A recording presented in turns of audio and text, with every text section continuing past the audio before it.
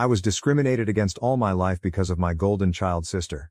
Finally, I got my sweet revenge on my wedding day. I faced discrimination my entire life because of my golden child sister, and she even tried to walk down the aisle at my wedding. Finally, I got my revenge. My parents always favored my sister, and it was far from subtle. If she accused me of something, they'd believe her and punish me. But if I accused her, even with undeniable proof, they'd give her a lighter punishment and find a way to scold me too. My birthday cake always had to be her favorite flavor, and my parents pretend they didn't know I hated it. They always bought her more than me and took us where she wanted, even if it was supposed to be about me. My sister grew up spoiled and used me as a punching bag. At first, she mostly ignored me, but things got worse when we were teens. She ended up with no friends, and her behavior deteriorated. Did her friends move away or ditch her because she was mean? I don't know, because we were never close. My parents boasted about her achievements but never mentioned any issues, whereas they constantly highlighted my flaws as teasing material. I only knew she had no friends because we went to the same school, and I noticed she was no longer with people.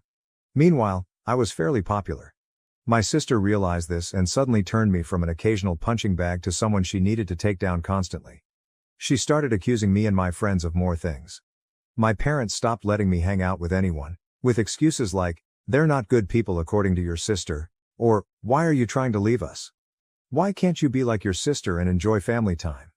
What saved me from complete isolation was my extended family. Most of them lived in the same hometown, and I got along well with my cousins despite some age differences. At one gathering, they invited me to something. I don't remember what, and I sadly replied that I wasn't allowed to go anywhere. When asked why, my kid self bluntly said it was because I wasn't allowed to have friends since my sister didn't have any. This got back to the adults, who apparently tore my parents apart later. I was scolded for lying and grounded for a month, but after that, they gave me some leeway, so it was worth it. My sister changed schools. I guess the humiliation of our extended family knowing her social status was too much, so she demanded to switch, and my parents immediately obliged. Even though it cost them more since the school was further away, she made friends at the new school. However, she never went back to mostly ignoring me. Having felt the power to mess with me and being angry that I told the family she had no friends, she never let me go. My life remained difficult. Her friends would come over and bully me, which my parents called light teasing. I never invited friends over because my parents were awful hosts, or my sister would accuse them of stealing, and my parents would believe her. I did become close to my cousins though, as my parents never dared to treat family that way. Then I got my first boyfriend. I didn't want to bring him home, but my parents insisted. At one point we were separated and he came to find me to tell me my sister was flirting with him. She came over in skimpy clothing, batting her eyelashes, and started telling him how bad I was and how good she was. He was irked and ran off to find me. Of course, my sister told my parents a different story, that my boyfriend had tried to flirt with her, but she naturally refused since she couldn't do that to me. Guess who my parents believed? My boyfriend wasn't perfect, but I immediately believed him for a mean reason. Remember, I was a teen suffering from unfair treatment. I was very resentful and moody and hated my sister as much as she hated me. With that disclaimer out of the way, let's talk about looks. I hadn't mentioned them yet because they weren't relevant. My parents were overweight and liked showing love via food, giving more food, buying treats, etc. My sister was also overweight, whereas I was not. I've always been kind of skinny because punishment often included no treats or snacks. Obviously, weight isn't what matters, personality is. But my sister, even then, was already rude and spoiled. Even her flirting attempts were bad because she never learned to work for anything since she could demand, and my parents would deliver. Added to that, the fact that she didn't look like some sexy model, even my self-conscious teen self didn't believe my boyfriend would try and cheat on me with her. Anyway, my parents prohibited me from dating such a horrible boy. I did try to keep going in secret, but it was hard, and the relationship ended. I did get another boyfriend, but again, my sister accused him of flirting with her when he refused her advances. Again, my parents believed her. I tried pointing out how this happened again, but they decided that I was incapable of making good choices and kept picking bad boyfriends. The relationship couldn't handle the Romeo-Juliet situation and fizzled out again. I would eventually get called a slut in high school as I was fine with making out with boys and such but refused to have relationships. Thankfully, it never got back to my sister or parents. My sister did bring one boyfriend home during all this time. He was paraded with pride, and my parents spent every second telling me how good he was and why I couldn't be like my sister and find myself someone like that. Until he stopped showing up and suddenly he was a conniving bastard that tricked my sister. Oh well, and the unequal treatment continued. At this time, she had more spending money, and her curfews were much better than mine. She was free to go anywhere at any time, while I couldn't. If I pointed it out, my parents would say it's because she's older, but when I reached that age, I still didn't have the same treatment she had. And when I pointed it out, they denied they ever said that or claimed it was because I couldn't be trusted like she was, using my sister's accusations against my boyfriends and friends as proof of my bad judgment. Time goes by, and it's time for my sister to graduate. She was accepted into a college, not a very well-regarded one, and she had no scholarship or anything. Again, because only her achievements were told to me, I don't know which colleges she even tried for, so I can't say how badly she was rejected. I do know her grades were bad in school though, because whenever she got a B, we would celebrate. I would usually get good grades, but my parents refused to celebrate, claiming since I always got those, what was there to celebrate? My parents naturally made a lot of fanfare and told her they'd pay for everything. I was relieved she'd be going away. Not that it made my life any easier. She'd always come home every other weekend and somehow stuff kept missing from my room, or some other issue she'd think of to make my life miserable. My curfews were still strict. Eventually, my mom came to talk to me about my impending graduation. I'm only a year younger than my sister. She told me that since they were paying for my sister's college, they had no money to pay for mine, so it would be better for me to start working immediately after graduation and wait until my sister finished university to see if they could afford something for me. Oh, and if I decided to stay at home, I'd have to pay for all my stuff, part of the bills and rent. I pointed out that I could get student loans. Mom said yes, except no, because they were so caring towards me and I had such bad judgment that they would decide if a college was worth my getting into debt or not. I'm not sure how they'd stop me from getting loans, but I didn't ask. Scholarships weren't mentioned. They had no idea what my grades were anymore and never believed in my capabilities anyway. I didn't bat an eyelid. I simply said okay. My mom clearly didn't expect that and kept prying. Maybe she hoped I'd throw a tantrum so they'd have an excuse to never pay for my college. But I said nothing except that I understood their position, thanked them for caring, and that was that. My dad later tried the same, but I also refused to be emotional. You see, after a whole lifetime of their terrible parenting, I never had any expectations towards my education. I knew they would find an excuse to not pay for mine and make my life miserable. I never believed they would eventually pay if I worked and waited for my sister to graduate. I had been preparing for college for a long time. I could barely go out, my friendships were slim, so I had a lot of time to study. And study I did because I saw college as my only chance to be free. Well, the time came, and I worked my ass off and got a scholarship, not to anywhere like Ivy League or anything like law or medical school, but it was a good enough course in a decent college with a full scholarship. Knowing my sister would hate it and try to stop me via my parents, I put my achievement on social media at the same time I told them, even forcing myself to thank them in the post. Now they couldn't forbid me from going as they'd have to explain to the family why not. Initially, they were even a little proud and boasted about it, and then I guess my sister got to them and they changed gears and even asked me if I was sure I wanted to go. They let slip that my sister wasn't doing well in college, and since she was smarter and had better judgment than me, I'd suffer worse. I obviously stuck to my guns. They weren't happy but couldn't do anything. College was my savior. I started being happy. I still contacted my parents and visited on holidays and such, but since they refused to pay for anything, I could excuse not going a lot due to money. During this time, I avoided introducing any man to them, and my sister stopped going to college. I know she didn't graduate because, again, they'd have made a fanfare about it. She moved back home, paying no bills or rent, but it's different, my parents said, and started working at the same company as my mom, obviously thanks to my mom pulling strings. This was all presented to me as a point of pride. Almost there, I promise. I met my husband around this time. You know those people who say, if I were in that situation, I'd have done something. My husband is the type who actually does. I'm the type who is meek and a doormat in any situation and then can't sleep at night wishing I had done something, had thought of something witty to say, etc. I'm the person who can't help but cry when I'm angry. My husband is the guy who claps back immediately.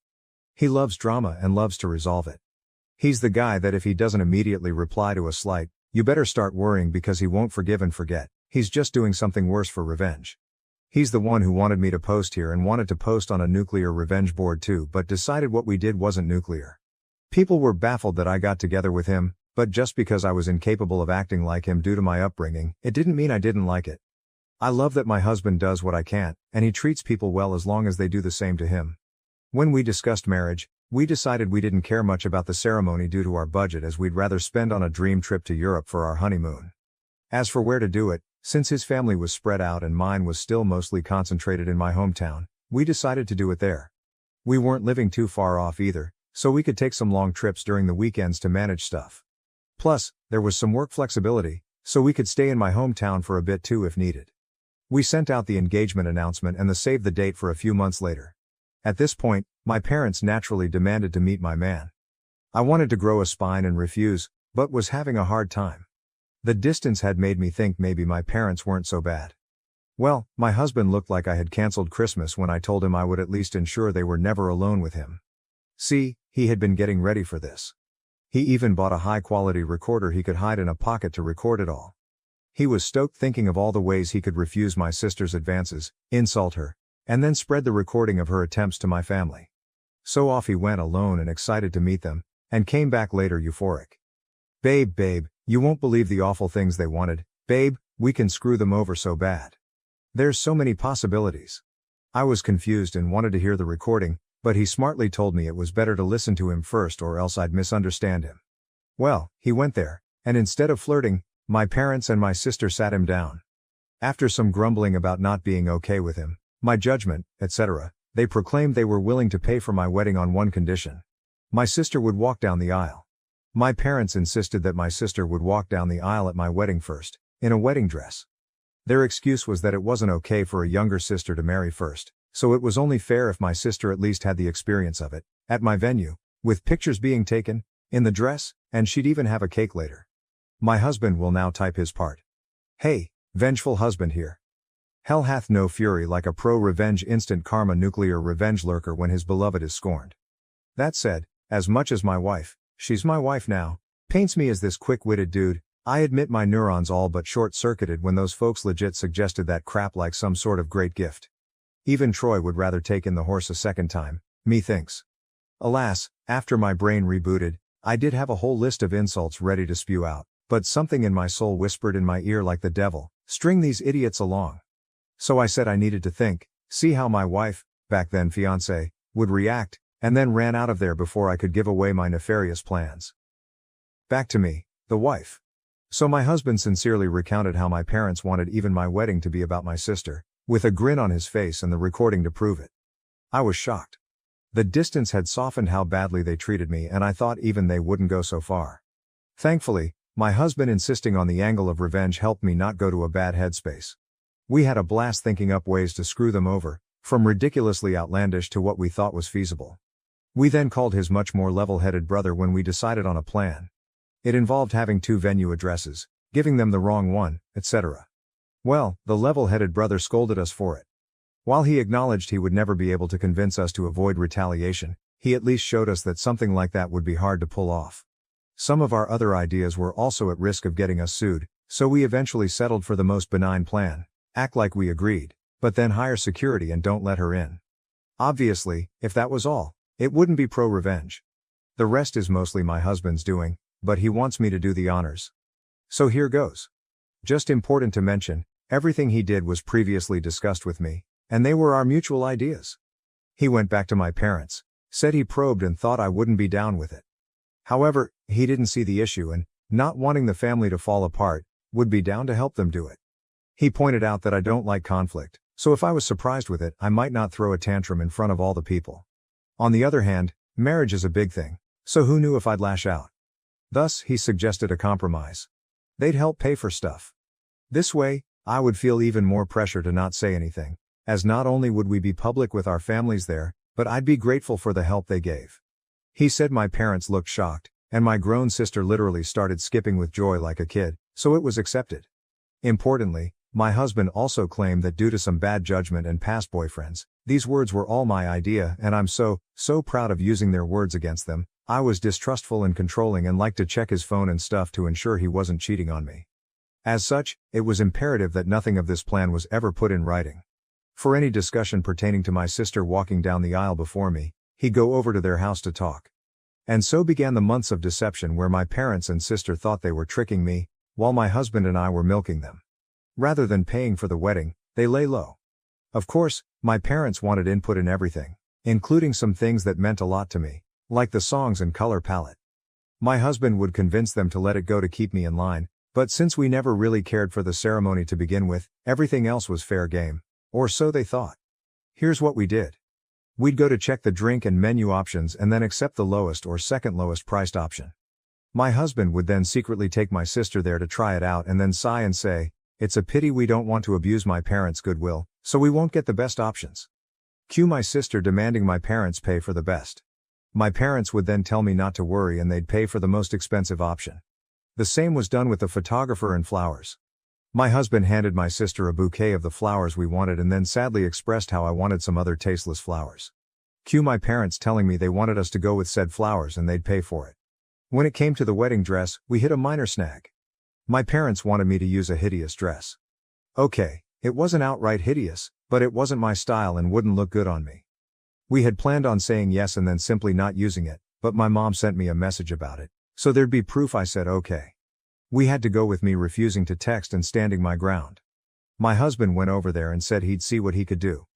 My sister suggested ruining my desired dress so I'd be forced to wear the other one. He pretended to agree. During all this time, they kept communications outside any text.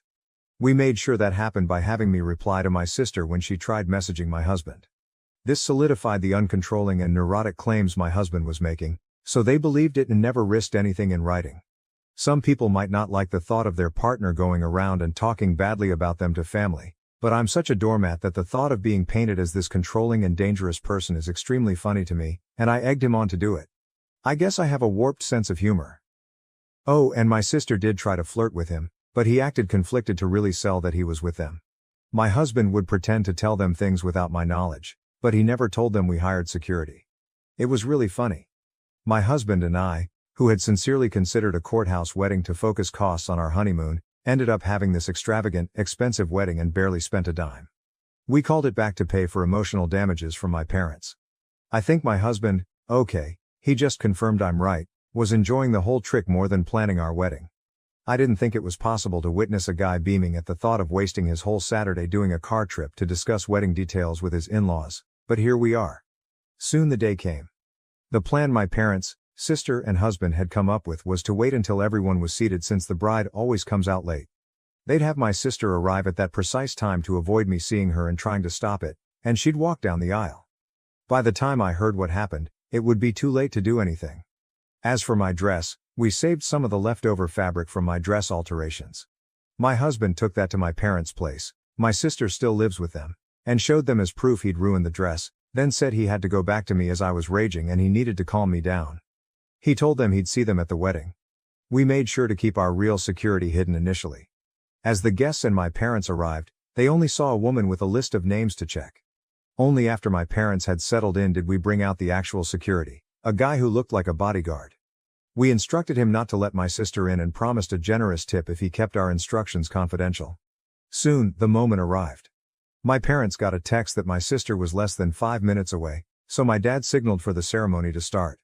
My bridesmaids had been prepped to follow his lead, so they did without checking with me. After they all took their places, my dad stood at the entrance, waiting for me. During this, a friend not in the wedding party texted me to get ready, to avoid suspicion if my husband or bridesmaids started texting. This friend, my husband's ally, was as eager to stir drama as he was and didn't mind not being a bridesmaid. As soon as my dad took his position, the bridal song began. The doors opened and I entered. My dad was shocked to see me. He tried to look behind me but couldn't see the venue entrance from where we were, so he had no idea what had happened to my sister. Then his phone rang. I saw the caller ID, and it was her. He left me with a mumbled, "Something came up." Gasps and confusion filled the room. The friend on the plan loudly asked what happened. I lied and said tearfully, "He told me it wasn't supposed to be me there." My husband and I had agreed that if my dad abandoned me, I should say that to make him look as bad as possible. The tears weren't just acting. I was genuinely hurt and trying not to cry. The friend then loudly asked, "What did he mean by it shouldn't be you?" So that everyone could hear and spread it. Then she said, "I will go and check," and ran off. We planned this so she could create chaos with the security and prevent my dad from returning to stop the ceremony. Eventually, my mom also left. At this point, my husband's dad quickly ran over and took my arm. He'd been forewarned he might need to. His desperate run to me made me smile. I walked down the aisle to whispers as people discussed what had happened. Some left to check as well. When I reached my husband, all was well. He comforted me, joking that my sad face was so real I deserved an Oscar, and reassured me he'd deal with my parents for what they did. We got married without any further issues. My parents didn't come back. I noticed a lot of people leaving and returning during the party, but no one dared tell me what was happening. Someone whispered in my husband's ear and he went out. He returned later with a thunderous expression but whispered to me that he needed to go hide before he broke character and started smiling. It worked. Here's the summary from friends, family, the security guy and my husband that I got afterwards. My sister arrived in a wedding dress. The security refused to let her in as we had agreed. He told her she must be at the wrong venue because there was already a bride. Yes, we tipped him very well as promised. My dad tried threatening him with the police, claiming he'd never heard of him, so he couldn't be working there. The security agreed to call the police since he was hired by us and was just doing his job. My dad realized it would be too late and tried to demand that he let my sister in. At this point, the friend came over, started shouting and insulting my sister, and asking what was going on, basically stalling. My mom soon arrived, followed by others. By then, the wedding plan was ruined. All my parents could do now was damage control, as everyone who learned about it was horrified they'd try to pull it off. People started screaming and berating them. The three naturally said it wasn't a secret and blamed my husband. When he was called over, my husband put on his best confused look and denied everything. To quote him, "Gaslight, gatekeeper, girl boss, LOL." He denied ever agreeing to such a ridiculous plan. When they insisted he demanded proof, and of course, they couldn't provide any. All the text exchanges they could show were about normal wedding decisions. My sister was scream-crying and apparently sat on the floor kicking her legs like a child. My dad looked like he wanted to hit my husband, but security and other people held him back. Naturally, they claimed they had no proof because my husband told them not to text. My husband laughed and said, "Wow, how convenient, huh?" Then he repeated, "Why would I ever agree to something so messed up?" He ripped into them about being terrible parents and said he wasn't going to let their stupid plans and lies ruin his wedding, then went back to me. No one believed them. The venue had cameras, but they wouldn't show me the recording as it was only for security purposes. However, some people filmed parts of it. Watching my parents and sister get torn apart by everyone who came out to see the drama was delightful. After years of being accused of things and not being believed, seeing them get a taste of their own medicine was one of the best wedding gifts. My mother was crying, my dad kept changing from purple to white, and my sister was still on the floor crying and screaming. They kept insisting that my husband was in on it, but people kept asking why he would agree, why there was no proof, and why they wanted my sister to do this at my wedding. They had no good answers. Eventually, they were told to leave and had no choice but to do so. My dad apparently had to drag my sister up as she refused to leave the ground. Again, people said nothing to me all night. I guess they wanted to spare me, and maybe it's because I was the bride and not just a guest for once, but it did feel like everyone was making an extra effort to be nice, positive, and excited about everything. My husband says all the expensive food and drinks they were eating certainly helped, LOL. We had a blast. My husband kept up the forced angry face for only a short while before breaking out in smiles again. After that, we went to the hotel to catch some sleep before heading off on our honeymoon. Speaking of which, my parents did try to pay for our plane tickets, but we thought that was risky as they could try to cancel them or something, so we refused. Since then the three of them have tried to contact me. I've refused calls because my husband insisted on keeping a paper trail, a smart move because my sister eventually messaged me. I won't repeat what she said as it was very unhinged and didn't make much sense, but the important part was that she blamed me for her humiliation. Called my husband a two-faced snake who fooled them for months, he wants to print and hang that on our wall, LOL, and hoped, but was also certain, that I'd get cheated on by him.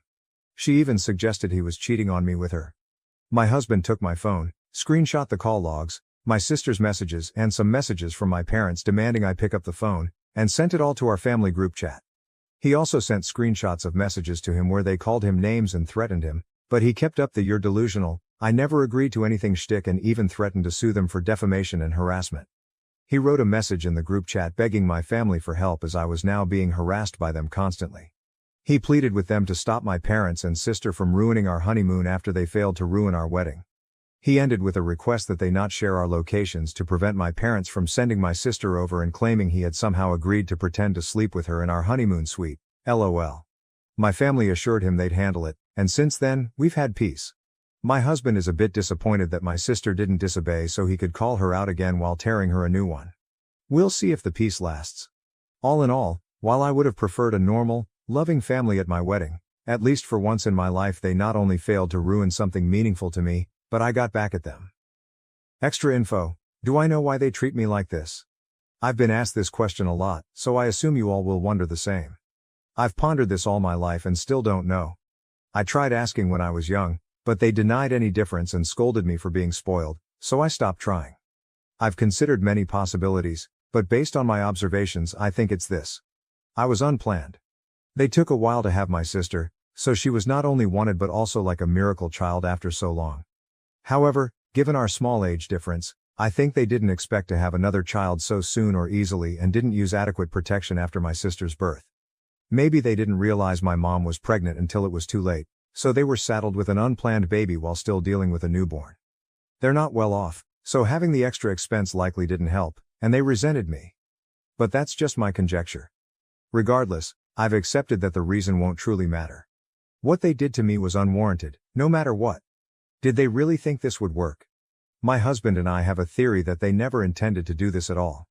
We think my sister threw a tantrum over me getting married first when she barely gets dates, and they made my husband that outlandish proposition.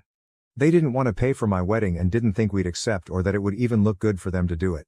By suggesting it and being refused, they could look like the good guys to my sister while having an excuse not to give me a dime.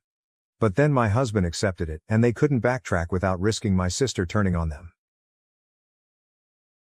Thank you for watching. If you haven't subscribed yet, please do so and hit the notification bell to stay updated with more shocking real-life stories happening around you. Brother made my life hell, then got my wife pregnant. Now he wants my help after our parents disowned him and left me their $2 million inheritance. My younger brother, David, has always harbored a deep-seated resentment towards me. If you think it stemmed from jealousy, you'd be wrong. He was the favored child, not me. There was no reason for him to be envious. To give you some context, our mother always indulged David. He was the golden child of our family. She cooked his meals, did his laundry, and even asked me to help him with his schoolwork. I was expected to assist him simply because we were family, but I never received the same consideration. I accepted this, as I was quite independent. Perhaps it was partly my fault for always meeting his needs without expecting anything in return. He never helped me when I needed it, and only approached me when he wanted something. While I was a quiet, introverted kid who enjoyed studying and keeping to myself, he was loud and rough, just like our dad.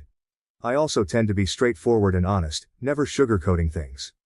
I believe my mother may have developed a negative perception of me because of my straightforwardness.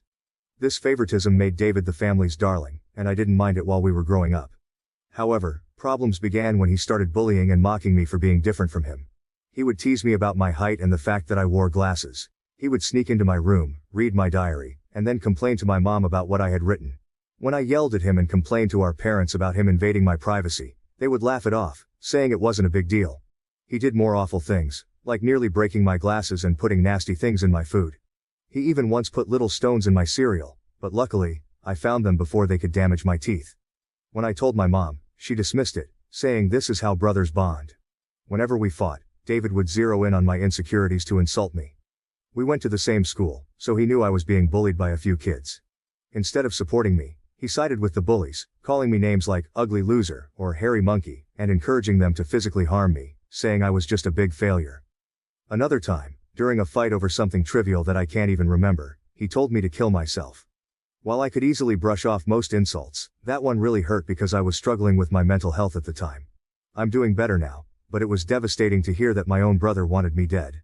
Since Dad was often at work and Mom didn't seem to care much, she even scolded me once, claiming it was my fault for irritating him. Things progressively worsened. During high school, there was a shocking incident when David attempted to set my hair on fire, and unbelievably, our mother defended him, claiming he was merely playing. Seriously, who behaves like that? Thankfully, my dad eventually sided with me and pointed out the gravity of the situation. He even threatened to call the police on David. This moment was a real eye-opener for my brother, as he had never faced any consequences for his actions before. He was genuinely stunned, and my dad made it clear that enough was enough and that David needed to start respecting his older brother. Later, Dad came into my room to talk. I never expected his support because he always told David how similar they were, which was true. Dad admitted that he had waited for years, hoping David would mature, but he was slowly realizing that David was becoming a big bully. Hearing this from my dad was incredibly validating, and I almost broke down in tears. I confessed everything David had done to me over the years and even mentioned the bullying at school. My dad was shocked at how much I had endured. The next day, he spoke to the principal to ensure the bullies were warned about severe consequences if they continued. Later that evening, Dad enrolled me in MMA at our local gym, telling me I needed to man up and stand up to bullies in my life. I admit that a nerdy kid like me trying to learn to fight might have seemed laughable, but I was very focused. I managed my time well to balance my studies and daily workouts, and the MMA classes completely changed my life and physique. One day, David was up to his antics again. He stole my pocket money, which we received for helping with chores. I had been saving it for a while. David sneaked into my room and took it. I caught him just as he was about to cycle off with his friends. I demanded he return my money, but David mocked me, saying all I could do was run to Daddy for help. I don't know what came over me, but I punched him in the face. He was stunned, fell backward, and I retrieved my money from his pocket before throwing him back down. David started crying loudly, which was quite comical. However, my mother rushed out to help him and find out what happened. When she learned I had fought him, she was surprised and reprimanded me, saying I should be a better role model for David, who seemed to enjoy seeing me scolded. My mother also complained to my dad about my behavior, saying I needed to be controlled. My dad grimly asked both of us to explain ourselves. I told him how David had stolen the money I had worked hard for and saved, while David tried to justify it by saying he needed the money for a date, and that as his brother, I should help him. However, Dad told David he was lucky I only punched him for stealing because anyone else would have called the police. He continued to tell David that he had no right to take others' things without their consent. David didn't like that and threw a tantrum, likely hoping our mother would side with him, but Dad remained firm. When David realized he wasn't going to be punished for being hit, he screamed how much he hated me and ran back to his room, locking himself in. Following that incident, David began to distance himself from me. He had finally understood that he couldn't bully me anymore, and that even Dad had stopped supporting his antics. For the first time in a long while, I felt like we were equals. Though he could no longer physically harm me, he resorted to verbal insults when our parents weren't around. His behavior worsened with age, becoming angrier and more short-tempered each year.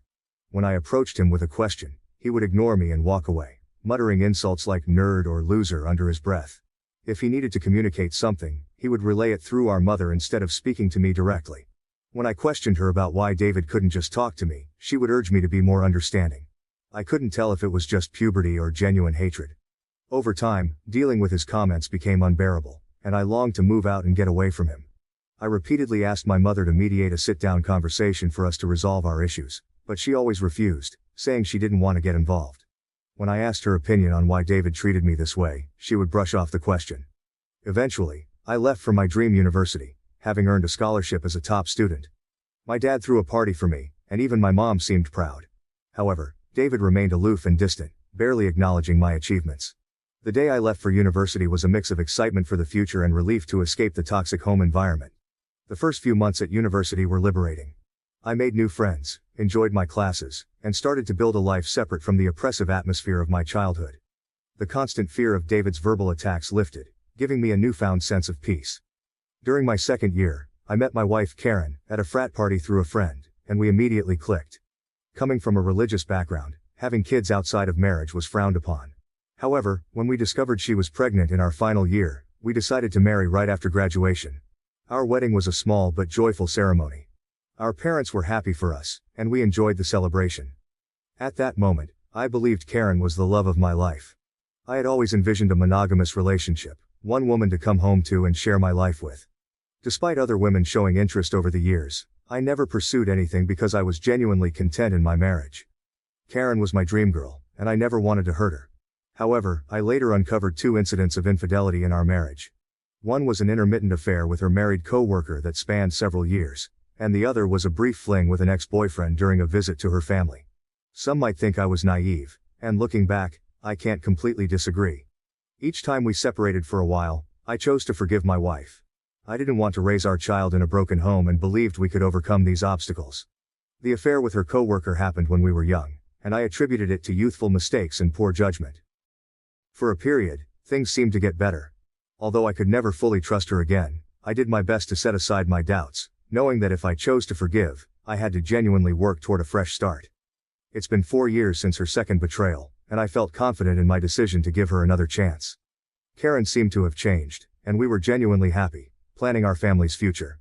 However, 3 months ago, my world was shattered once more when she revealed that she had been having a long-term affair and suggested that our son might not be mine. Her words struck me like a ton of bricks. A mix of shock, betrayal, and disbelief overwhelmed me. I struggled to comprehend the enormity of her confession. In a daze, I managed to ask why she had kept such a significant secret and how she could have done something so devastating. Her reaction was cold and indifferent, as if she were detached from the pain she caused. Her vague responses left me with more questions than answers. It was a surreal and painful moment, confronting the shattered trust and uncertainty about my own family.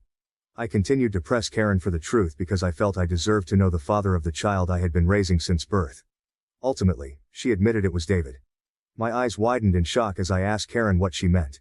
She explained that she and David had become friends when I introduced her to my family, and she stayed with us from Thanksgiving until New Year's. David, usually cold to me, was warm and polite towards her, which made me glad because I didn't want Karen to feel unwelcome. Karen wanted to be accepted into my family, so she spent significant time with my mom whenever possible. She noticed the rift between David and me and questioned me about it. I opened up about our strained relationship and explained that we might never repair it due to his unresolved feelings. Karen understood but started including David in our outings, hoping it would help us bond. Whenever we planned to watch a movie, she invited David, and we watched whatever he chose. During this time, David and I exchanged a few words, which was an improvement compared to his usual silent treatment. I remember Karen and David hanging out and playing video games together, but I never thought much of it. Karen told me that one day, David opened up to her about his struggles and a recent breakup. Feeling vulnerable, he struck up a friendship with her. She mentioned that he would harmlessly flirt with her when I wasn't around, and eventually, things escalated beyond her control. The vision of my wife and brother sleeping together made me feel sick. Karen confessed that she felt guilty afterward and left him, which matched her abrupt decision to go home instead of spending New Year's with me. Although I tried to convince her to stay, she was adamant about leaving. When we met back at college after the holidays, she was her usual cheerful self, so I didn't question anything. 2 weeks later, we found out she was pregnant. Karen admitted she didn't know if the child was mine or David's, and with no way to prove it, she chose to stay with me, knowing I was the more dependable brother. This was why we got married. My world felt like it was crashing down. The son I loved might not even be mine. I asked Karen if she had been sleeping with David recently, and she slowly nodded. She revealed that they had always stayed in touch because their chemistry was undeniable. They would sneak off to hotels, lying to me about working overtime. She admitted that half of her business trips were actually romantic getaways with him. I asked why she married me if she wanted my brother, and Karen said she didn't want to be the one to break off the marriage. She saw me as a wonderful father to our son and decided to stay. In her words, she made a mistake and didn't know when to stop. I told Karen I was glad she told me the truth but that I was going to pack up and leave. She started crying, asking for forgiveness, and expected me to yell at her. Instead, I calmly packed my clothes. Karen insisted that if I loved her, I should fight for her and that mistakes happen in every marriage. When she realized I wasn't going to do anything, she changed tactics, saying our son would be affected by a divorce and that children shouldn't be raised in broken homes. I reminded her that I might not even be the father, which made her cry more and accuse me of being cruel. It seemed like she believed nothing could make me want to leave the marriage. Perhaps it was partly my fault for letting things slide in the past. While I did love her, it felt more like it stemmed from thinking we had a son together and had been together since college. Karen kept insisting it wasn't too late to fix things, but I struggled to believe her and had no patience left. Trust was a major issue, and her words felt hollow. Even if I forgave her, I could never forget she slept with my brother. I've always believed in forgiving mistakes because we're all flawed, but this was beyond acceptable limits. I left her crying on the doorstep and checked into a hotel. The next day, I went straight to my parents and revealed everything about my wife's affair with David, explaining how they had been secretly sleeping together for years. The shock on their faces was undeniable. True to her nature, my mother initially tried to defend David, insisting that her boy could never do such a thing to his own brother. Determined to expose the truth, I asked my parents to remain silent and let me call David in front of them. I instructed them to stay quiet so I could catch David off guard, making him believe it was a private conversation. When David answered the phone, I confronted him about the affair. At first he vehemently denied it, refusing to accept any responsibility.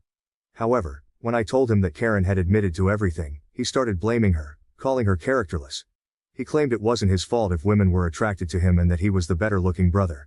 I told him firmly that I would expose him to everyone. When David mocked me, saying no one would believe me because he was the golden child, I scoffed at his arrogance and thanked him for confirming the truth, knowing our parents had heard everything. David went quiet and then spluttered, trying to explain himself and salvage his image. My mother, still in shock, demanded an explanation from David.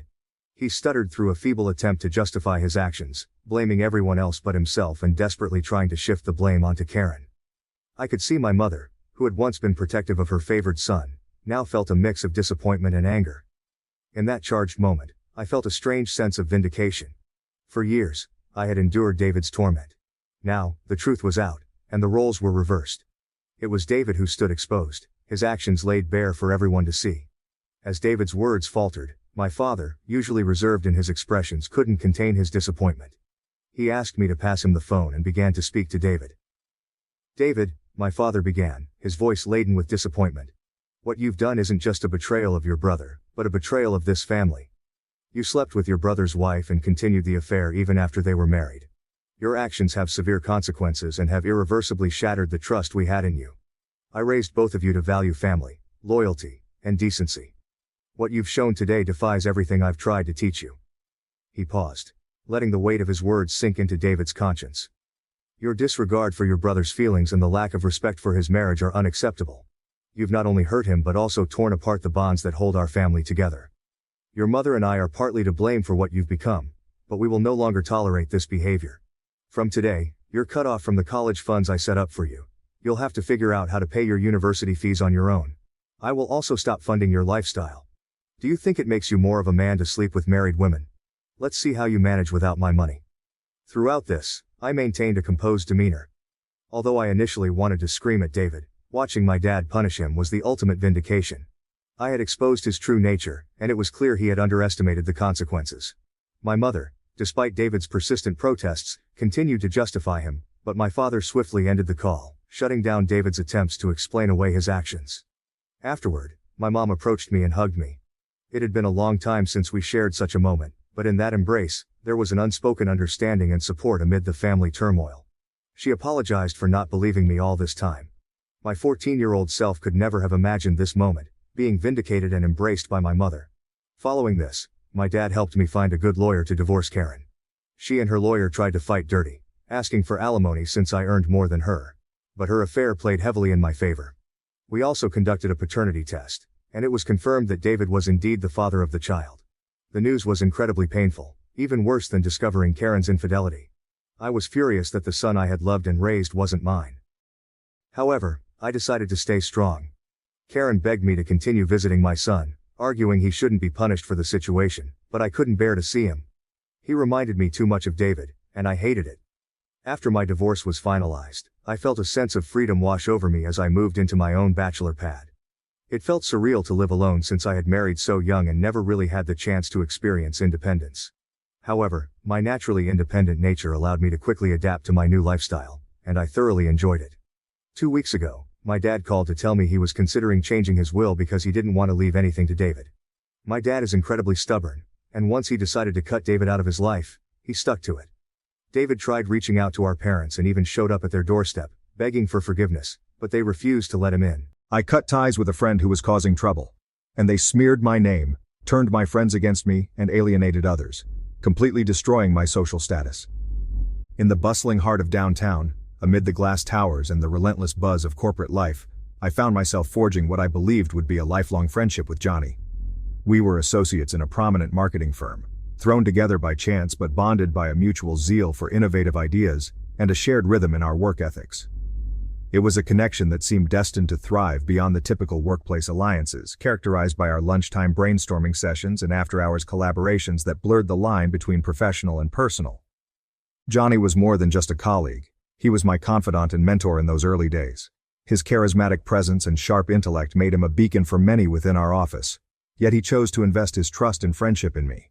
We celebrated each project victory with a fervor that only true friends could understand, and supported each other through every professional setback. The camaraderie we shared was not only rare but deeply cherished.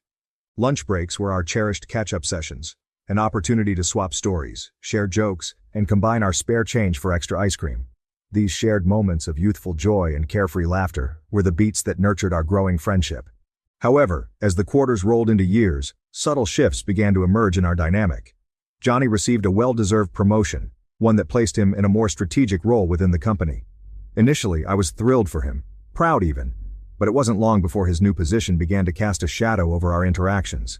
His availability dwindled, meetings were missed, and those invaluable shared moments at lunch became sparse and distracted. But Johnny changed. The guy who used to be full of life became distant and quiet. Our friendship, which felt like it would last forever, started slipping away. The connection we had slowly faded, leaving me feeling lost and uncertain. The initial signs were subtle, almost imperceptible, but gradually they became more evident. The first indication was our diminished conversations. The humorous banter that used to echo during our shared walks seemed to dwindle down to barely audible whispers, replaced by a silence that spoke volumes of the emotional chasm that was building. I noticed a change not just in frequency, but in tone.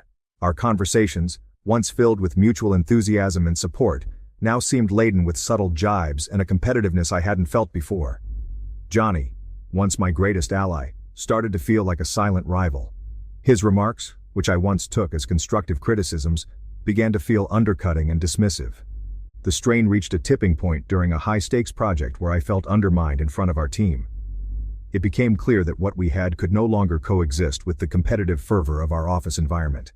It was a painful realization, one that confronted me not just during office hours, but in the quiet solitude of my apartment. For the sake of my mental well-being and career sanity, I knew I had to distance myself from Johnny. This decision, fraught with emotional and professional risk, marked a profound shift in my life at the firm, setting the stage for a series of events that would challenge my resilience and redefine my understanding of workplace relationships. The decision to distance myself from Johnny was neither impulsive nor easy. It required a meticulous calculation of the potential fallout, alongside a hefty dose of emotional fortitude. The friendship that had once been my sanctuary within the office had morphed into a source of constant unease, clouding my judgment and dampening my spirit. I deliberated over our last interaction, replaying the moment where his veiled criticisms had not only undercut my ideas, but had also subtly questioned my competence in front of our team. That meeting was a turning point. I realized that preserving my professional integrity and emotional well-being necessitated a boundary between us. Initially, I attempted to limit our interactions to strictly professional exchanges. During meetings, I would keep my contributions succinct and direct, avoiding any personal commentary that might invite the banter we used to enjoy. In the office, I exchanged polite nods instead of the warm smiles of our previous camaraderie. These subtle shifts were my armor, a way to shield myself from the discomfort of our changing relationship. However, Johnny noticed these changes quicker than I anticipated. His initial reaction was one of confusion, which quickly soured to irritation when it became evident that the distance was intentional. The backlash began subtly. I first noticed it in the way he began to withhold information. Details about client feedback or team meetings, which he would have once shared without hesitation, were now passed to me through intermediaries. This tactic not only isolated me professionally, but began to erode my standing within our team. Johnny's influence was undeniable, and his selective communication ensured that I was always a step behind, scrambling to catch up with decisions already set in motion without my input. As my professional isolation intensified, Johnny's tactics grew more aggressive. He started to question my contributions in team meetings, often dismissing my proposals with a condescending smirk or a sharp retort that left little room for debate.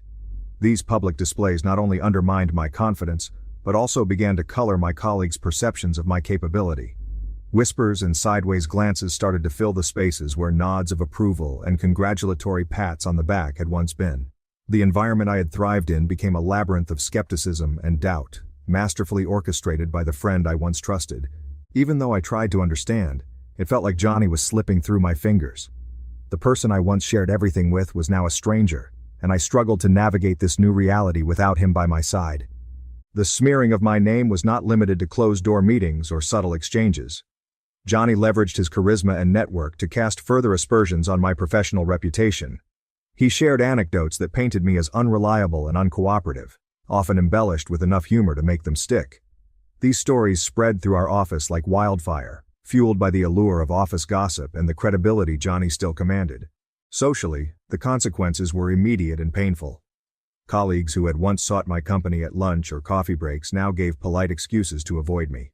Invitations to after-work gatherings dwindled until they ceased altogether. The sense of alienation extended beyond the confines of our office walls. It seeped into my professional network, tainting my connections and opportunities within the industry. The emotional toll was immense. Each day at the office became a test of endurance. I found myself grappling with a spectrum of emotions, from anger and betrayal to a profound sense of loss. The isolation was suffocating, and the professional setbacks left me questioning my own abilities and worth. The office, once a place of ambition and fulfillment, had become a battleground where I was constantly on the defensive, wary of the next rumor or undermining comment. Feeling cornered and desperate, I sought to understand the extent of the damage. Conversations with a few trusted colleagues revealed the depth of Johnny's influence and the complexity of the web he had woven against me. Their hesitancy to speak openly, coupled with their sympathetic glances, confirmed my worst fears. Johnny's narrative was now the dominant one, and my professional image was in tatters. Amid this turmoil, there were moments of clarity and resolution. I realized that surrendering to despair would only validate Johnny's portrayal of me as weak and incapable. Determined not to let his actions define my career, I began to strategize a comeback that focused on professionalism and resilience. I started documenting our interactions, gathering concrete evidence of Johnny's manipulative tactics.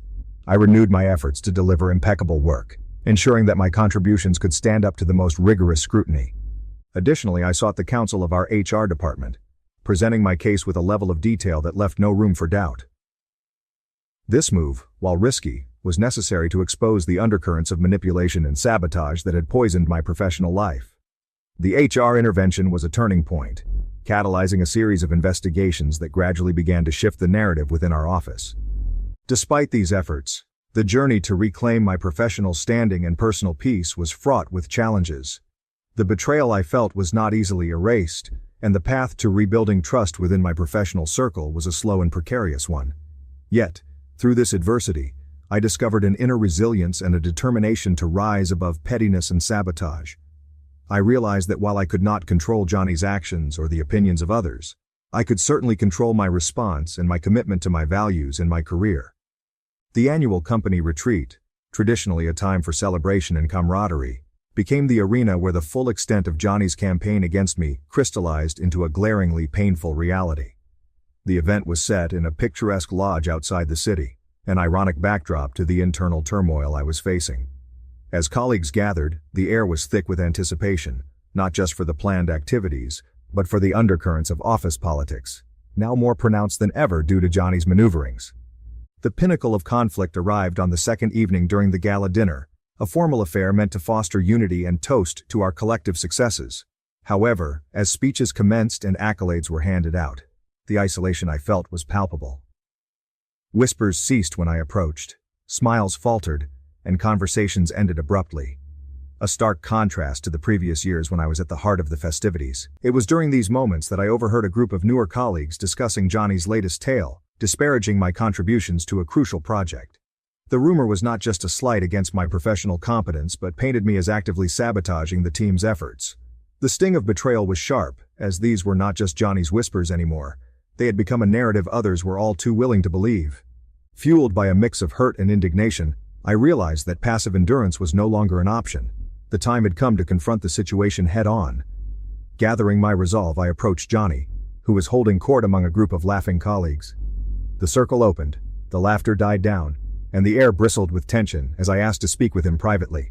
We moved away from the curious eyes and found ourselves on the quiet balcony overlooking the dark woods. The contrast between the serenity of our surroundings and the storm brewing between us could not have been starker. "Johnny," I began, my voice steady despite the turmoil inside. "I know what you've been saying about me. This ends tonight."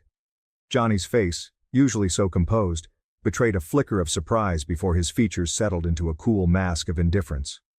"I'm not sure what you've heard, but I think you're taking office chatter too seriously," he responded smoothly, a calculated dismissiveness in his tone.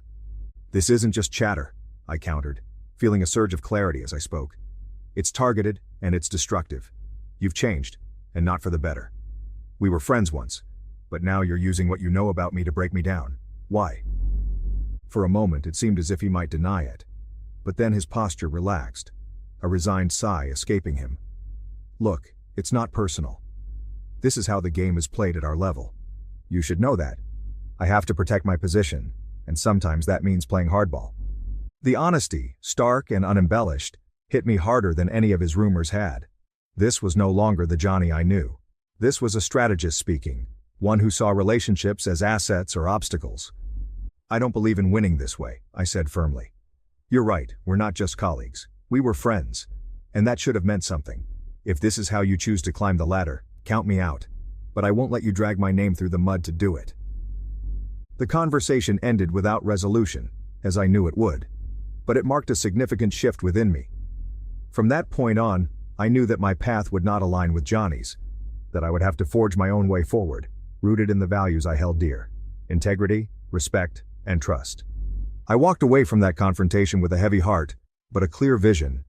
The next steps were daunting but necessary. I would need to rebuild not just my reputation, but also my sense of self, independent of the toxic dynamics that had come to define my professional life. The fight to clear my name was just beginning, but it would be fought on my terms, with transparency and dignity. As the retreat drew to a close, I prepared myself for the challenges ahead, strengthened by the conviction that truth, eventually, would restore what malice had sought to destroy. The resolution I found during that encounter with Johnny started to lay the road for my recovery and vengeance against the harm he had caused, even as the retreat came to an end and we all went back to our regular lives at work. In the days that followed, I felt a mixture of fear and resolve as I began to negotiate the turbulent waters of office politics with a renewed sense of purpose. I started by contacting human resources.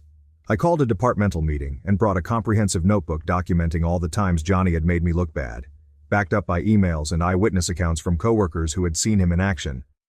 Not only was my name being cleared, but a pattern of behavior that was detrimental to the company culture as a whole was being brought to light. The HR department opened a formal investigation into the situation since they were responsive and concerned.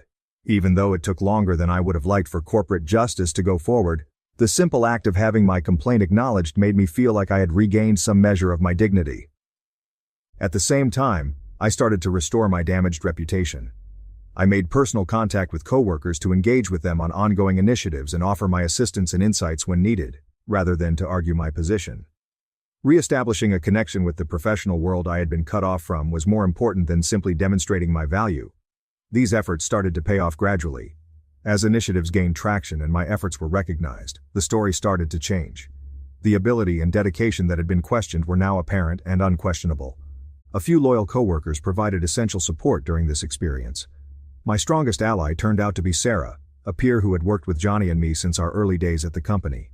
She shared her excellent experiences working with me, actively dispelling rumors in addition to offering emotional support. Mark, a more recent team member who had personally heard Johnny's derogatory comments and was prepared to voice his concerns, was another important ally. Their assistance not only lifted my spirits, but also contributed to my credibility being restored among colleagues. In these mediation sessions, it became evident that although ambition propelled Johnny's activities, they were also an ill-advised attempt to maneuver around his insecurities. Though it did give a level of intricacy to the matter that I had not previously fully grasped, recognizing this did not excuse his behavior. Months later, my position inside the company started to return thanks to my hard work, HR's assistance, and the mediation process. Coworkers began to get past the gossip and note the differences between my real behavior and what Johnny was portraying. Invitations to work together on projects multiplied, and the strained professional connections started to heal. The trip was enlightening yet emotionally exhausting. With every stride ahead, I was able to strengthen my fortitude and reaffirm my dedication to upholding my integrity in the face of difficulty. I also came to understand the value of having a network of people who will support you through difficult times, and when you try to start over. I had learned the value of genuine professional companionship from Sarah, Mark, and a few other people. I started to change attitudes in the office by concentrating on mending relationships and repairing my reputation with diligent, honest work and transparent communication. After ending my relationship with Johnny, I learned that although the road to recovery could be difficult and drawn out, it also presented a chance for tremendous advancement on both a personal and professional level. As time passed, a year after the challenging events at work, things started to calm down. Johnny's public apology helped reduce the office tension. Although my reputation wasn't completely untouched, it was mostly mended, bringing me a fresh sense of clarity and purpose. A valuable lesson about awareness and the real nature of relationships had been provided by the experience. I realized who my true allies were. Coworkers like Sarah and Mark, whose bravery and devotion had been vital. This insight changed the way I approached business partnerships. I grew warrior but also more appreciative of sincere relationships, cherishing those who showed honesty and provided support during difficult times. Our relationships, which had been established in the face of hardship, became stronger, and our workplace once again seemed like a welcoming community. I made a conscious effort to expand my professional network going forward. To promote an environment of transparency and cooperation, I started a peer support group at work. The group provided a secure environment for discussing difficulties and victories, promoting candid communication and mutual support. Through this program, I was able to heal some of the rifts within our team and establish myself as a leader in creating a more welcoming and upbeat work environment. In addition, my experiences have given me a stronger sense of resilience and a better comprehension of both professional and personal boundaries. I discovered how crucial it is to establish and uphold boundaries with coworkers as well as with myself when it comes to controlling how I react to stress and conflict. This self-awareness helped me maintain a better work-life balance and gave me a better understanding of how to face difficulties without sacrificing my morals or well-being. Update 1. A year later, I'm thriving in my role, respected and valued. The office feels like a community again, and I'm leading initiatives that foster teamwork and integrity. My journey has strengthened me, and I look forward to the future with optimism and renewed confidence. Update 2. Some people say my story is a vivid illustration of the challenges that can occur in a professional working environment, and the importance of protecting one's mental health and professional image. It shows how relationships can change over time and the impact they have on individual careers. I helped one person find empathy by detailing the struggle to regain honor and status in the company, as well as the lessons of resilience. I'm glad that the story provides a realistic look at the dark side of competition in business and the value of upholding principles and professional ethics, which at least helps people like me be more positive in terms of work. Somewhat psychological. Thanks for following my story. Boyfriend found out how much money I have. He wants me to pay off a house for us, buy a new car, and fund a trip for him to go abroad. Should I end it? In the heart of a bustling Canadian city, nestled among the clamor and chaos, there lay a small modest apartment that seemed almost misplaced amidst the towering skyscrapers. This was my sanctuary, a place painstakingly curated to embody the values of simplicity and tranquility that I held dear. My name is Mary, and at 28 years old, I had crafted a life quite different from the opulent one I left behind in Italy. Here, in this understated nook, I found peace. The apartment was a one-bedroom affair, with walls painted a soft creamy white that caught the gentle morning light. The furniture was minimal, a comfortable couch, a sturdy coffee table, and a small dining set that had seen better days but still stood strong. The decoration was sparse, with a few carefully chosen pieces that spoke more of sentiment than of monetary value. A small balcony overlooked a quiet street, where the sounds of the city were muted, just enough for me to enjoy my morning coffee in relative peace. Living here, my needs were few, and my desires even fewer. I had learned early on that happiness doesn't come from things, but from experiences, from quiet moments spent reading a book, from laughter shared with a friend, from the soothing ritual of brewing tea. My job as a digital marketing consultant afforded me the luxury of working from home, allowing me to shape my days as I saw fit. This life of minimalism was a deliberate choice, a stark contrast to the lavish, almost grandiose lifestyle of my family back in Italy. My parents and extended family lived in sprawling estates in the countryside, surrounded by vineyards and olive groves, their homes adorned with art and antiques that spoke of generations of wealth and culture. My childhood was filled with long, languid summers under the Italian sun, dinners that stretched into the wee hours, and conversations filled with passionate gestures. It was beautiful, yes, but overwhelming. A life where every moment felt orchestrated, every smile a bit too polished. It was during my university years in Canada that I began to shed the weight of those golden shackles. I embraced a life where I could be just Mary, not the heiress, not the future custodian of centuries-old oil paintings or rare manuscripts. Here, I was free to build a life that resonated with who I truly was, not who I was expected to be. Enter James, my boyfriend of 3 years, a Canadian native like myself in age but vastly different in experience. James came from a middle-class family, his life a tapestry of hard work and modest achievements. He was kind-hearted, with a gentle demeanor that belied his rugged exterior. When we met, it was as if pieces of a puzzle had fallen into place. We shared similar interests in music, loved the outdoors, and both cherished the quiet moments of life. His respect for my simple lifestyle only deepened my affection for him. James never knew about the wealth I had left behind. It was a part of me that I kept hidden, not out of shame, but out of necessity. I feared that revealing my family's wealth might introduce a wedge between us. That it might make him feel inadequate, or shift the dynamics of our relationship in ways I couldn't control.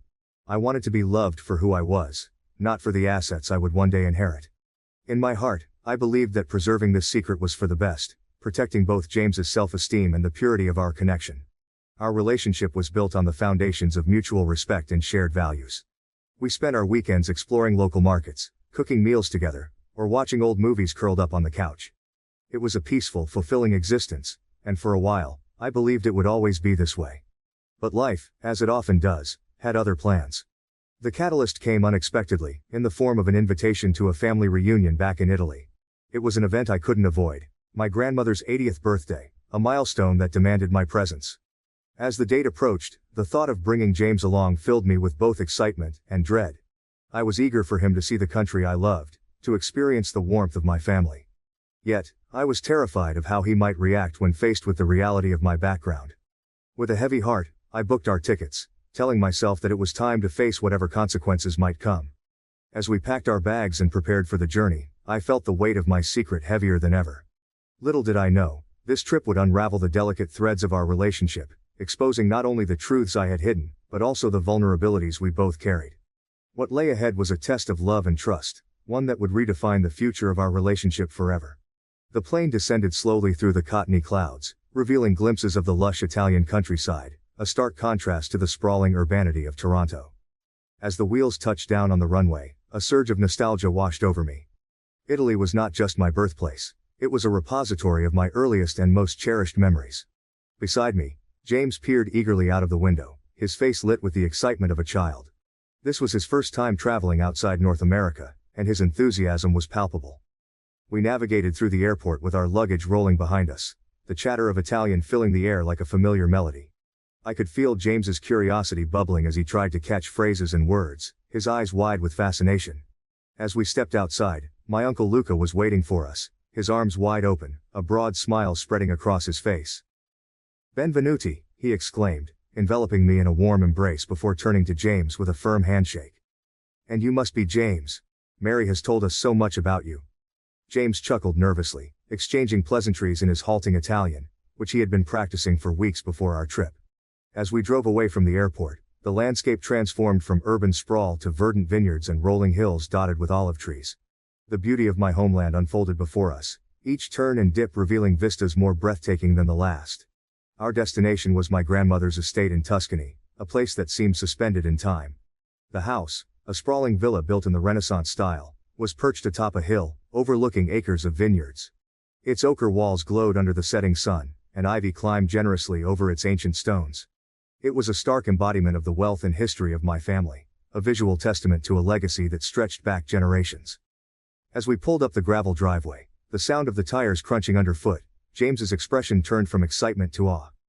"Mary, this place is incredible," he whispered, as if speaking too loudly might shatter the moment.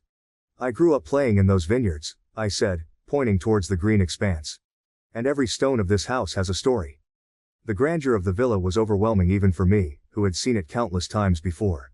As we entered, the vastness of the entrance hall with its high ceilings and portraits of stern ancestors, seemed to impress upon James the reality of my heritage. The house was alive with the sounds of preparation. The reunion was to be a grand affair, with relatives coming from all over the country. During the following days, James was introduced to a lifestyle so vastly different from our simple contained existence in Canada.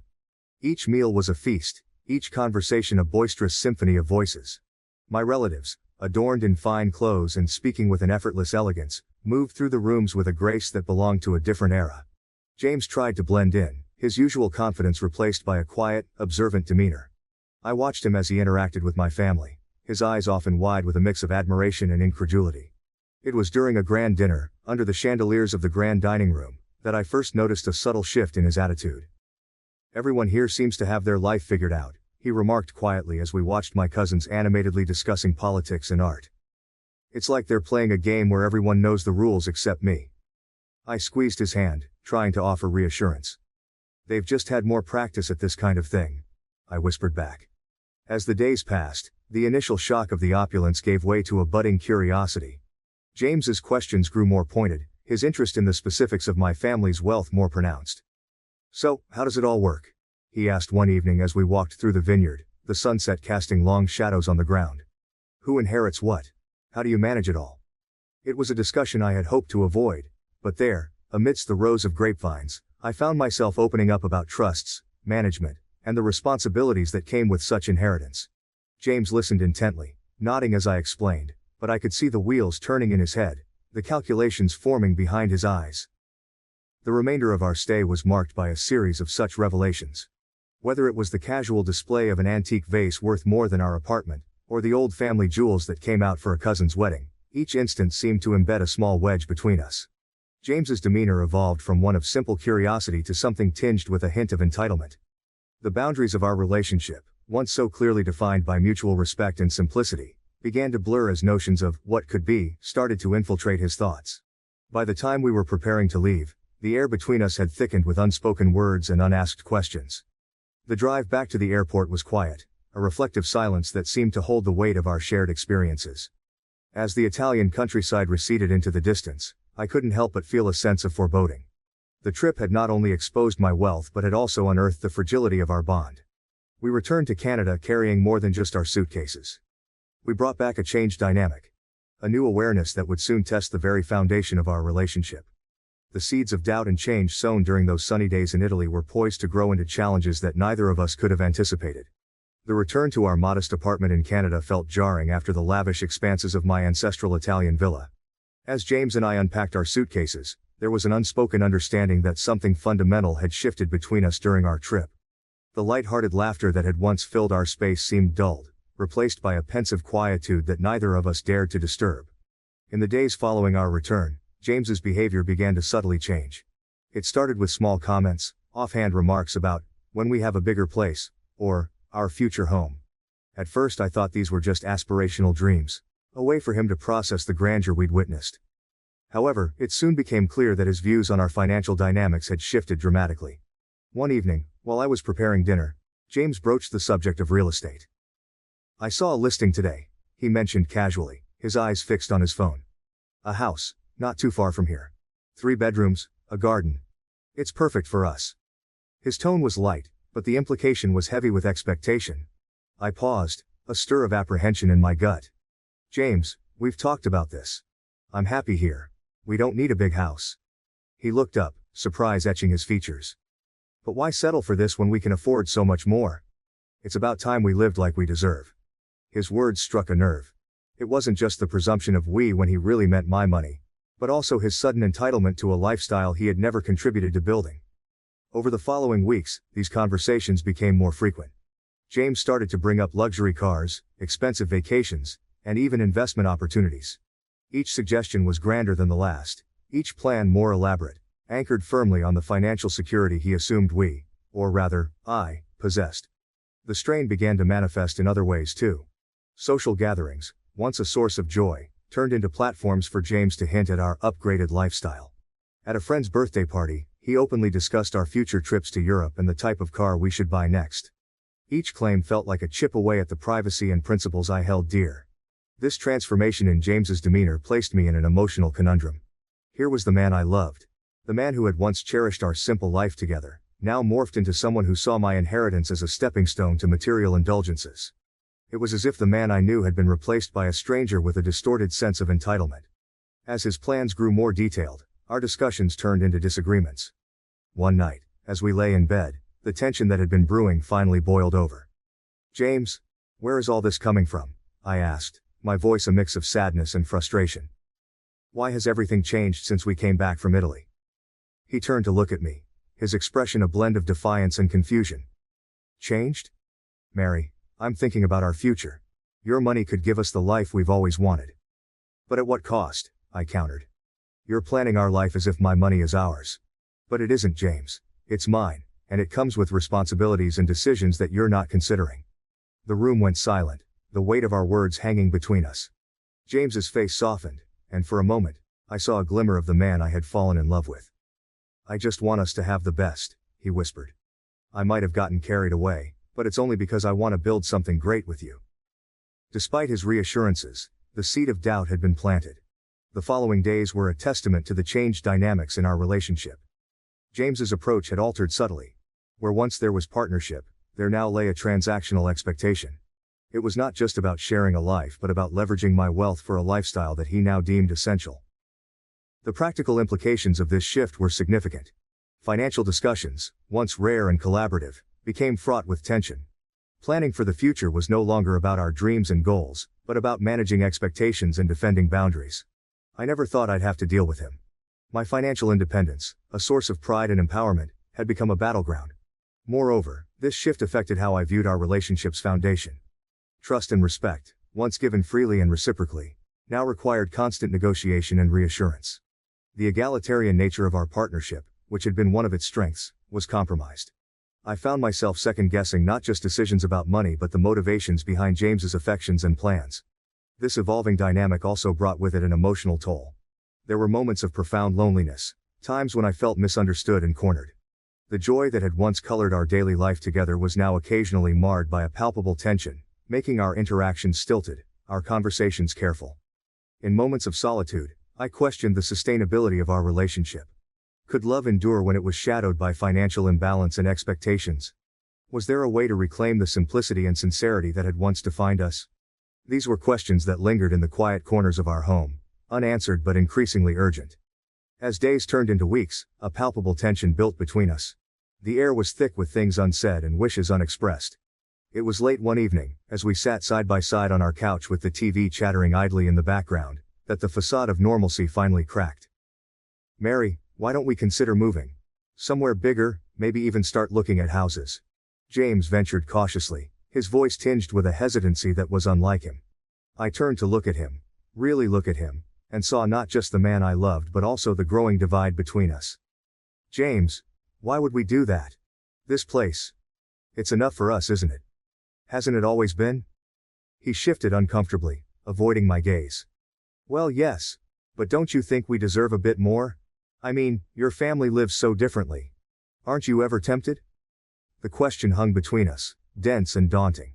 I sighed deeply, feeling the weight of the moment pressing down on us. "James, I grew up around all that excess. And yes, it's beautiful. But it's not what makes me happy. I've chosen this life with you because it's what feels right for me. Not because I can't afford any differently." "But it's not about what we can afford, Mary," he countered, his voice rising slightly in frustration. "It's about what you can afford, and honestly, isn't it a bit wasteful not to use it?" His words stung, the implication clear and cutting. I felt a coldness seep into the space between us, chilling the warmth we had cultivated over our years together. "Is that how you see it, James? My family's money is a resource for us to tap into whenever we feel like it? Because that's not how I view it. That money, it comes with strings, with expectations and responsibilities that you don't understand." James looked taken aback, his expression softening. "I didn't mean it like that, Mary. I just thought, what? That suddenly because my family has money, our plans, our dreams should change?" My voice was sharper than I intended, edged with a bitterness that tasted foreign on my tongue.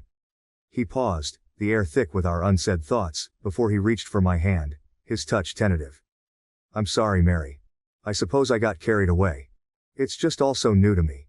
I never thought I'd be close to someone with so much possibility."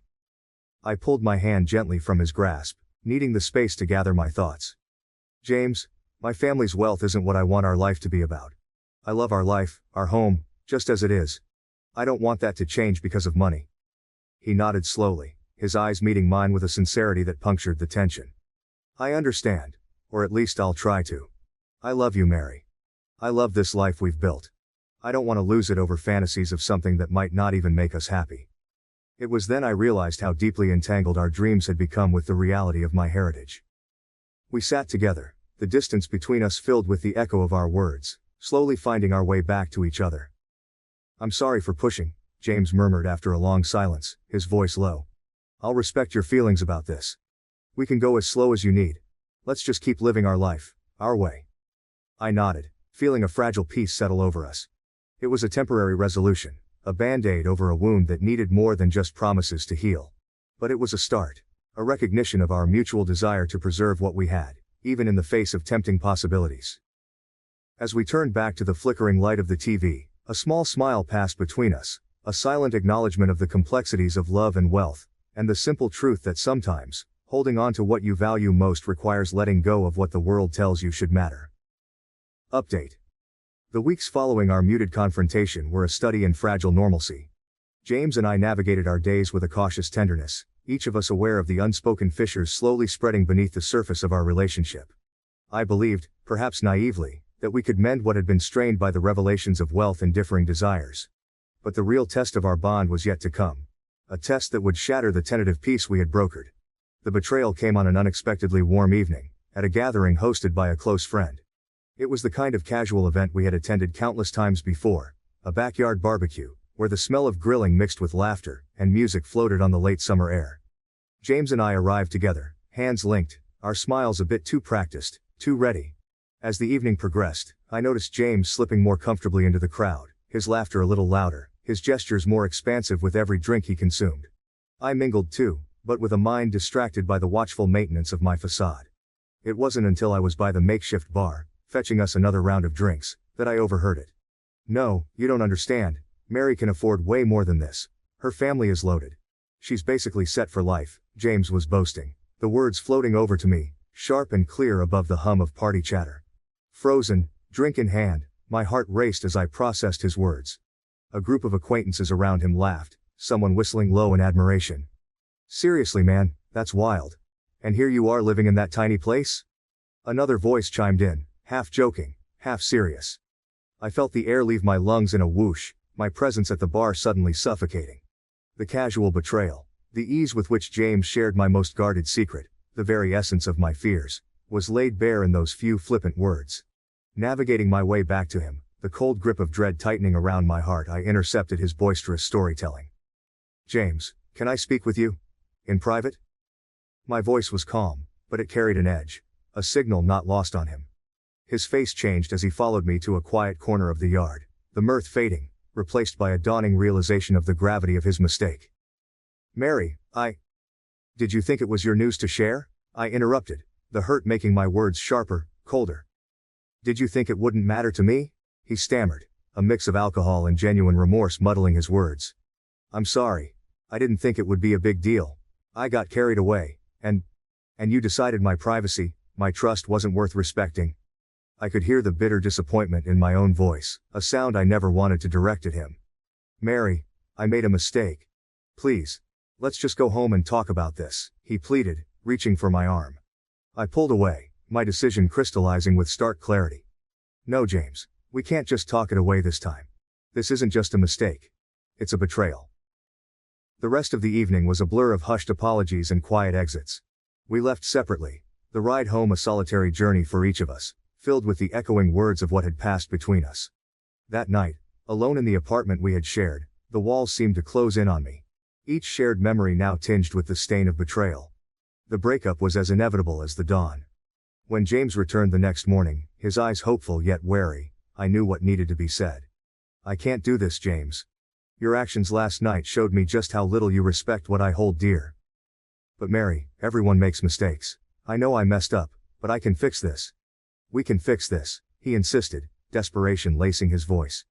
"This wasn't just a slip, James. It was a choice. You chose to share something deeply personal about me, not out of love or necessity, but for entertainment. I can't build a life with someone who values their momentary status over our trust." His protests faded as the finality of my words settled between us. The breakup, though unilateral in declaration, was mutual in its necessity. We parted with a heavy silence, the kind that speaks louder than any words of farewell. In the days that followed, the fallout was both personal and social. Mutual friends, caught between allegiances, offered awkward condolences or curious probes masked as concern. I found solace in solitude, turning to my passion for painting, letting the colors express the turmoil that words could not. Each brushstroke was a step towards healing, a way to reclaim the peace that had been disrupted. The betrayal had not just ended a relationship, it had forced me to confront the vulnerabilities I had tried so hard to shield. But in that confrontation, there was growth. I learned that my values were not just preferences but necessities, the core of who I was and who I would continue to be, with or without someone by my side. As I painted, the hues blending on the canvas, I realized that this ending was not just an end, but a beginning. A chance to redefine my boundaries, to strengthen my resolve, and to ensure that my next chapter would be one where trust was not just given, but earned. The days after the party were a haze of conflicting emotions. I vacillated between anger and sadness, betrayal and a strange sense of liberation. The realization that James had so casually disclosed my family's wealth to people who had no business knowing gnawed at me. It wasn't just the fact that he had spoken out of turn, it was the casual disregard for my feelings, the thoughtlessness of his actions. Each time I replayed the scene in my head, my resolve hardened. I couldn't continue a relationship where such fundamental trust was so easily broken. I needed time to think, to process the gravity of what had happened. I spent hours walking through the city, the familiar streets providing a backdrop for my swirling thoughts. By the end of the third day, I knew what I had to do. When James returned home, he looked hopeful, as if expecting that time had softened my stance. I asked him to sit with me, our small living room suddenly feeling too large, too empty. "James, we need to talk," I began, my voice steady despite the turmoil inside. He nodded, his eyes searching mine for a hint of reconciliation. "I know, Mary, I'm really sorry about what happened. I was drunk and stupid, but I didn't mean to hurt you." "I know you didn't mean to," I said, trying to keep my tone even. "But you did hurt me, deeply. What you did wasn't just a mistake. It was a breach of trust, something that's fundamental to any relationship." He looked down, the weight of my words settling in. "I understand that. And I promise it won't happen again. I'll do anything to make it right." I took a deep breath, bracing myself for the hardest part. "James, this isn't just about making it right. It's about the fact that you saw my family's wealth and it changed something in you. You started seeing my money as ours, and that's not what I want for my life." He looked up, a hint of desperation in his eyes. "So what are you saying? You want to end things over this?" "I'm saying that our relationship has been fundamentally altered by what's happened. I can't ignore that. I can't go back to the way things were because that trust is broken. And without trust, we have nothing." The silence that followed was heavy, each second stretching painfully. Finally, James nodded, his expression one of resigned sadness. "If that's what you really want, then I'll respect it. I'm truly sorry, Mary." I felt a tear escape, quickly wiping it away. "I know you are. And I'm sorry too. This isn't what I wanted, but it's what I need to do for myself." The days that followed were a blur of muted interactions and strained conversations.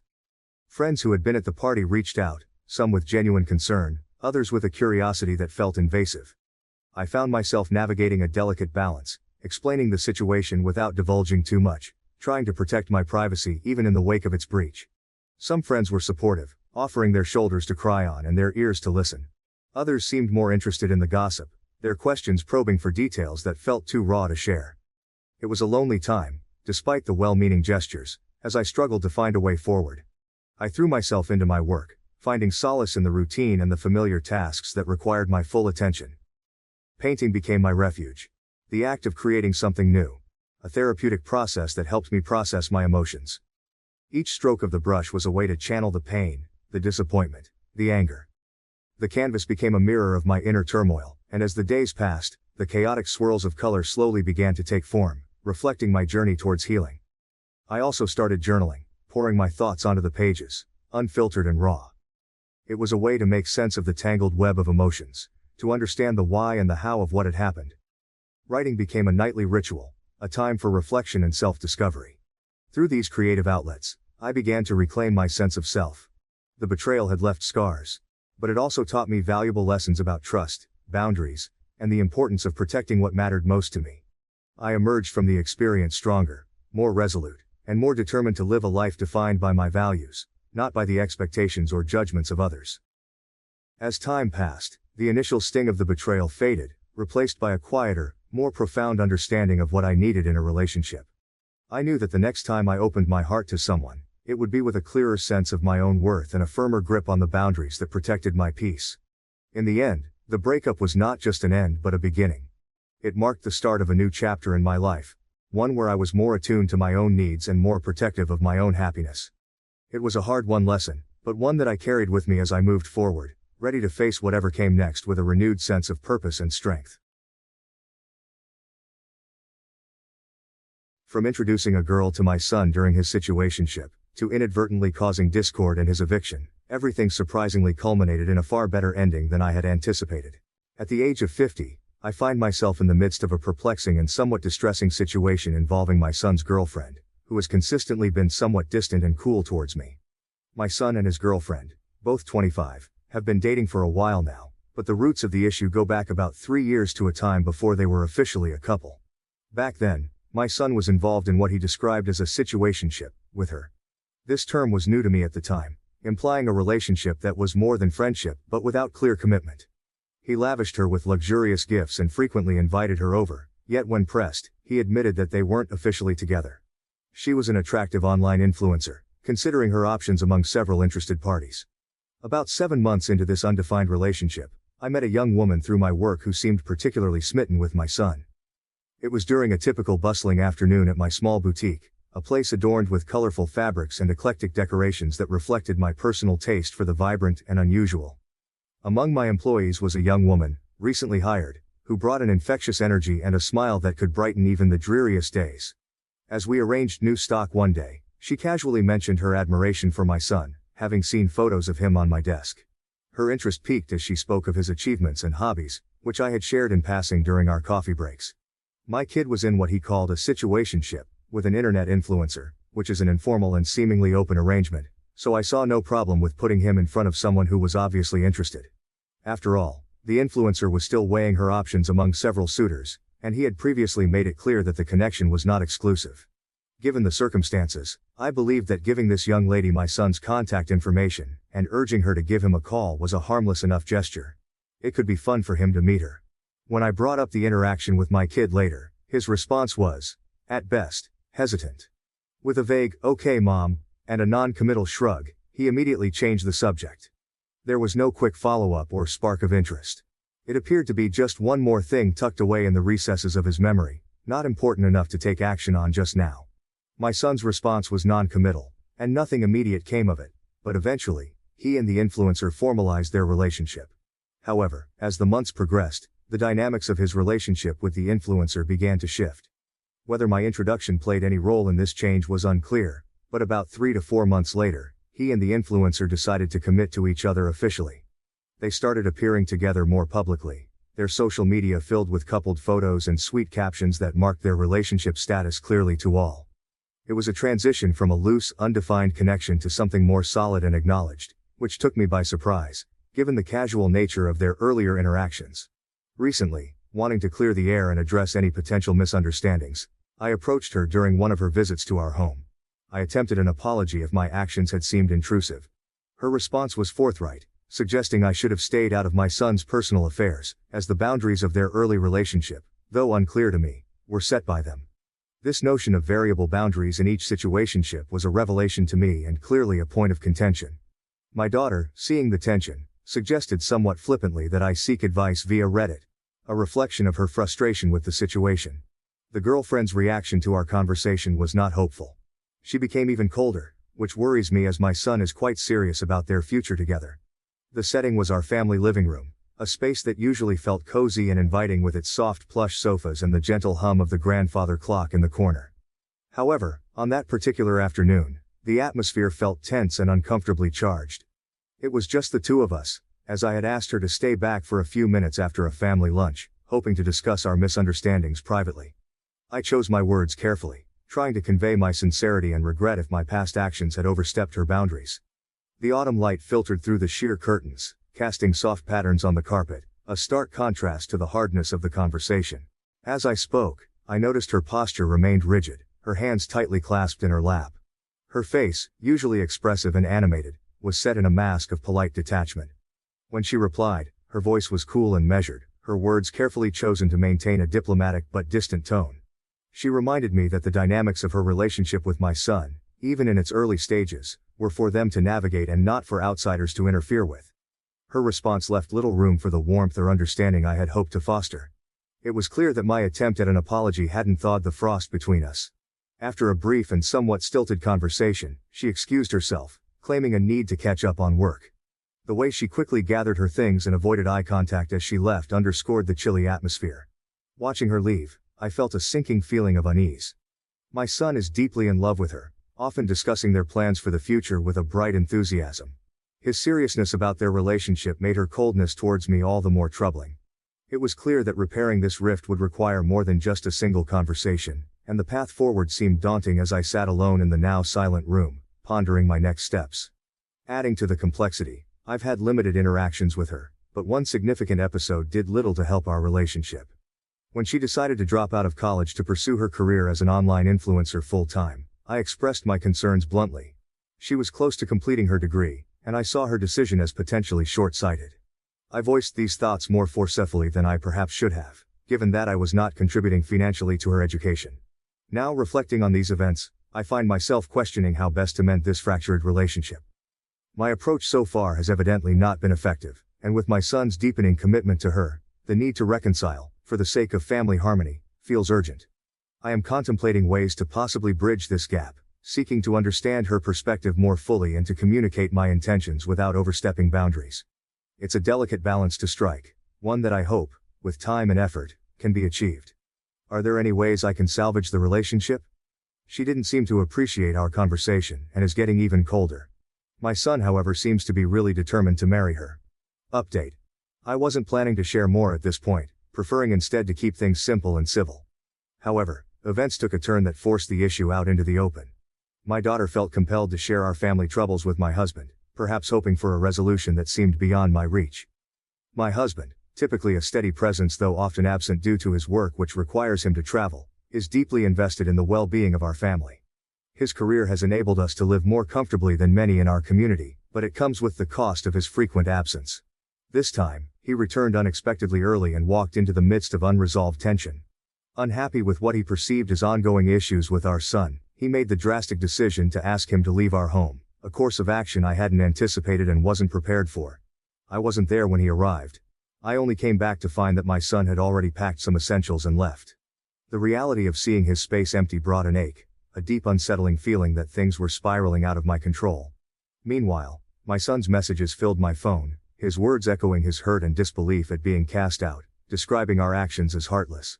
With my husband leaving town again the following day, the responsibility to manage the fallout and maintain our home fell heavily on my shoulders. He assured me that he would handle things concerning our son from afar, a statement that left me both relieved and distressed. How could we bridge such a significant rift with distance between us? My daughter, aligning with her father, showed little sympathy for her brother. Her reactions have been fierce, further straining the delicate threads holding us together. Whenever my son has attempted to return home to talk, their interactions have escalated quickly into shouting matches, leaving no room for the calm discussion we so desperately need. In the family home where warmth and laughter once permeated the air, a heavy tension had settled, thick and unyielding. My daughter had taken a firm stance alongside her father, reflecting his decision with unwavering support that bordered on harshness toward her brother. Her loyalty, while admirable in some contexts, added layers of complexity to our current familial strife. Now, every attempt at communication seemed to devolve into conflict. On one such occasion, my son, hopeful for reconciliation, knocked softly at the front door, his eyes searching for any sign of welcome. As I opened the door, the hopeful glimmer in his eyes faded almost instantly when he saw his sister standing behind me, her stance rigid, her expression stony. Before a word could be spoken, the air thickened with unspoken accusations and defenses. My son, usually reserved, began with a tentative, "Can we talk?" aiming to bridge the chasm that had formed between him and the family. However, his sister, interpreting his return as defiance, responded sharply. "Why are you here? You know Dad's decision." The conversation quickly escalated as voices rose. My daughter, mirroring her father's earlier decisiveness, accused her brother of being thoughtless and irresponsible. My son, frustrated and hurt, raised his voice in defense, pleading for understanding rather than judgment. The exchange grew louder, words flying like arrows, each one hitting far from the heart of the matter, his need for family support and our need to address issues as a family. As their mother, standing between them, I felt each word acutely, witnessing the thread of our family fabric stretching thin, threatening to snap. The living room, once a sanctuary of familial love, had transformed into a battleground of words and wills, leaving no room for the calm, constructive discussion that might heal our wounds. In these moments, the path to reconciliation seemed obscured by hurt feelings and hardened positions. The challenge lay in cooling the tempers and softening the hearts hardened by recent events. I knew that finding a way back to each other would require more than just time. It would need a willingness from all sides to listen, to understand, and to forgive. The conflict has left me feeling as though our family is being pulled apart at the seams. The very foundation of our unity seems shaken. I've always cherished the harmony within our household, never imagining a scenario where one of my children would be estranged like this. In my heart, I've never supported the idea of my son being kicked out of the house. I yearn for a way to mend what has been broken. In the meantime, I have set aside some money for my son. Just a small amount to help him get by until we can find a better solution. It's a practical measure, but it feels like a band-aid over a much larger wound. I appreciate the supportive comments many of you have shared. They've been a comfort in a situation where easy answers seem out of reach. I'm aware that my explanations might not capture all the nuances of our family dynamics or the complexity of the emotions involved. Still, I hold on to hope for a resolution that can bring us back together. I promise to provide an update when there's a positive development. Until then, thank you for your kindness and understanding. Edit. As weeks turned into months, the rift within our family began to show signs of mending, albeit slowly and with considerable effort from all sides. My son, undeterred by the challenges at home, continued his relationship with the influencer, his determination to marry her growing stronger despite the familial discord. Eventually, he proposed to her, and she accepted with a joy that was palpable even through the photographs he sent us. Seeing them together, genuinely happy and looking forward to building a future, sparked a change in my own heart and, slowly, in the dynamics of our family. I realized that regardless of past misunderstandings, my role as a mother was to support my son's choices and happiness. Acknowledging the need to bridge the gap, I invited my son and his fiancée to a family dinner. It was a tentative first step towards reconciliation. To my relief, my husband, having seen how deeply our son was committed, softened his stance and welcomed them warmly. The house, which had felt too large and silent, filled with life again as they walked through the door. The dinner was initially awkward, conversations tentative, but as the evening progressed, laughter began to replace the tension. My husband and I took genuine interest in their plans and aspirations, which included starting a business together that leveraged her online presence. Their enthusiasm was infectious, and for the first time in a long while, I felt a glimmer of the family unity we had lost. My daughter, however, remained the last holdout, her feelings still mixed and her skepticism apparent. Recognizing her feelings, the young couple approached her not with resentment, but with understanding.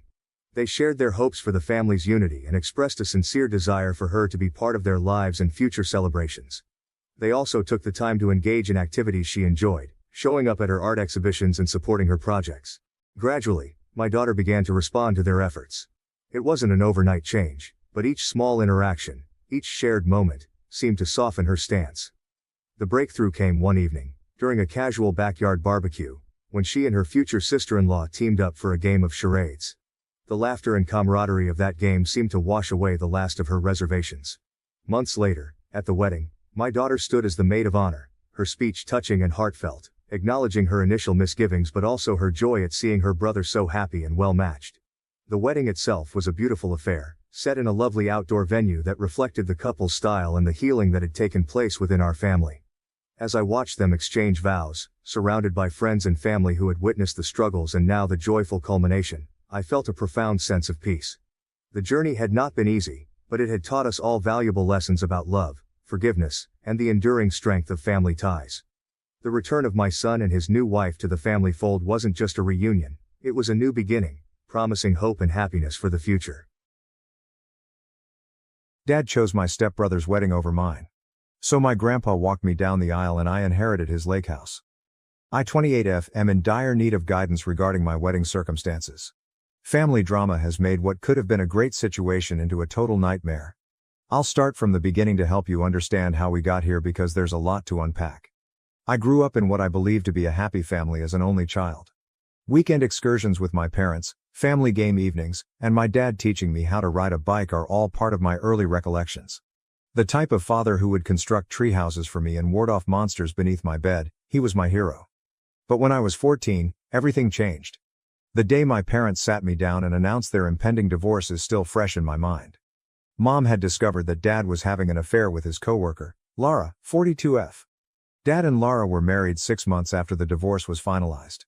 At that point, I got to know Aaron, 25M, Laura's son from a prior marriage.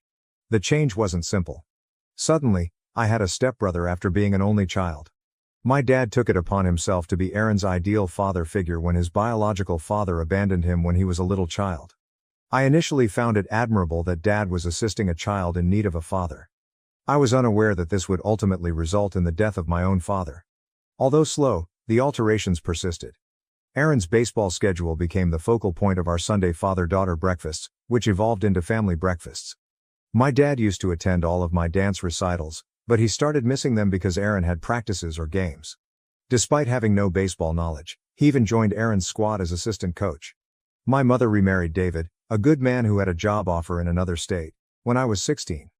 Despite everything, I wanted to be near my dad, so I chose to stay when they asked if I wanted to relocate with them. In retrospect, I wish I had chosen differently. My final year of college was the true turning moment. One rainy night, I was hit by another automobile that ran a red light while I was traveling home. Due to intestinal bleeding, I need emergency surgery. David and Mom flew in right away, but my dad? He texted me to let me know that Aaron was having a breakdown over his girlfriend ending their relationship, so he couldn't go. I was in the hospital for 3 days and he never once came up. I concentrated on creating my own life after graduation. At work, I met Mike, 30M, the new IT manager, and we became friends because we both enjoy hiking and classic sci-fi films. He proposed to us on a sunrise hike to our favorite location after 3 years of dating. It was ideal, and I felt as though my life was finally coming together for the first time. We sent out invitations 6 months in advance and decided to get married on October 15th of this year. I debated whether or not to ask Dad to escort me down the aisle for weeks.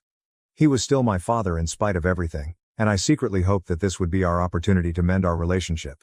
A month prior to the wedding, I made the decision to hold off and surprise him with the request. However, Dad called me to lunch before I could ask him. He avoided making eye contact and appeared anxious. At last, he revealed the shocking news.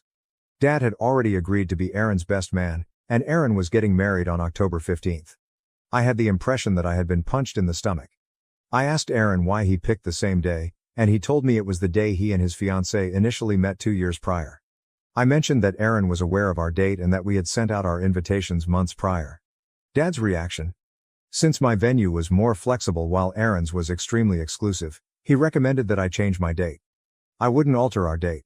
Deposits had already been made, invitations had been sent, and relatives were traveling in from abroad.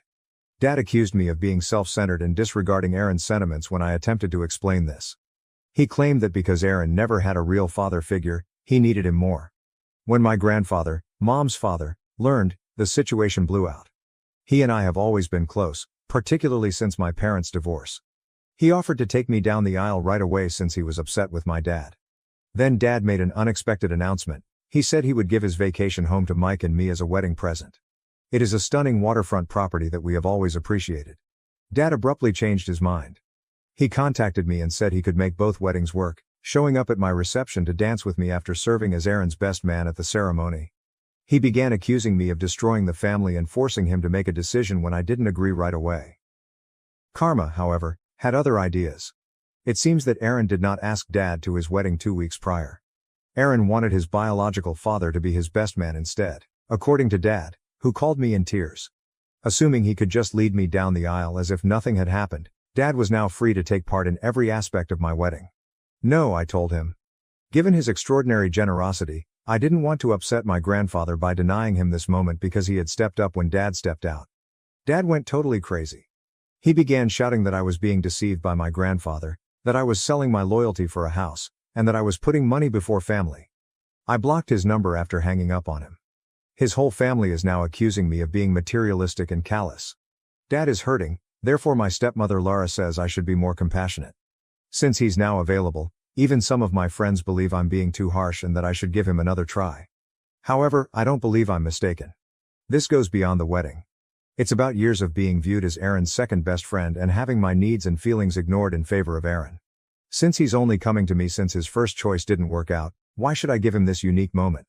So, Reddit, even if my dad is now available, am I wrong for not letting him lead me down the aisle?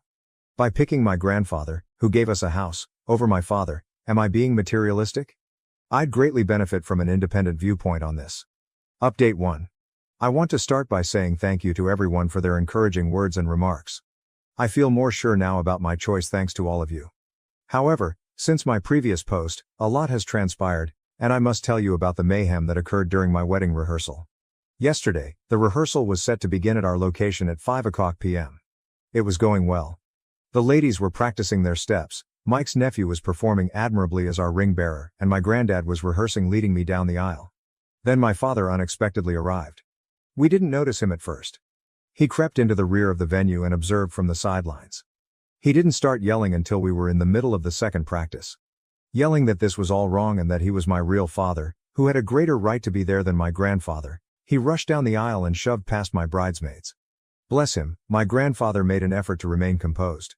Protectively, he moved in front of me and beckoned Dad away. Dad became even more irate as a result. He began bringing up old family history, saying that my grandfather had never liked him and that the house offer had turned me against him. He even claimed that my grandfather was attempting to purchase his way into the position of father of the bride. The worst thing? Dad could not stand up straight and his sentences were slurred, so it was obvious he had been drinking. Before venue security arrived, Dad attempted to physically shove my grandfather away from me after Mike phoned them. Fortunately, Mike's brother intervened and restrained him. The entire event was terrifying. My mom was taping everything in case we needed proof for a restraining order, my bridesmaids were stunned, and my flower girls were crying. Dad started yelling at me as security escorted him out, saying that I was dead to him and that I would regret putting money before blood. It was simultaneously heartbreaking and humiliating. However, this is when things took a surprising turn. My stepmother, Laura, had slipped in behind Dad in all the confusion. She drew me aside after he left and asked if we could speak in private. I was completely stunned by what she disclosed. Laura believes that Aaron had purposefully orchestrated this entire wedding date catastrophe. She handed me screenshots of 3 months' worth of chats between Aaron and his fiancée. Although they had talked about a number of potential wedding dates, Aaron insisted on October 15th since it was my date. He boasted in his texts that he was going to show Dad that he loved him more than I did. The really terrible thing, though? My father was aware of this. Aaron freely shared his idea with Dad in texts that Laura showed me. Dad had replied that he understood Aaron's feelings and would back Aaron's decision, rather than shutting it down. Knowing that I would have to reschedule my date or risk losing Aaron as a part of my ceremony, Dad even assisted Aaron in booking the location. As she showed me all of this, Laura was in tears. She claimed to have witnessed Dad's favoritism of Aaron for years, but she always justified it by telling herself that Aaron needed more help because his biological father wasn't there. But after witnessing Dad's handling of this matter, she realized how poisonous things had gotten. The family dynamic I observed was only the beginning, she disclosed. It seems that Dad has been snooping around and turning down invites to family gatherings where I would be expected, claiming that I was too busy, or that I didn't want to attend. He has been giving Aaron details about my life and pushing him to match my accomplishments. In fact, when I got engaged, Dad advised Aaron to pop the question to his fiancée very far away in order to avoid falling behind. Laura expressed her sincere regret for not speaking up sooner. She claimed that she is divorcing her father because she can no longer put up with his actions, particularly after witnessing him attempt to physically threaten my grandfather at the rehearsal. She has come to the realization that Dad is actively supporting Aaron's efforts to exclude me from the family, not merely playing favorites. Despite all of this drama, I'm more sure than ever of my choice, and the wedding is tomorrow. We've hired additional security to make sure Dad can't enter the venue, and my grandfather will lead me down the aisle. I declined Mike's suggestion that we postpone if I needed more time to take it all in. I refused to let our beautiful day be ruined by Dad and Aaron's games. Some of Dad's family members continue to support him, saying that family should be together and that I'm exaggerating. I'm done feeling bad, though, after seeing those texts and seeing Dad's inebriated outburst. This is about years of emotional abuse and manipulation that I'm finally seeing clearly. It's not about the house, the money, or even who will accompany me down the aisle anymore. I just want to concentrate on my wedding for the time being, but Laura stated she would testify if I wanted a restraining order. My grandfather, mom, stepdad and my wonderful fiancé are all on my side. Perhaps it is all the family I require. If something noteworthy occurs after the wedding, I'll provide another update. Before the big day, I need to try to get some sleep right now. Again, I want to thank everyone for their support. You have no idea how much it means. Update 2. This is more twisted than I could have imagined, but here we are. Any reservations I had about removing my dad from my life have been totally dispelled by what I'm going to reveal. My grandfather escorted me down the aisle, Mike's vows brought everyone to tears of joy, and the additional security made sure there were no unwelcome disruptions. Everything about my wedding went flawlessly. Even our first married holiday was spent at my grandfather's lake house, which is now our official residence. However, I received a call from my cousin Amy yesterday. As Laura's niece, she went to Aaron's wedding, and what she told me completely upended everything. Do you recall how Dad said Aaron declined his invitation and went with his biological father? It was an outright falsehood. Amy claims that Aaron never asked Dad not to come. In reality, It was far more deliberate. 3 months before the wedding, Aaron's biological father, who had been gone all of his life, unexpectedly made a reappearance. We're talking about a $80,000 celebration at a prestigious vineyard, and he felt bad for leaving Aaron. As a way to make things right, he volunteered to cover the entire wedding. Dad felt intimidated when Aaron's biological father offered to cover half of Aaron's wedding expenses, which came to almost $40,000. It drove him insane that he couldn't match that degree of generosity. Dad viewed Aaron's reconnection with his biological father as competition rather than a positive development. The actual kicker? Dad decided not to attend the wedding himself. He informed Aaron that if the biological father was covering all of the costs, he would not go. In fact, he attempted to force Aaron to choose between having Dad serve as his best man and having his ideal wedding paid for. Dad yelled at Aaron when he decided to have the wedding paid for, of course. However, he made up the excuse about not being invited rather than telling me this. He believed that by playing the victim, he would win my sympathy and be able to lead me down the aisle. He was attempting to get into mine by using Aaron's wedding as leverage. Things worsen. Videos from Aaron's wedding reception that Amy showed me showed Dad watching from the parking lot in the background. He watched the celebration through the windows of the venue for hours while he sat in his car. No one wanted to cause a commotion by alerting security, but a few attendees observed and felt uneasy. What Dad has been telling everyone about my grandfather's gift is the most annoying thing. He is circulating allegations among the family that I looked around for a partner and offered my grandfather's house to the person who showed the greatest interest in me. He's telling people that I deceived my grandfather into giving up his land and that he's getting old. On social media, some family members have started making crude remarks about our wedding pictures since they even think he's real. A relative wrote, "It's sad how some people trade family loyalty for material gain. I hope the house was worth losing your father over," said another uncle. I drove to Dad's house because I was so furious and wanted to tell him everything I knew. A bad concept. Rather than offering an apology or even acknowledging it, he attempted to defend his behavior. He said that by inventing the tale of Aaron not inviting him, he was testing my loyalty. He said that regardless of the house gift, I would have demanded that he escort me down the aisle if I truly loved him. Then, because Aaron is also related, he had the gall to insist that Aaron receive a portion of my grandfather's present. Because it's not fair that Aaron receives nothing and I receive such a great present, he genuinely proposed that we sell the lake house and divide the proceeds. He threatened to challenge the property transfer in court when I declined. I was both relieved and appalled when I left his place. I just know that I made the proper choice every time I learned something new. After that, Laura called me and told me that ever since my grandfather made the gift announcement, Dad has been obsessed with the lake house. He and Aaron apparently thought I would allow them to use it for weekend fishing excursions since we're family. Because of Dad's disparaging remarks about my grandfather and me, I've made the decision to have my attorney write him a cease and desist letter. In order to defend himself against Dad's untrue statements on his mental health, my grandfather is also investigating his legal alternatives. Aaron has been tweeting passive-aggressively about fake family members and gold diggers on social media, but he hasn't spoken to me directly. He and anyone who backs his and Dad's story have been blocked by me. I'm concentrating on getting settled in our new house with Mike and attempting to put all of this turmoil behind us right now, but I'll give you another update if anything important occurs. Update 3. I have finally found a solution that makes me feel at peace, so this will be my last update. I've decided to stop communicating with my dad and his side of the family entirely in light of the turmoil and disclosures of the last few months. It has been a wild ride for the last 3 months. As I indicated in my previous post, Dad did attempt to challenge the transfer of the lake house. He launched a lawsuit, arguing that he ought to have some influence on my grandfather's property choices because he is my father. After my grandfather produced copious records attesting to his mental capacity and his explicit desire to transfer the land to Mike and me, his attorney finally abandoned the case. When Dad lost the court battle, his response was explosive.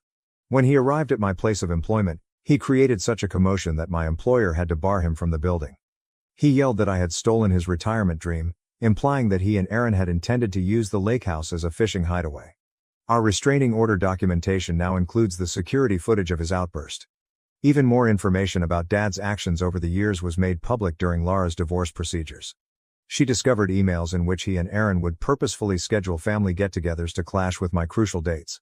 They would purposefully plan events for when they knew I had obligations, then use my absence to portray me as the heartless relative. Spreadsheets were actually used to keep track of my schedule in order to generate these conflicts. The most startling revelation was found in Laura's divorce documents. It turns out that Dad had been putting money aside in a different account for years, Money that was meant to be for Aaron and me. But according to the account statements, every cent was used on Aaron's schooling, vehicle, and now his wedding prior to Dad leaving. When Laura questioned this, Dad said my mom and grandfather could support me, so I didn't need the money. Aaron is also not managing the situation properly. It appears that his biological father's involvement backfired since following the wedding. He stopped answering Aaron's calls. Aaron has been attempting to get back in touch with his father, but he is too busy with the divorce and litigation to give him any attention. Aaron has been going on lengthy social media tirades about how I destroyed his family by stealing his future lake house and turning Laura against Dad. Through all of this, my grandfather, may he be blessed, has been a tremendous source of support. It has been touching to watch him and Mike connect over home renovation tasks as they work on remodeling portions of the lake house. This year, my mom, stepdad, grandfather, and a few close friends who supported us will be the only ones attending our first Christmas celebration there. Laura contacted me last week to inform me that, following the completion of the divorce, she would be relocating to a different state. She thanked me for giving her the confidence to go and apologize once more for not realizing Dad's manipulation sooner. Even though we're not close, I admire her for finally confronting Dad's actions. The extended family is mainly divided into two groups, those who have seen through Dad's lies and those who still believe them. It seems quite liberating to have lost contact with some relatives. They are the only family I need, and the people that matter have stayed. I'm getting used to living in a lake house with Mike. I occasionally catch myself feeling depressed about Dad's situation, but then I recall all the spreadsheets, the prearranged arguments, the deception, and the manipulation. When he decided Aaron was the only child worth his time and effort, I lost him years ago, so I know I'm not losing a parent. In times of self-doubt, your messages and remarks enabled me to maintain my position. Walking away from toxic family members, including parents, might be the healthiest course of action. Sometimes the hardest option is the correct one. Thank you for watching. If you haven't subscribed yet, please do so and hit the notification bell to stay updated with more shocking real-life stories happening around you. Family betrayed me in court for my son's custody, now they beg for help after my ex turned on them. I secretly recorded their confession. Hello, so this is going to be a little long because I need to include a lot of context for it to make sense. I, 33F, got divorced a few months ago, but it had been planned for over a year. I met my ex-husband James through friends when I was 25, and after 2 years of dating, we decided to live together and marry. His family was quite conservative and traditional, and they did not approve of live-in relationships, so we had to marry if we wanted to be together. I genuinely liked James, so I didn't mind marrying him. My parents supported our decision, so we married. Within a year of living together, I discovered that I was pregnant, and we were ecstatic. It seemed like our family was finally coming together and everything was falling into place. Unfortunately, after I revealed my pregnancy, my in-laws began pressing me to quit my career and focus on being a mother. It didn't help that my job was not very generous about maternity leave, and because I hadn't been there long, my leave would be especially brief. So at the time, I considered the advantages and cons and decided to leave my work. I didn't make this decision alone. James and his parents were convincing me it would be the greatest decision in the long term, so I just had to do it. James appeared assured and promised to take care of the family. I didn't have to worry about money. He'd bring enough home, and my sole attention would be on raising our child. My parents and older brother both agreed it was best if I stopped my job and stayed at home, like my mother had done. She elected not to return to work because family was her top concern. With pressure from both sides of the family, I chose to quit during my second trimester. Everything appeared to be in order, and I had complete faith in my husband to not let me down, so I quit my booming career to become a stay-at-home parent. However, shortly after my kid was born, I observed something peculiar about James's behavior throughout the latter months of my pregnancy. I couldn't put my finger on it, but his vibe felt odd. Sure, he seemed joyful when our baby was born, and I expected things to return to normal, but unfortunately, they worsened. He got angry around me, and if I tried to speak with him, he snapped. He only seemed genuinely happy when he was playing with our son. Aside from that, it seemed like he was constantly annoyed to be at home with me. He started working longer hours, and even on weekends, he made excuses not to spend time with me. I didn't understand what was wrong, but I kept trying to make our marriage work. Unlike him, I still loved him and refused to give up on us. This pattern persisted for around 2 years following my son's birth. James stayed at work longer than required, and even when he came home, he wasn't truly with me. I couldn't really complain since whenever I tried to talk to him, he said he was too exhausted from work. and it was not an easy chore for him to be the sole breadwinner for the household, which was really disrespectful to me because I was perfectly capable of earning money for myself. But I had to rely on him since he promised to make things easy for me. I even asked him a few times if he would rather that I returned to work so that we could split the bills and he didn't have to face all of the pressure. However, he claimed that would be an insult to him and his abilities, and that his parents would never accept. We'd have a difficult time with them if I went back to work. So I stayed at home and raised my son, which was the only thing that made me happy because James had changed. He was no longer the man I'd married.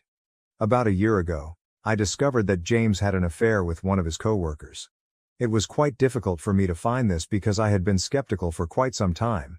I even snooped through his phone and laptop while he was sleeping and discovered nothing. I knew all of his passwords because he had written them down in his notepad, but that didn't help. It almost seemed as if he had nothing to conceal, and I began to feel dumb for being cautious. I even searched through his possessions for a burner phone or anything odd, but I found nothing. I began to suspect that I was being overly paranoid and insecure. But as luck would have it, I witnessed his cheating firsthand. About a year ago, James and I were organizing a spectacular birthday celebration for our son. He'd invited the co-worker he was fooling with. She was a single mother with a youngster around our age, so I wasn't surprised she got invited. James had informed me she was a very close friend, so I saw nothing wrong with her being there. After my son had cut his birthday cake, I went upstairs to change into more comfortable attire for the celebration. When I got into my bedroom, I saw James and his co-worker making out. She was seated on his lap. It took me a few minutes to grasp what I saw. First and foremost, it was in my bedroom, which exacerbated the situation. Second, they did not even pause when they heard the door open. I had to walk up to them before they noticed I was there. I'm quite sure they felt it was great to make out in my bedroom, at home, just for the thrill of it. But they obviously did not anticipate me to have a complete breakdown. I'm not proud of it, but discovering that what I'd believed for so long was true sparked something inside me. I grabbed the co-worker's hair and began dragging her out of the room. According to what I was later told, James is physically stronger than me, but he was unable to stop me. I can't recall much of it since I had a rage blackout. I carried her downstairs, James following behind me, and tossed her in the center of the room when everyone was still present. I don't recall much of what I said, but I supposedly called her various disparaging names and informed everyone what she and James were up to in my bedroom. I didn't care if my kid or his pals were present. Looking back, that was really uncomfortable and inappropriate, but I didn't consider it at the time. I screamed at the top of my lungs. My parents, brother, and in-laws were all present. My father eventually calmed me down and returned me to my room. Once inside, I completely broke down and sobbed uncontrollably. But rather than staying with me to console me, my father locked me in my room and returned downstairs. I should have known then that my parents did not genuinely care about me. I knew they were more concerned with appearances than reality, but this was absurd. Nobody came to check on me over the following several hours. Even after I calmed down, I had no idea what was happening outside. I didn't have my phone, so I couldn't reach anyone. It wasn't until after midnight that my brother unlocked the door and allowed me out. He didn't even inquire how I was. They probably would have kept me in the room longer if I hadn't started banging on the door like a crazy lady. When I got out, I asked my brother what had transpired since I was locked in. He informed me that practically everyone had fled following my collapse. He also told me James had departed with his parents and our children. My parents, brother and I were the only people left in the house. My brother let me out to discuss what we should do next. But in my family, discussion means telling me what to do. They informed me that I needed to apologize to everyone for how I had behaved at the party. Not only that, but I also needed to apologize to James and his parents. Apparently, James had difficulty convincing his co-worker not to file charges against me because what I did to her was technically an act of physical assault. My family told me that I owed it to James to speak things out and work on our marriage rather than making this a bigger deal. I lost it. I screamed at them to leave my house because I was not about to allow anyone stand under my roof and order me to apologize to my unfaithful spouse. I got into a heated argument with my family because they told me that I owed it to James to make things right and give the marriage another try, or they would sever ties with me. So I told them to go ahead since I had gotten to the point where I didn't care what anyone thought of me. I was going to file for divorce and get out of this situation without anyone's approval. I phoned a lawyer the next day and filed for divorce less than a week after the occurrence. James was served shortly after, And he had the arrogance to express disappointment and disbelief. He returned home the same day he was served with the divorce papers and demanded an explanation. I told him I was not going to take him back after what he had done and how he had disrespected me. We had a nasty verbal argument in which I called him a lot of names, and he promised me that I would never see my son again. I had no idea he would actually keep his word. Then the legal struggle started. We had very few common assets, so the divorce proceedings were far smoother than the custody battle. The house belonged to me because I bought it with my own money, and there was no doubt about that. Everything else was to be auctioned with the earnings divided between us. We only had to wait the 6-month waiting time mandated by the state, after which the divorce would be finalized if a settlement was made. The only disagreement was about alimony. Because James forced me to quit my work and I didn't have enough money. I needed alimony to start anew. He, however, believed that I should not receive any alimony at all. Fortunately, I had a few texts that demonstrated he had promised to support me. Otherwise, I might not have received any. The divorce process was easier for me emotionally because I had already distanced mentally from James. However, it was the custody struggle that truly killed me. Unfortunately, my parents and brother stabbed me in the back for cash. My ex-husband and his lawyer were nasty, and they started building a case against me, painting me as an unstable, reckless, and insane mother. They wanted to show that I was unfit to raise our son alone, so James and his parents should gain full custody. I assumed my parents and brother had been bought off by my ex-in-laws because they were wealthy, and I couldn't think of another reason for my own family to turn against me. I'm very sure my family warmed up to my in-laws from the start because of their money. James accused me of being a functioning alcoholic with serious rage issues. They made up situations in which I allegedly lost my temper and endangered my son, even though none of this had actually occurred. They needed to portray me as the villain. I expected some people to side with me, but all of my friends supported James, which I believe was owing to my breakdown at my son's birthday party. The worst betrayal, however, occurred when my parents and brother testified against me in court, stating I needed rehab and intense therapy before being permitted to see my son. They even suggested that James cheated because he was tired of coping with my unpredictable behavior. Despite a good fight with my counsel, I was unable to win custody of my son.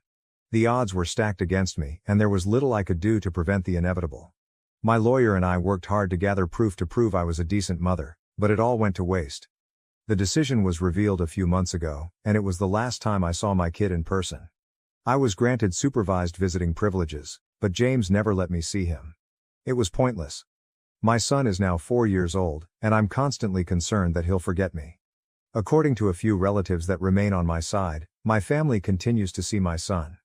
They routinely publish images with him, but I can't see him. James and my son live with my in-laws, and it appears that everyone but me gets to spend time with him. I cannot imagine something more heartbreaking.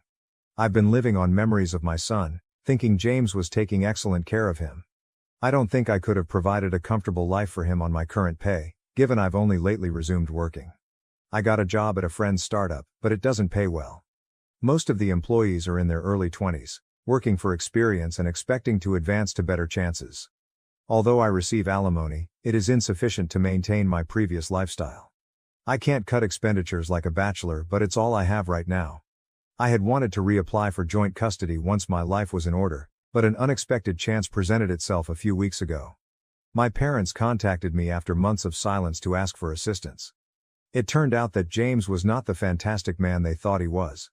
My brother sent me an email requesting that I come over to their place since they had realized something crucial and wanted to come clean. They were tired of keeping secrets from me and wanted to be a part of my life again. I tried to ignore the email, but I couldn't quit thinking about how this might help me get my son back. So I went to their place that evening. I anticipated them to be living like kings after selling me out for money from my ex-in-laws. However, they were actually living in worse conditions than previously. My son, on the other hand, was overjoyed to see me, which added to an already wonderful evening. When I visited my family that day, they practically began pleading for forgiveness as soon as I walked in the door.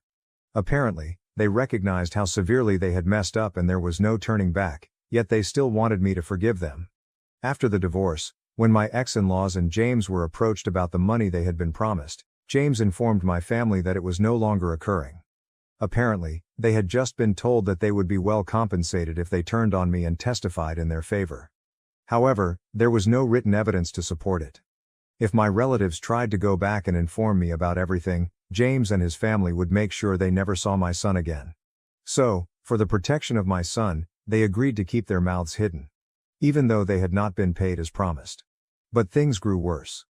They were not only pushed into testifying against me, but they were also treated as free babysitters. Every day, James would drop off our boy at my parents' house and they had to watch him while giving up their own time. It was really inconvenient because both my father and brother had jobs to attend to, and my mother couldn't handle all of the housework and caring for her grandchild on her own because she was getting older. So either my father or brother would have to work from home every day, which was growing increasingly tough for them, which is why they approached me to finally put an end to it. Apparently, they wanted to make a deal with me. They told me that if I provided them the money my ex-in-laws promised, they would represent me in court and ensure that I got custody of my son. I was going to recommend it myself, but it wasn't unexpected that they did. My family had always been materialistic, and this was especially true now that my father's business had failed and they were back to working for other people.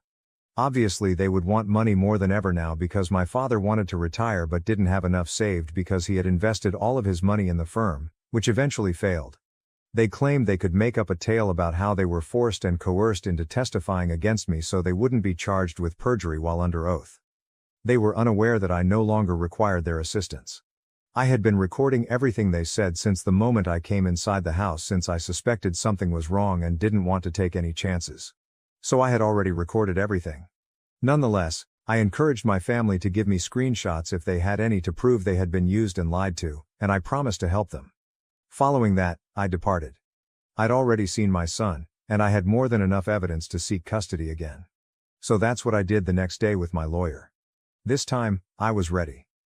The custody lawsuit is still ongoing, but one thing is certain. I will be able to prove that none of the accusations James made against me were accurate, and that my family had been lying about everything all along. I've already listened to the recording, which has greatly influenced my decision. James and his lawyer are literally rushing for evidence, while I take it all in and enjoy the show. This is what they made me go through the last time, and now I get to do it to them. It's karma at its best, and I couldn't be happier.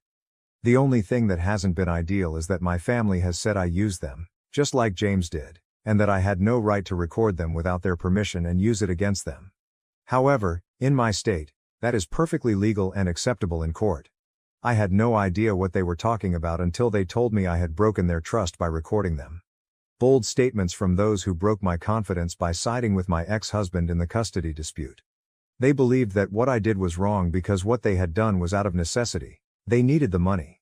But I didn't need to screw them over and expose them to perjury. They stated they had already committed to assist me and testify against James and his family, so I didn't need to go behind their backs. They keep contacting me, and it's becoming increasingly difficult for me to ignore. So am I a jerk for going over my family's back and putting them in danger of being charged with perjury? Update 1. Hello everyone.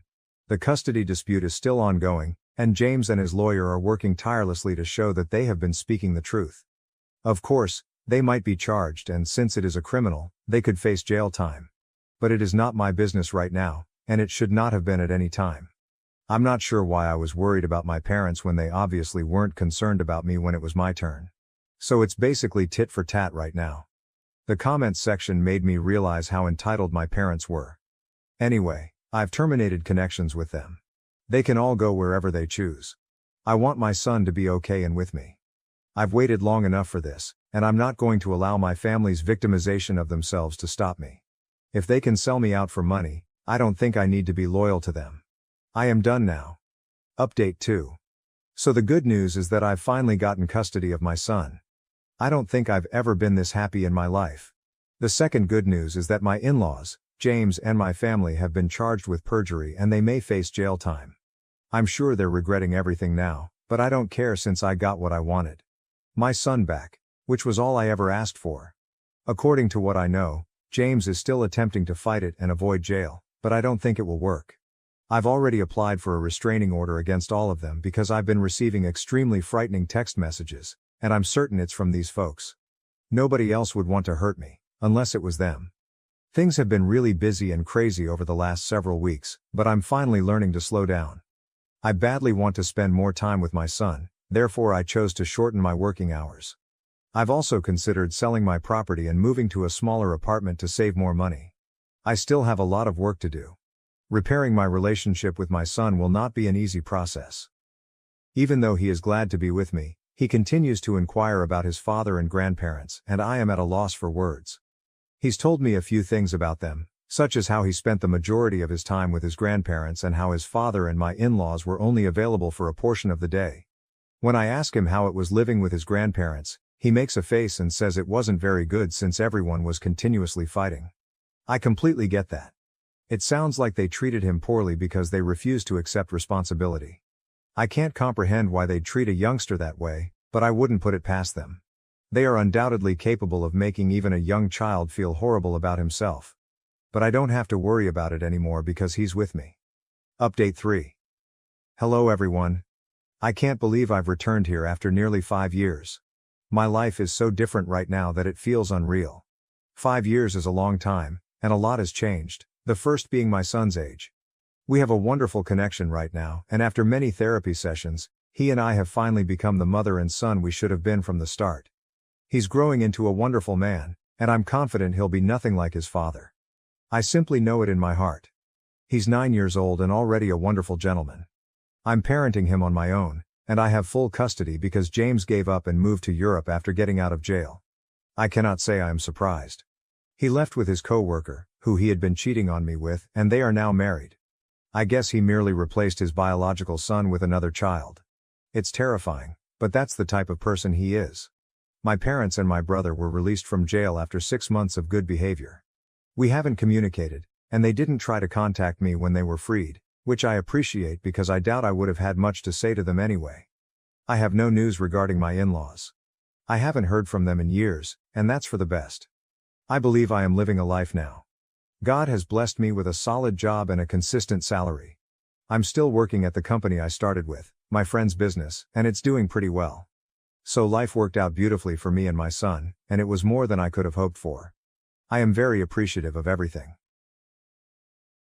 Thank you for watching. If you haven't subscribed yet, please do so and hit the notification bell to stay updated with more shocking real-life stories happening around you. I was sick to my stomach when I discovered my wife's secret Google account, which contained hundreds of photos of my ex-girlfriend. I, 36, met my wife Bailey, 33, 9 years ago through mutual coworkers, and we hit it off immediately. I fell absolutely head over heels with this woman. She was everything I was looking for. I had gotten out of a toxic, dare I say abusive long-term relationship right before that with a woman Bailey had been acquainted with, but not friends with. I had her blocked on everything, and had no contact with her since breaking up. We got married right after the tail end of the pandemic, bought our first house together, and started trying to conceive. That was difficult because Bailey has PCOS, but last year she finally gave birth to our first daughter. I'm having a blast being a dad. It's kind of a dream come true. I finally got my happy life with my perfect wife. My perfect wife. Until last Monday. My laptop's battery hit the bed, so I opened up Bailey's work tablet with an attached keyboard. You can set it up like a monitor, to check on some tax stuff. She wasn't home, it was just me and the baby, but we've never asked permission to use each other's devices. We've always been open like that. There's nothing for us to hide. That's what I thought. When I opened up the internet, I noticed she had the incognito tab open. Never in a million years did I expect to discover what I did. My wife has a secret Google account with a photo album saved called XX. So I clicked on it. Did I discover an affair? Nudes? Nope. In this Google album were over 300 photos, 348 actually, of my ex. The woman I was with right before I met Bailey. The woman who tormented me and made me feel worthless. The album said it was started back right around the time Bailey and I started dating, and was updated as recently as 2 weeks ago. The photos range from candid shots with family, to pictures at her work functions. There were even pictures from her yearbook. I don't know how Bailey could have found her high school yearbook photos. Photos from vacations, Idaho photos from work. Pictures of her in crowds, screenshots of videos and screen recordings of videos. Just her. The other people in the photos would be scribbled out, or the photo would be cropped and zoomed in just on my ex. There were other disturbing things I found too. There was another album with just zoomed up pictures of my ex's hair. Come to think of it, Bailey had recently started wearing her hair different and my ex had a very identifiable hair type. There was another album with screenshots of comments on social media. Of course I can't find them because I have her blocked. Like, Facebook groups she's in and public posts. And my ex is very low-key on social media. I can't imagine the lengths Bailey went to find them. My ex literally lives in another country now.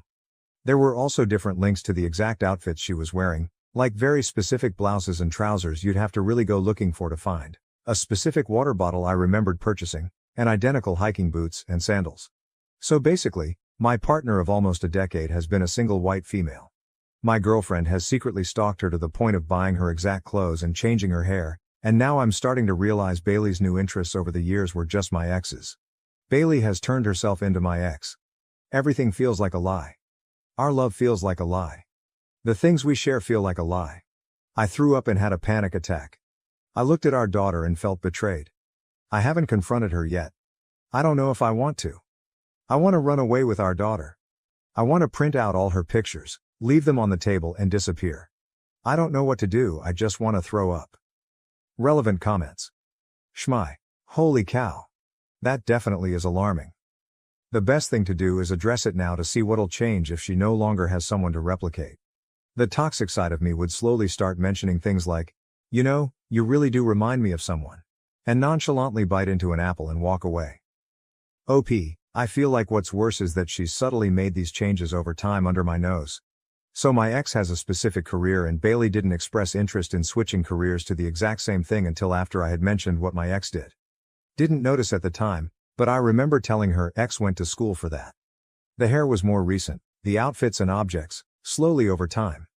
The interests, I'm not sure how much she's stolen personality-wise from my ex and what she actually likes. It's all incredibly exhausting and confusing. Miss_chapstick. I'm so sorry, this sounds like something out of creepypasta. OP, I'm actually surprised with the amount of support I've gotten here in the last hour, haha. Believe it or not, there are no other red flags in our marriage. Now I don't know what else I've missed. OP added. While I talked about my ex, most of the things I told my wife about were negative and painted her in not such a good light. My wife knows these things and knows they were traumatic. Of course, I've mentioned things like what she does for a living and things she used to do. I think everything else she found she got through intense cyberstalking through my ex's friends and family. The yearbook photos, I have no idea. Edit, removed specific info so I don't accidentally dox myself. Update. I'm pretty sure I accidentally got my original post removed just now because I tried to update it with a link to my update. Oops. Anyway, I'm the guy who found the Google Drive full of pictures of my ex.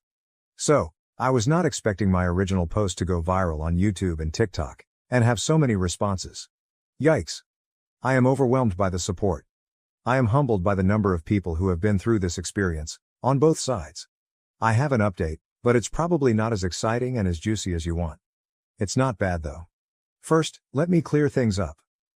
If people think this post is fake because it doesn't make sense, or are trying to conceive timeline is short, or the way I worded things makes it look like a teenager or woman wrote it, continue to think that because it means I've successfully been vague enough and worded things to not accidentally dox myself. Believe this is a creative writing exercise, so I don't embarrass myself. For real. No, I didn't actually throw up. I was in the middle of a panic attack.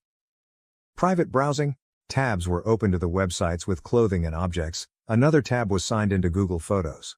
When I exited the Google Photo tab to look at the websites with clothing and came back, it was already signed out and I couldn't get back in. A lot of the clothing I recognized wasn't because I remembered my ex wearing them. There were more recent pictures of her in the file wearing them, and I remember the day Bailey bought the water bottle that also happened to be in the folder. The hair. Bailey and my ex are the same race and my ex wore braids in a particular way.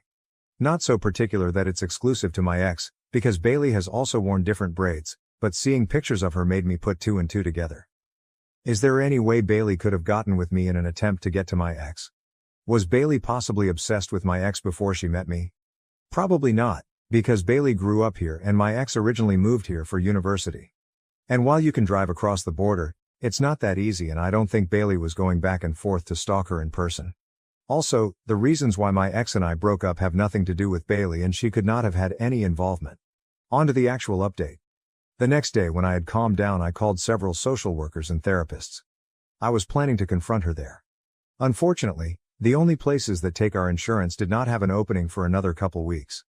So despite what a lot of you think, I've known my wife for nearly a decade and even while I was confused and upset and doubting things, I didn't think she'd be a danger to me.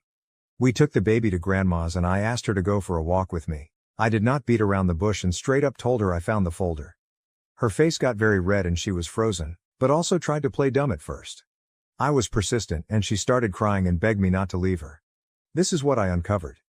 Bailey first started looking up my ex out of curiosity. To keep tabs, I guess? But over time it became more pathological. It's like she got addicted to it, but she also wanted to please me. Okay, maybe I talked about my ex a lot more than I thought, and Bailey wanted to emulate the good parts. She told me she really doesn't know who she is, and my ex's image was something she latched onto because she had me first. Finding information about her became a game. Finding the clothing and objects became a game, by searching things like, blue water bottle green stripe, until the couple compared the product to a photo and found the exact one. The reason why I couldn't find the post wasn't because I had blocked my ex, but because my ex had made a new Facebook under a different name. Bailey found her profile by searching up a family member. She made fake social media and added enough mutual friends until she could see my ex's posts, and until her private Instagram accepted her. She weaseled her way into her exercise Facebook group, where the videos were posted, and searched her school on a yearbook website to find the yearbook pictures.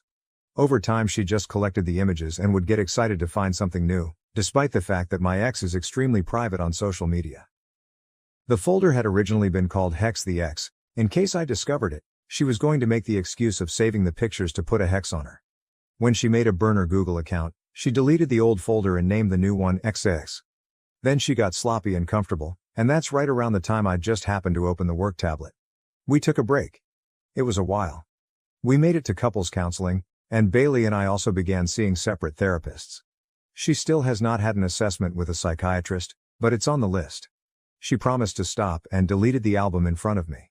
Slowly certain clothing items began to disappear from the closet. I still do not entirely trust her, and that is for me to work on. I'm afraid she has another secret account somewhere, like a backup. The physical mimicking is actually stopping though, including the hair change. We're still not okay. I want us to be okay, and it's okay if that takes time. If we end up not being okay, then that's something I have to deal with. What I do know is that my wife is incredibly insecure, probably mentally ill, and is misled. I don't really want to walk away from that. Although this probably isn't the most exciting update, I appreciate the private messages I just couldn't get back to, Reddit cares, and links to resources. I'm not sure how I feel about social media, YouTube and TikTok picking up on my story though. That's wild. Until next time, if I ever give another update, I hope it's a good one. Relevant comments. Biscuit Brown, the outcome does not look positive. Why stay in a one-sided relationship? At least put a plan together that runs concurrently so you're prepared should it not work out. Seek legal advice, prepare evidence and don't do anything stupid. At least then you will be in a better place, either way. OP, a plan is something I'm still having trouble coming up with. And it's been a couple months. I think I'm afraid to make a plan. Does that make sense? Now to the next story, Story 2. My wife and I recently encountered a significant issue with her parents because they used X39 patches on our daughter without our consent. I know how the title sounds, but please bear with me. Throwaway for obvious reasons. I, 24, and my wife, 24, recently had our daughter in July. She is the best thing to ever happen to my wife and I, and we couldn't be more thrilled to have our little bundle of joy. She recently got sick while staying with her grandparents, my in-laws, while my wife and I took a trip for work. For context, my in-laws are really big into LifeWave X39. It's a patch that supposedly helps regrow stem cells by reflecting light rays back into your body, allowing your body to produce more stem cells to fight off diseases and sickness. If you ask me, it sounds like snake oil and my wife agrees, calling it a pyramid scheme. The only way to get said patches is by spending well over $1,000, and then you're tasked with selling the patches yourself. It's essentially some multi-level marketing product, where the more patches you sell, the more money you make. Falling right in line with my wife's comparison to a pyramid scheme, but MLMs are somehow legal. Now I've tried doing research on X39, and the only comments I've seen praise said product are brand new accounts never used before or after, or their entire profile is dedicated to shilling out for LifeWave/X39. In my own research, they appear to just be overpriced stickers. They contain no medication, no special UV rays or anything of the sort.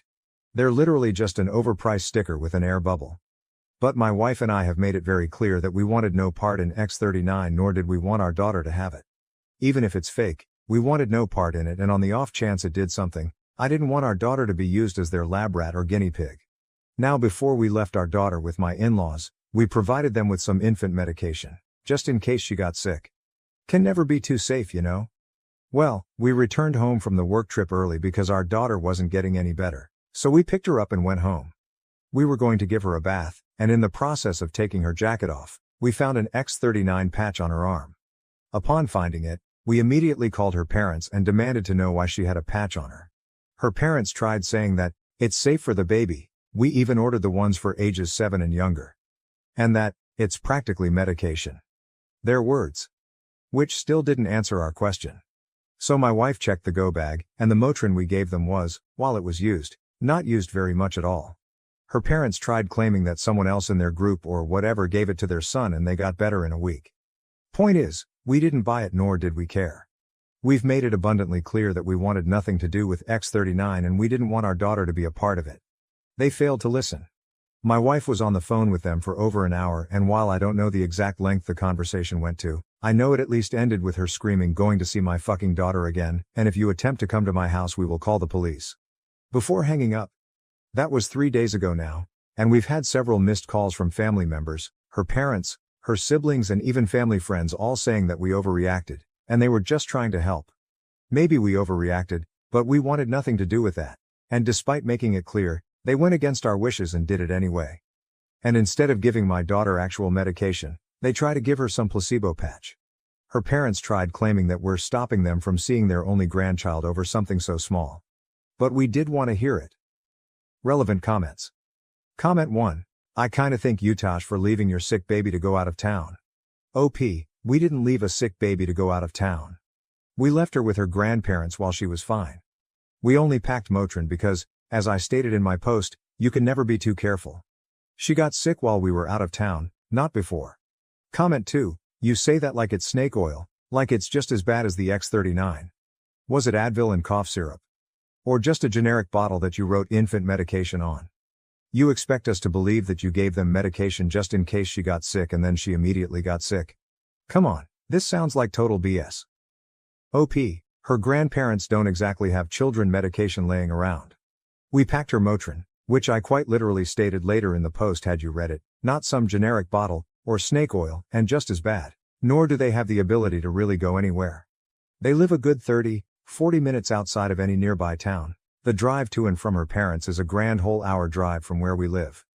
And my wife and I quite literally work with sick people all the time. No, I'm not a doctor, nor do we have medical expertise. So my wife and I contracting something is usually pretty high, so we pack Motrin or whatever the store brand is that we'll buy, every time we left her with her grandparents for more than a day. Update 1, about a month ago I made this post ranting about my in-laws' weird obsession with a, for lack of a better term, cult regarding stem cell regeneration through patches, which, clearly isn't a real thing.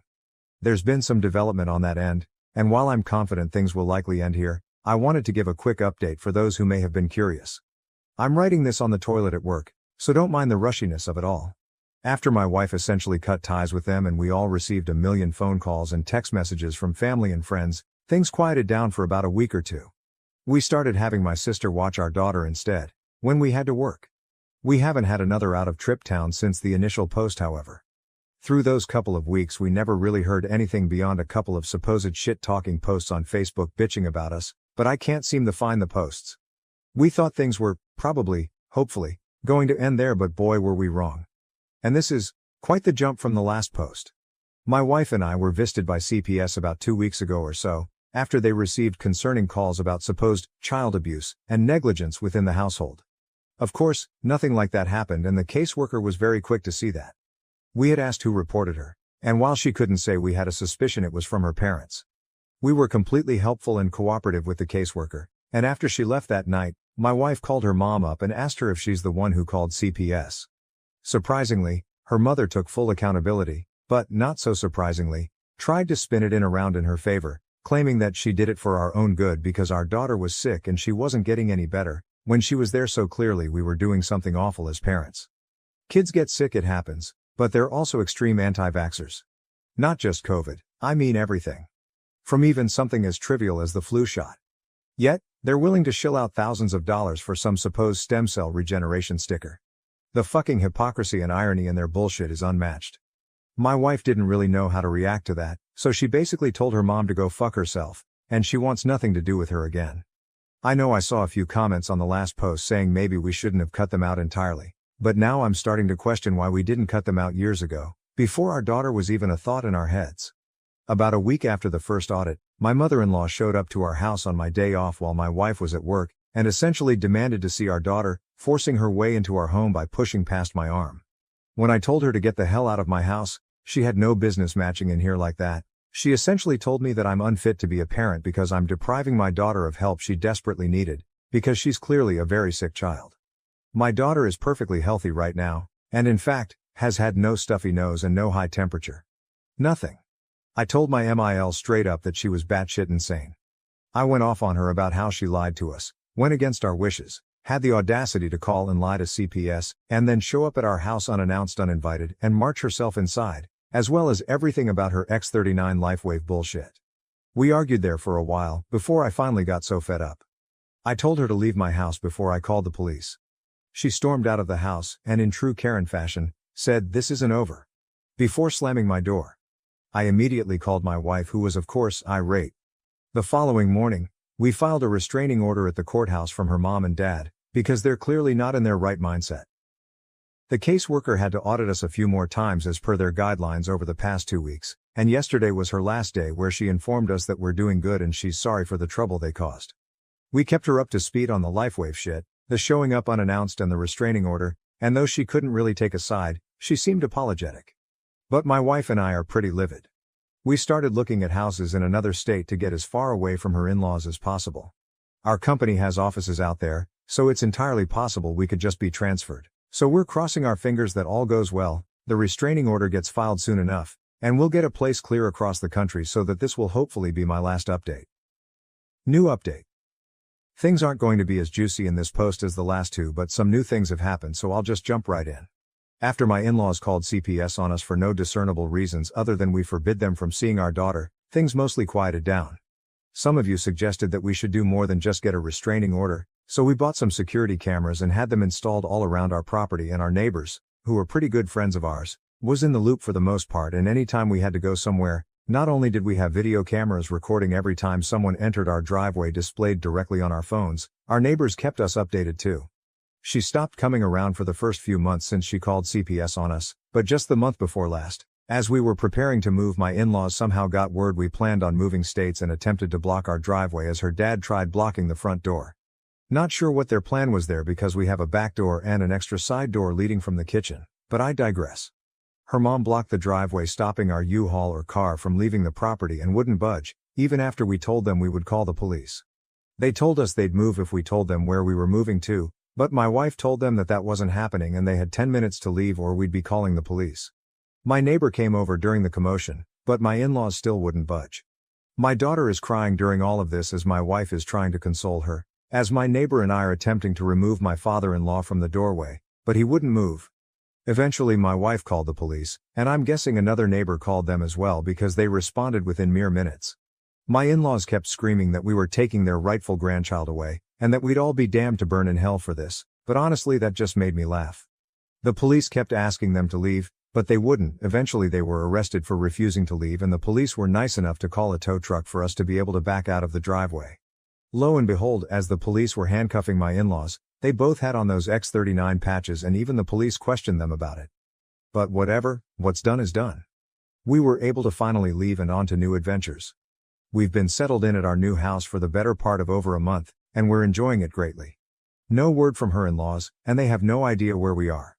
We have them blocked, but we'll eventually get messages from unknown numbers or Facebook accounts asking where we moved, but there's no way they're that foolish to believe we'll actually tell them. Luckily, neither my last state or this one have any grandparents' rights, so we're in the clear there. Thank you everyone, hopefully this is my last update. Relevant comments. Comment 1, seriously look into a P.O. box and have all mail routed there. OP, hey there. We actually did get our mail routed to a P.O. box. Comment 2, why were they not arrested for violating a restraining order? OP, we informed the police they had a restraining order, I just don't think they cared. They were more concerned with getting them off our property as opposed to them violating the restraining order. I think one of their final charges after being arrested was violation of a restraining order, though the police just didn't seem to care at the time, which is unfortunate, to say the least. Thank you for watching. If you haven't subscribed yet, please do so and hit the notification bell to stay updated with more shocking real-life stories happening around you. Caught my cheating wife at a secret hotel.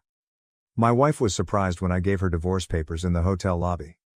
Hello everyone, I hope each of you is doing great. I am writing on my phone, hence apologies for any mistakes. This is a rather long and disorganized tale. I have nowhere to negotiate this problem as I have run out of my rope. Little background. My SO is 40 and I am 43. Married for 16 years, we have 2 children, a 9-year-old boy and a 14-year-old daughter.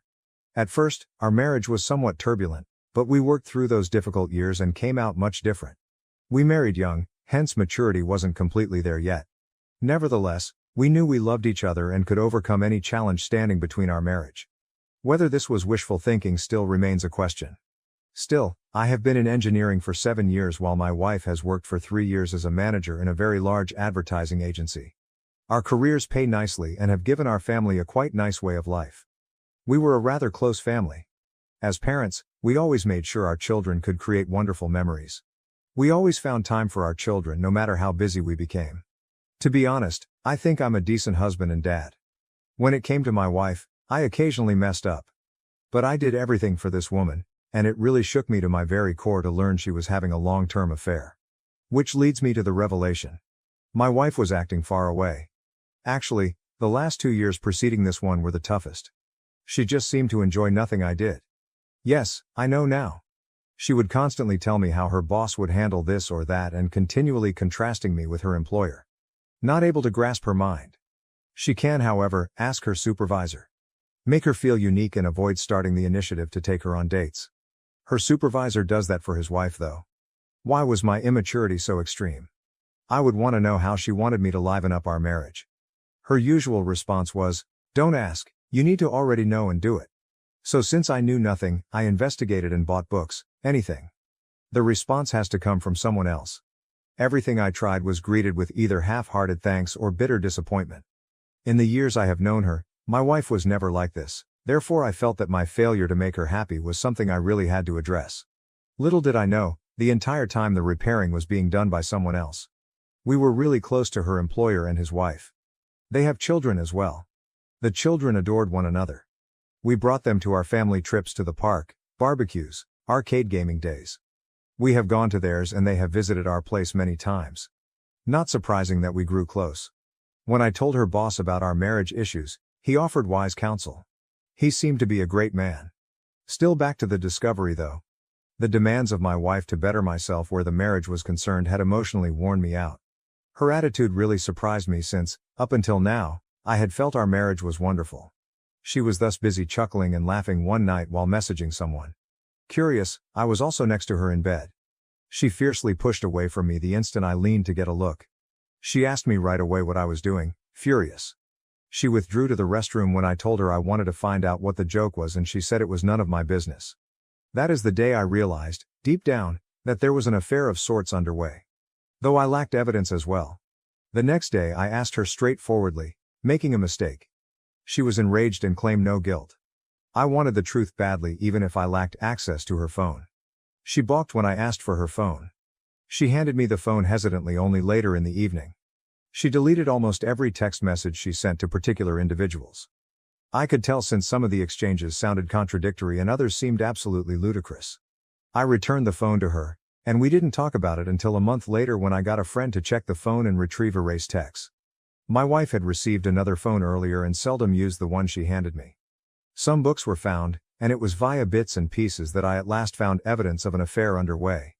And you already figured it out, with her supervisor. I waited since I knew she would find some way to wiggle out of it if I addressed her then and there. But I was a wreck too. My only thought was on how it would impact the children. The scenario was terrible. I started crying in front of my friend. 3 days later I ordered How to Help Your Spouse Heal from an Affair, still not ready to give up the marriage.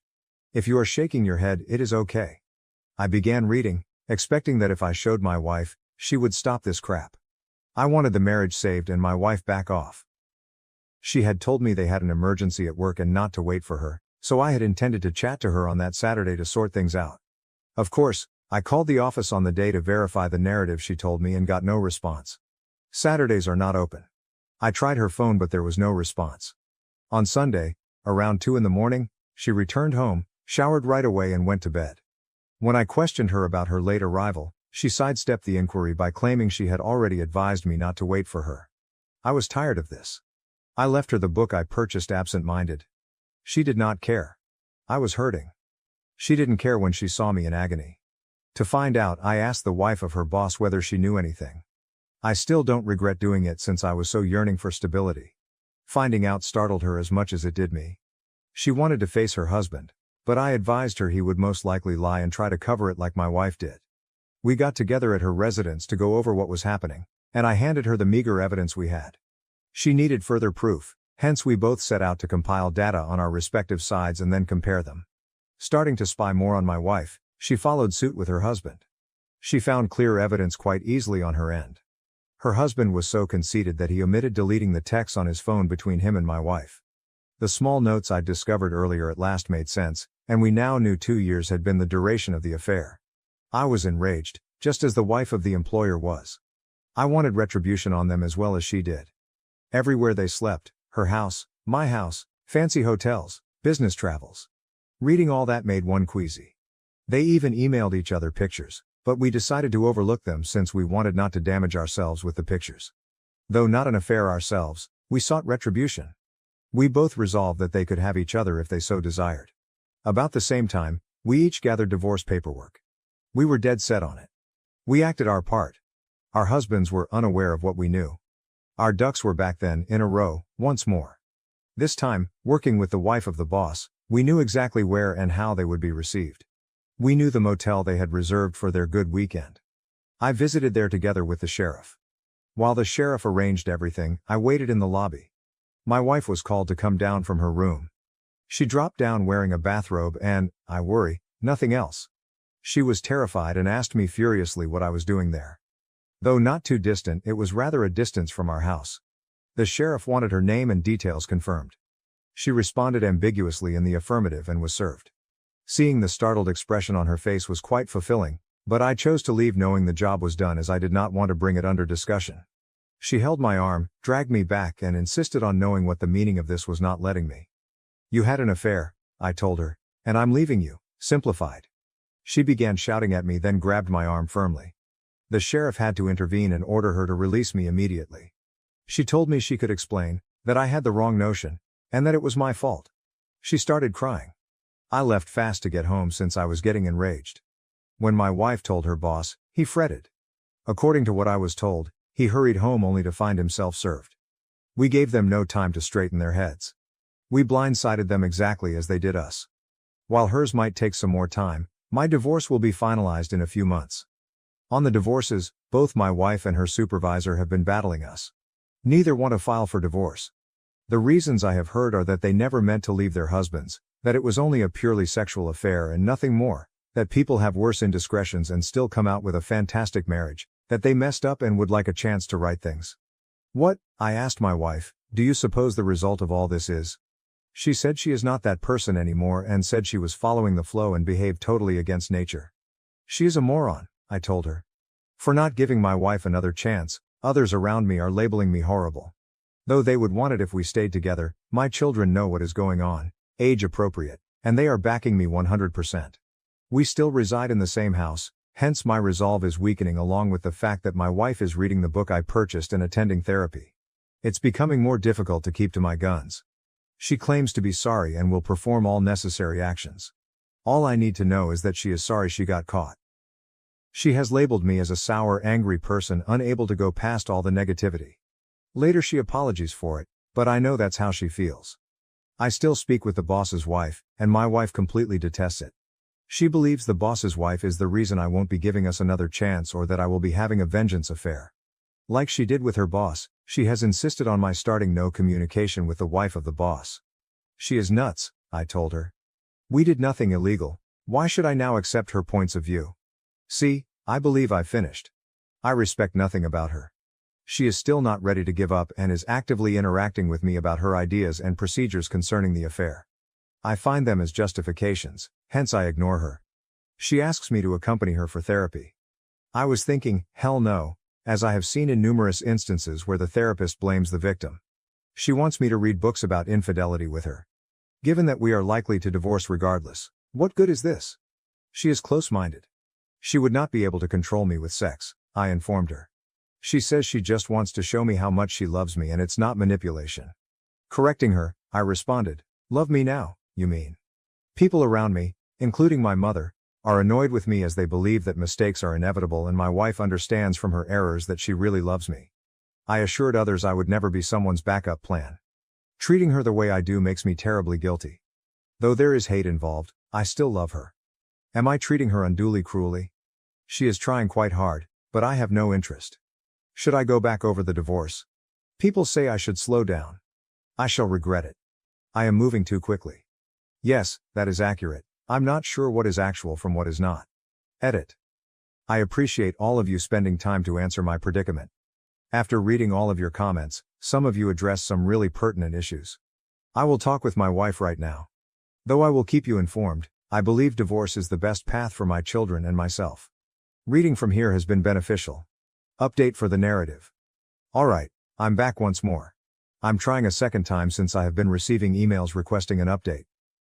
Appreciate your concern, folks.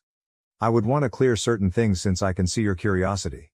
First of all, right now my wife and I find ourselves in a type of decent state. Not because we are reconciling. No, I am still divorcing her. Taken down by the automod, the previous update I uploaded thoroughly described our circumstances. The brief story is that my wife is still hankering after another opportunity and is acting accordingly to acquire it. I won't give it to her as her affair was far too long for me to recover. Should it have been a one-night stand, the narrative might have been different, but 2 years is simply a slap on the face. I love her still and am not a monster, hence I have attended a few therapy sessions with her. One session was really excellent and let me see that my wife really regrets it. She has been trying pretty darn hard, but she has not been flawless in how she managed the aftermath from her affair. Her anger at me for constantly contacting the boss's wife and her fear of a vengeance affair made the second session a catastrophe. We argued a lot later since I refused to do what she requested, which was no communication with the boss's wife, therefore it was the angriest I had ever gone through this whole situation. That was settled after I assured her there wouldn't be a vengeance affair. Though I know I owe her nothing, she is still my wife until our divorce, hence I still want to keep my word. I have been visiting a couple of more meetings with her merely to observe her improvement. This therapist is indeed an individual and marriage therapist. I'm not attending these meetings since, deep down I want to save our marriage. If only I could watch my wife's development personally and help if necessary. I'll gracefully step away following the divorce. Still leaving her husband is the wife of the boss. Her husband is still contesting her on the divorce. She is as strong as I am, and I will say we do have low days with each other. We are only cordial with each other. I still see no affair taking place. She is a strong, self-reliable woman who does not, expletive, anyone. Right now my children are good. They understand that we love them no less simply because we are divorcing. Although they encourage us not to divorce, they see why it's right for our age. My wife works somewhere instead of the advertising company now. She quit not too long after I visited her. She claims to have kept absolutely no contact with her previous supervisor. She applied that advice and sought assistance on saving the marriage on forums. After seeing my wife work her butt out to be a better person, I can see the appeal even though initially I didn't understand why people stayed with adulterers. She's not a monster. She's simply flawed and made terrible decisions from which she is learning improvement. She has extended to me everything under the sun to give another go. Not sure I have it in me either. I feel more at peace the closer a final divorce seems to be. She recently begged to have a chance following divorce, and we had a lengthy conversation about this. She has extended a postnup offer. Although I wasn't totally against it, it would be a somewhat long road for her to travel for me to even consider as an option. She seems really eager, but honestly I don't see how that would help any of us. Mostly driven by a momentary feeling of justice, I want this divorce. Without compromising myself to the level of an adultery, this is the only justice I can obtain. After I told more about my wife's affair, my mother and I made up. Today, she's rather angry with my wife after finding out the specifics. I'm not sure how I would negotiate one. Rant. Affair for revenge? Alright, I wanted not to write here until my divorce was finalized, but right now I'm just annoyed and really want to rant. Like many of you, my wife is terrified about a revenge affair. The straightforward explanation is that I still get in touch with and see the other woman I betrayed. Against the other betrayed partner, my wife feels somewhat insecure. Is that how it is spelled? Younger, a model, quite beautiful, and runs a profitable company as the other deceived partner. It makes my wife suspicious that I would yield to temptation and cheat on her in return. The nerve of her to deliver me the two wrongs don't make a right lecture still astounds me. She isn't wrong, of course, and I never intend to follow through. Still, her hypocrisy bothers me. Like yesterday, every time I visit the other betrayed husband, my wife becomes somewhat depressed or very clingy. She has thrown herself at me several times to make sure I do not cheat on her back, but I'm not sure how many. Her advances are turned down, and that further aggravates things. The deceived have to struggle along and try to pick up the pieces while cheaters are thus selfish, just thinking about themselves and their suffering. Besides, our children still see their children.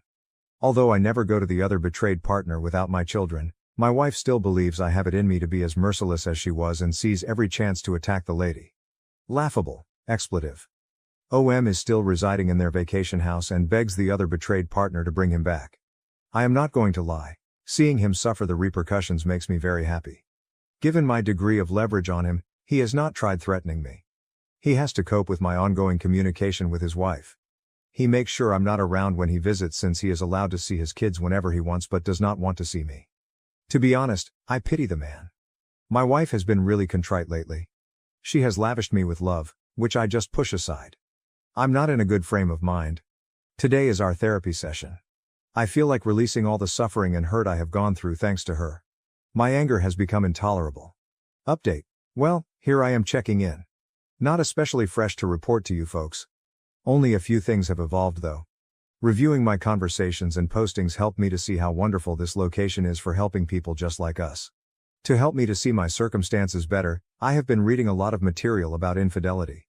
Still, during a recent therapy appointment with my wife, she asked that I give her a little more time to win me back. She had reason after reason why it would be a good idea for me to at least try and see if I could assist in restoring our marriage, not quite reconciliation yet. I kept bringing up the fact that her primary motivation was the fallout from her affair. She wouldn't be trying if she still saw OM. For months she emotionally mistreated me. I'm not the kind of person to be walked all over, even by the woman I loved. She owned all of her mistakes and once more apologized. She has promised me so much of making it up to me.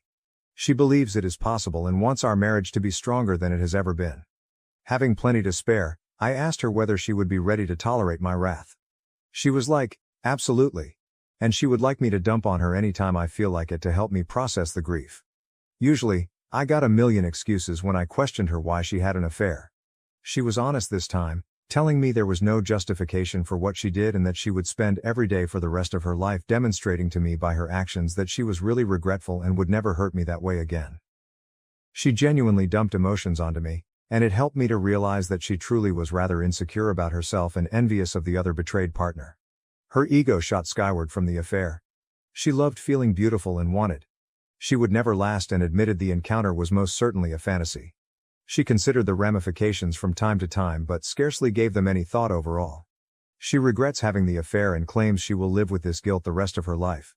She most likely will never forgive herself.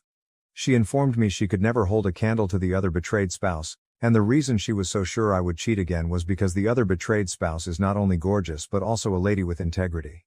Not once has the other betrayed partner ever threatened her or behaved meanly toward her.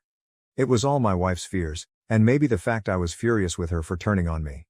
It gets fascinating here. The therapist asked me what it would take for me to give my wife's offer some thought. Not one thought came to me. Since what I presently have is a fake of a marriage and I never signed up for it, I was honest and told her, a time machine. She informed me that every marriage deals with issues ranging from death to adultery. How those issues are handled reveals the resilience of a marriage. I told the therapist to concentrate on my wife instead of us as I really couldn't believe where this talk was leading. The therapist advised me that my incapacity to pay attention to logical arguments could be a communication-wise issue. I agreed not to disagree. During the journey home, my wife and I had a long conversation. She asked whether her affair had made me feel emasculated. Given she had never asked me that prior, the question really caught me off guard. Sure, I said. She startled me by wondering if sleeping with another woman would make me feel better. I reminded her once more that I am not, nor will I ever be, a vengeful lover. She clarified that she was referring to a trial separation whereby I would go get my mojo returned. She will stay true and wait till I'm good and ready to return to the marriage. Before, I felt she was desperate, but her idea seemed insane. I questioned her how that would help the marriage in any form so that both partners can be having affairs. She informed me it would not be an affair as we would be separated under conditions allowing my freedom to see other people. She answered that we were divorcing anyhow, so if this doesn't help us, at least I could see what the outside world has to offer. I told her that is a great risk on her behalf. She appeared completely out of character to suggest it, hence I clearly rejected the proposal. For the past few weeks, my wife has been remarkably quiet and patient. She is unlike the wild, insecure one I used to know. Naturally, I should not trust her for my personal benefit. It is quite challenging though. She has been really giving in the divorce, even if she doesn't want it. Though not my case, I have read so many stories of divorces turning acrimonious. Being in this state is rather surreal. It is challenging to negotiate. Edit. Let me also make clear, I am still completely going with the divorce. Hearing people's impressions of this interests me. Edit. Back once again. Hello to each of you. I have another update on this sorry condition of my life. I want to thank the people who keep contacting me in support before I get into that. My wife and I have thus decided to be courteous now and celebrate the holidays as a family. Though my wife is still hoping otherwise, this will be the final holiday ever observed. This was for the benefit of our children. I have loving children. Our divorce will be official midway through February. For those of you who are interested, we have shared everything half and half, although she has been quite giving on her side. She might become nasty later, but so far she has been good and tells me it's because I have been a terrific husband and parent. She feels I should get more than a fair divorce considering all she has done. Still don't know whether it's a technique. Though I do gain somewhat more thanks to her, that is not to imply she will lose a lot out of the divorce. I have chosen to cease attending sessions with her. It was confusing her and offering false hope. She has said that she has a strong desire to be close to me all the time and that her affair made me feel emasculated and unwanted. She has been attempting to have sex with me rather often, and I mean quite often. To be honest, my wife seldom started sex before all of this, so I felt a little offended that she was doing it now. I came to value her seeing this as a hang-up of mine and her desire to fix it over time. Though I have turned her down, she continues fiercely claiming that this has nothing to do with reconciliation and that she only wants me to feel good and desired. For now, I have shut off communication with the other betrayed partner since things were becoming somewhat too personal for my taste. I suppose you were not far off when the person mentioned I was having a vengeance affair. It wasn't even anything I knew till the other betrayed partner admitted she wanted to try and see where our relationship would develop. She said she would wait to start anything until my divorce was official. We have agreed to take a vacation from each other till everything is settled as I was somewhat perplexed and had no explanation for her. The second betrayed partner is a beautiful woman, but I'm not sure whether I could make her feelings back off. I have very little idea how to manage that. Someone suggested that her future reconciliation with her husband is being hampered by being near the other betrayed partner. I guarantee you that nothing I do relates to her choosing to leave OM. She is done with him and that is all. When we are together, we do not discuss our spouses negatively. OM personally visited me lately to atone for all that happened. He was usually an arrogant man, hence this event really helped him to grow humble. His apologies did not sit with me. Though I wouldn't say expletive about what he is going through, call me petty. Is it alright for me to have sex with my wife even if we are not getting along? I do admit I miss having sex. I sorely miss the closeness and intimacy of it all. New lingerie, sexting, touching, letters, etc. My wife is eager and has been trying everything possible to start it, and sometimes I find it difficult to resist. Honestly, I just didn't care to know exactly where they had sex, so she even threw away, destroyed, and replaced everything that had to do with OM at my house without my asking her to. Switching off these emotions is difficult for me. Is this a catch-up? Am I the one being played? I wanted her here as it's less of a hassle until the divorce is finalized. Before someone says kick her out of the house, I've already tried that. Rant.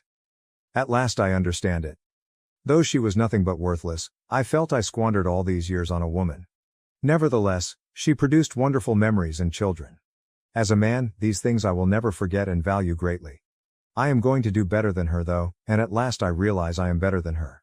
People have come flooding in offering me guidance on how to handle this. I realize at last that I am deserving of better than her.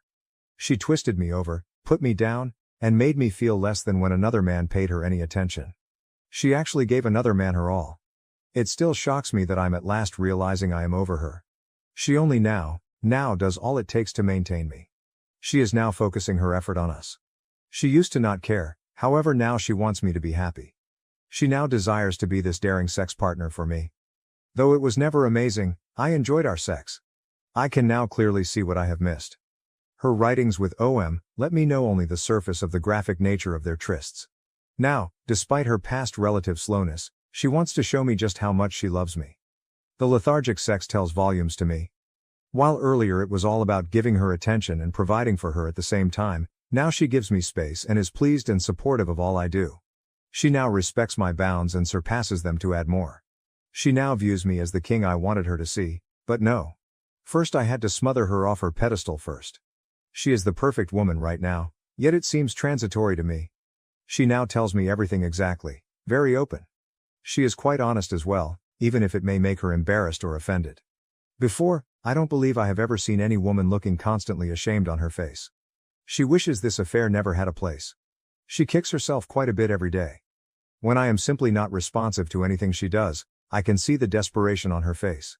She tries to cover it, but she seems so unhappy. Though occasionally I detest myself, to me it's necessary. Why cannot I consider this as a good thing? Why cannot I criticize her now for her actions? They exhibit regret, right? Many have LTAs and come out even more powerful than before. Why am I making decisions based more on feeling than on a point of mature objectification?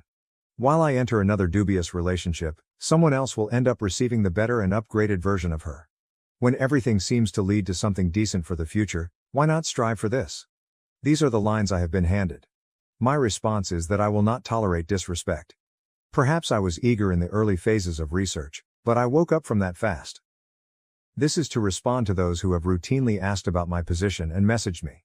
This Christmas I will be spending it with my whole family and then moving away from my wife. To retain my wife's grip over me and go totally from the concept of her, I resolved to cease listening to the garbage I produced in my thoughts. Neither will I be giving us another shot nor dating her. We are done for good. My wife is not a villain, and that is the truth. She should be happy too, but it will never be with me. She has personally shown me that. When I absolutely hit rock bottom, I phoned the other betrayed partner today and promised her supper after the holidays for her support. She mentioned she would really like it.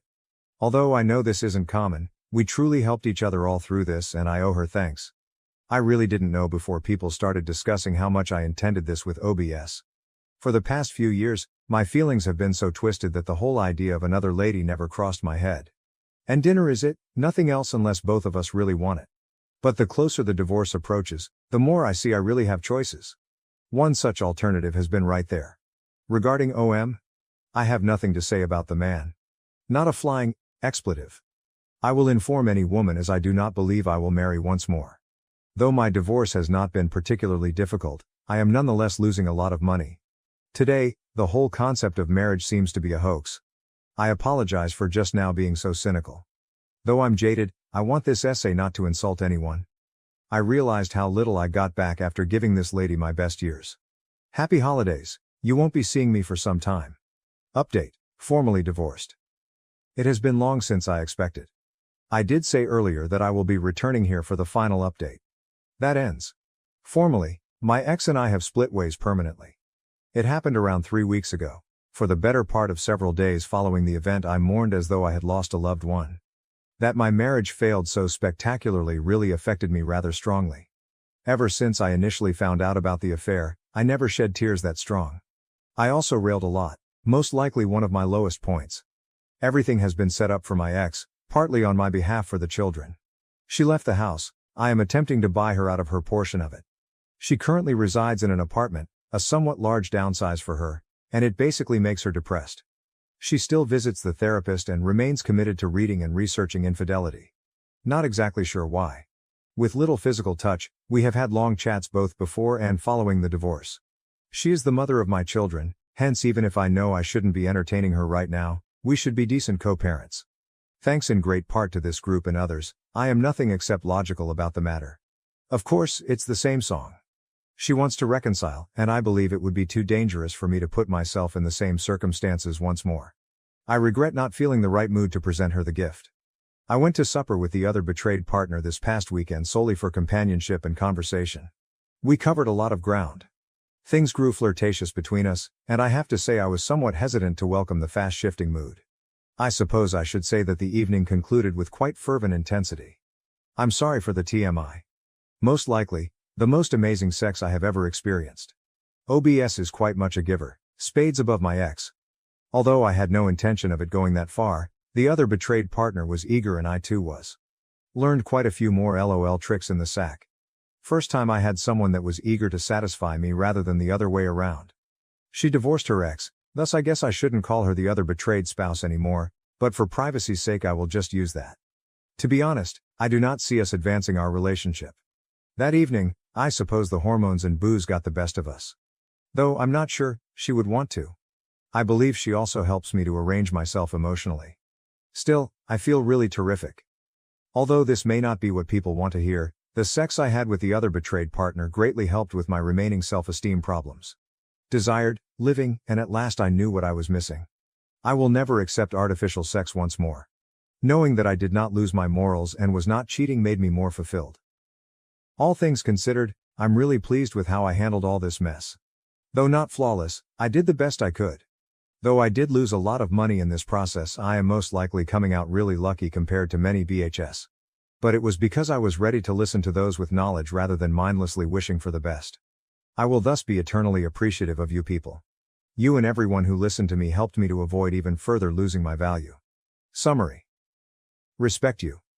Never, never tolerate disrespect from anyone else, not even from individuals closest to you. Everybody is entitled to a happy, contented relationship. Never accept your partner's leftovers. Every committed partnership should feature a satisfying and healthy sexual life. Do not accept it if your partner is not giving you their all but did so in an affair or before with someone else. Just state your discontent. I am not encouraging rape or sexual abuse. If your spouse is not ready to meet your desires, do not settle for dull sex unless both of you agree. One can walk away from that without trouble. Share, interact, share. I cannot underline how very vital that is. Should you ever be betrayed, only you can really recover. I needed a long time to grasp this. Though that's all I can currently think of, there are many more. I'll be here to respond to your comments, but I'm done blogging here permanently and moving on with my life in around a few hours from now. Have a nice one, everyone. Right now, things are good. Update. Hey folks, people wanting to find out how my issue is going have been flooding me with emails. I still get triggered here and there, hence I have been deliberately avoiding everything involving adultery. Having this in mind, I am still working through the trauma. I try not to dwell too much on it, hence I've been absent from this site and others in order to move on. But given so many people are worried about me, I will reassure you and provide an update. I'm good, no mishaps, no poof, I'm off the face of the earth. I'm still in IC and my girlfriend is the other betrayed partner. With regard to child custody and money, she resolved her matter with OM. She should have handled that sensibly instead of being vindictive and dragging him to the cleaners. The children do have some conflict over all this, and we are working as well as we can to handle it. We have to start therapy for them to ensure they appropriately adjust and realize that their relationship with the other betrayed partner has minimal influence on them. Still, we do take them into account when it comes to the way this is handled. Not everyone is on board, hence this is really difficult. OM, my ex and my daughter do not enjoy being around each other. I'm not joking here. There's conflict when those two are near one another. I really believe both of them blame the other for how things turned out. My ex still wants a second chance and is most likely offended that the other betrayed partner stands in the path of me seeing things clearly and not tossing away what we have eternally. This woman is so misled, her antics really concern me. She tried something at a friend's 4th of July celebration. I closed it, although I suppose it was not sufficiently strong. Though you guys were right, she wants to come crawling back in a bad way. I did not believe the individuals claiming she would be pining for me. The other betrayed partner is letting me handle that. But she's also becoming sick of my ex too. Did I mention my ex's passionate loathing of the other betrayed partner? Ever since I left her for someone else, my ex has been a train wreck. But I truly thought she was improving herself. I treated her better than I treated anyone else in my life, hence she treated me like garbage and I still don't get it. But the instant I respond F you, she is backflipping to grab my interest. I'm not sure whether I ought to be offended over this. There you have it. Now everyone can relax. Regarding my daughter, I get anxious. Hello everyone. I am new to this sub but not new to Reddit. Actually, I have been searching for suitable references to handle my current circumstances. Though I'll outline it below for you all, feel free to review my history to obtain a better backdrop. Ex-wife of mine had an affair. It ran for over 2 years. My ex-wife compared me to our OM a lot and was really nasty to me during this period. Our sex life was worse than it had been before, and at first I blamed all of my failings. I didn't have a straightforward strategy to leave her once I found the affair, but it gradually came to pass. One weekend she departed to hang out with OM and lied to me about it. I contacted the other betrayed partner and we worked together to divorce each of our respective wives. The affair was revealed to our age-appropriate children during this process under a mommy broke a promise to daddy kind of conversation. Not specifics, only that we were heading our different directions but yet loved them very much. Though of course they didn't want the divorce to occur, which is also quite reasonable, they took it as well as anyone would want. Although my ex-wife has been relentlessly advocating for reconciliation, I wasn't there to provide her another chance. Understanding it wasn't about me, I forgave her and wanted to be done with the relationship. The divorce grew more expensive the closer it approached completion, although the financial harm was not too severe. I also have to say that the other betrayed partner and I began a gradual relationship immediately following the divorce.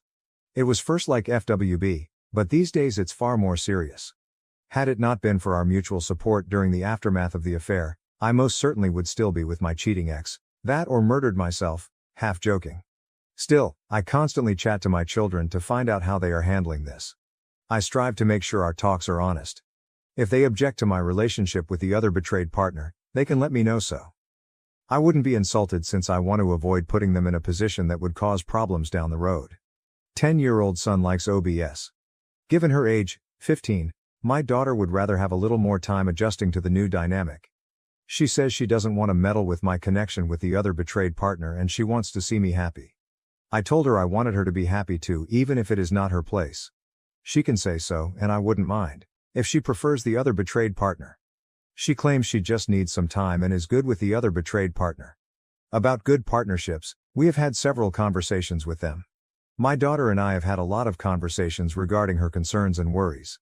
She seems generally quite helpful to me thus far.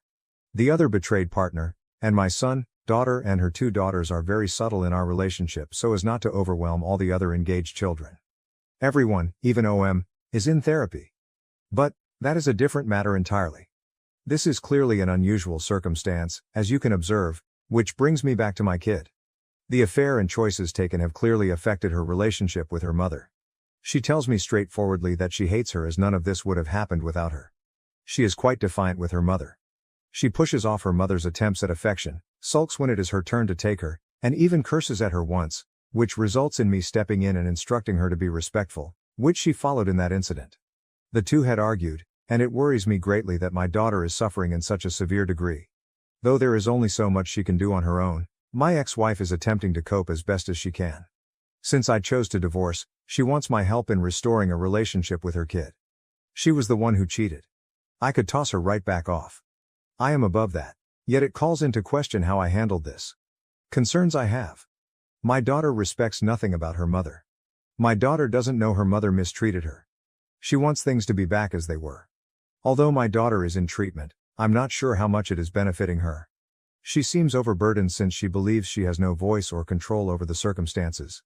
She has managed my relationship with the other betrayed partner really effectively, but I worry she is suppressing her feelings. Divorce of their mother seems like I might have damaged their lives. Though I'm not returning to that poisonous person either. I really value any advice. Update: I know you folks are worried about me. Hey everybody, sure, I saw your chat requests and emails.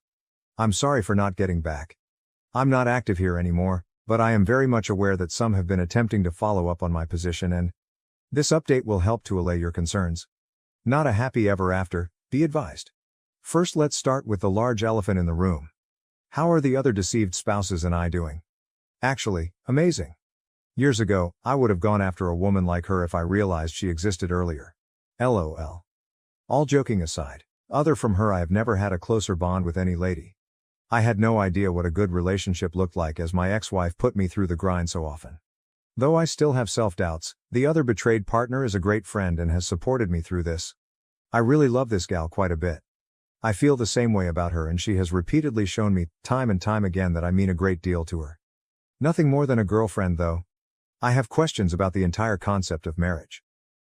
We still conduct things behind closed doors and minimize involving the children in the full relationship process. Indeed though, the children are aware of our courting. Regarding the children, their start was really difficult. Who am I kidding? But right now they are getting along really nicely. I believe it largely relates to our close involvement in their life and ensuring they had someone to talk to when they encountered difficulties. Many therapies as well. Love the other betrayed spouse to bits, my daughter and son do. She interacts with children quite naturally. Her kids enjoy me much more than they did about 2 years ago. To really surprise me, her youngest began telling others that I'm her stepdad at events and gatherings I took her to. She said she loved me a lot and I made her mom happy, so she's happy I'm her stepdad. I was scared she felt forced to see me that way. You have no idea how emotional I became upon learning that. It felt like a ton of bricks from nowhere, but I did present a brave front. Though they presented a unified front to mercilessly taunt my son, the only boy and youngest of the bunch, I enjoy seeing my kids contentedly playing with OBS. Indeed, I'm not sure whether I should smile or grimace at that one. How about my unfaithful former partner? We get along rather well. She has been working very hard on her own to mend her relationship with her daughter. I was pleased when my daughter informed me she could find it in her heart to forgive her mother for what she did. Over these years, they have gone through a lot and have grown really nicely together. Still, I doubt my ex-wife has completely embraced our couple's way of life. She still seems to be seeking for or implying a second try. She still goes to individual therapy while working out at the gym. She seems far healthier overall now, but I don't really give a damn. I've reconciled with the past. Her issue stems from not following suit. Now, she talks more with the other betrayed partner. This is reciprocated, but the other betrayed partner routinely sees her with mistrust, as she should, given all that has happened. OM is a cause gone lost. I had no idea what a disaster the man would be, all that money and no brains would create. Currently he has a girlfriend, but his children hate her and are rather honest about it. I needed some time to realize how self-absorbing the man was. To be honest, I also dislike his girlfriend. She strikes me as being quite cruel toward the girls, materialistic and selfish. In other words, we're performing better than just good. I had my questions about whether this was the correct route, but given the hard work of the people engaged, it is working out quite brilliantly. Not a happily ever after, just right now. Well, you have it right. Now everyone may relax easily. Thank you for watching. If you haven't subscribed yet, please do so and hit the notification bell to stay updated with more shocking real-life stories happening around you. My bestie recently divorced from her husband, and her life took a twisted turn I never expected. I want to pull her out of it, but my husband won't let me. My 40 female best friend, 38 female, is going through a divorce with her husband, 44 male. We'll call them Alice and Ken. My husband, 37 male, and I have been together for 10 years and have always been close with Ken and Alice. Alice and I have been friends since long before we met either of our partners. We met in college, sharing dorm rooms and countless late-night study sessions that turned into deep conversations and laughter. We saw each other through bad breakups, celebrated each other's achievements, and even traveled together before life got complicated with jobs and families. Alice was my maid of honor, and I was hers. Our bond has always been unbreakable. My husband and Ken have become good friends over the years too. They initially bonded over their shared love of sports and quickly found more common ground. Ken, a tradesman who works out of his metal shop on their property, and my husband, a tech guy who loves to tinker with gadgets, often spend hours in Ken's shop, sharing beers and swapping stories about work and life. They hang out just the two of them semi-frequently, enjoying activities that range from fishing trips to helping each other with home improvement projects. Alice has a daughter, a bright 12-year-old from Alice's previous relationship, who became a part of our extended family. Ken has been her dad since she was 4, and it was clear he adored her as his own. My husband and I have always treated her like a niece, often including her in our outings and holiday celebrations. About a month ago, Ken told Alice he wanted a divorce. When Alice told me, she was devastated, and I could see the pain in her eyes. She confessed that for the last 6 months, their marriage had been on rocky ground. According to her, the problem stemmed from Ken's issues with her job. 3 years ago, Alice accepted a promotion at her company, a big step up that came with significant responsibilities. This promotion required her to travel 3 to 4 months out of the year, and even when she wasn't on assignment, she worked a lot. Late nights, early mornings, weekends. It seemed like she was always on the clock. She's always been insanely ambitious and successful, climbing the corporate ladder with an impressive determination that I've admired for years. Ken, on the other hand, is a skilled tradesman. He works full-time out of his metal shop on their property. His work is demanding too, but in a different way. He stays busy with projects, clients, and managing his own business. Despite his hard work, Alice's income had surpassed his, although I wouldn't call her the breadwinner. They both contributed significantly to their household, but the dynamics had shifted. Alice told me that Ken had been increasingly vocal about his dissatisfaction with her job. He felt neglected, like their relationship was taking a back seat to her career. He had asked her multiple times to either take a position that required less travel and responsibility, or find a new job altogether. She had always promised to consider it but had been putting it off, hoping he would eventually drop the subject. This ongoing conflict created a rift between them that widened over time. The situation reached a boiling point when Alice extended a business trip without consulting Ken. She had forgotten about a family vacation they had planned for when she got back. Her priorities seemed clear to Ken, and he felt like he was being pushed aside. When she returned home from the extended trip, she found that Ken had packed his belongings and moved most of his shop and tools into storage. He hadn't given her any indication that he was planning to leave, acting like everything was fine until that moment. She called me. When I answered the phone, Alice was crushed. She kept saying, "I didn't think he'd do it," over and over. The sadness she initially felt quickly turned to anger when Ken made it clear that there was no chance of getting back together. He had reached his limit, feeling that Alice had checked out of their relationship ever since she took the new position. He believed they no longer did anything as a family, that Alice didn't make time for them to talk when she traveled, and that she prioritized socializing with coworkers over him. Their sex life had dwindled to nothing, and every time he voiced his concerns, she blew him off. Ken's resentment had been building up for a long time, and the extended business trip was the last straw. He felt ignored, unloved, and unappreciated. Alice's ambition and success, traits that once drew them together, were now driving them apart. As Alice recounted all this to me, I could sense her frustration. She felt torn between her career, which she was passionate about, and her marriage, which was falling apart. She didn't want to choose between them, but it seemed like Ken had already made the choice for her. Everything became much worse after a particular incident that is hard to even type without cringing. Ken and Alice had been separated for about 3 weeks. Their daughter was bouncing back and forth between Ken's apartment and their old home, where Alice was staying. It was Ken's weekend with their daughter, and he typically brought her back on Sunday evenings. Well, Alice went on a bender and literally forgot what day it was. She was so drunk. She thought it was Saturday, but it was actually Sunday. Ken shows up with their daughter and walks in on a complete shit show. Alice had 2 younger men there.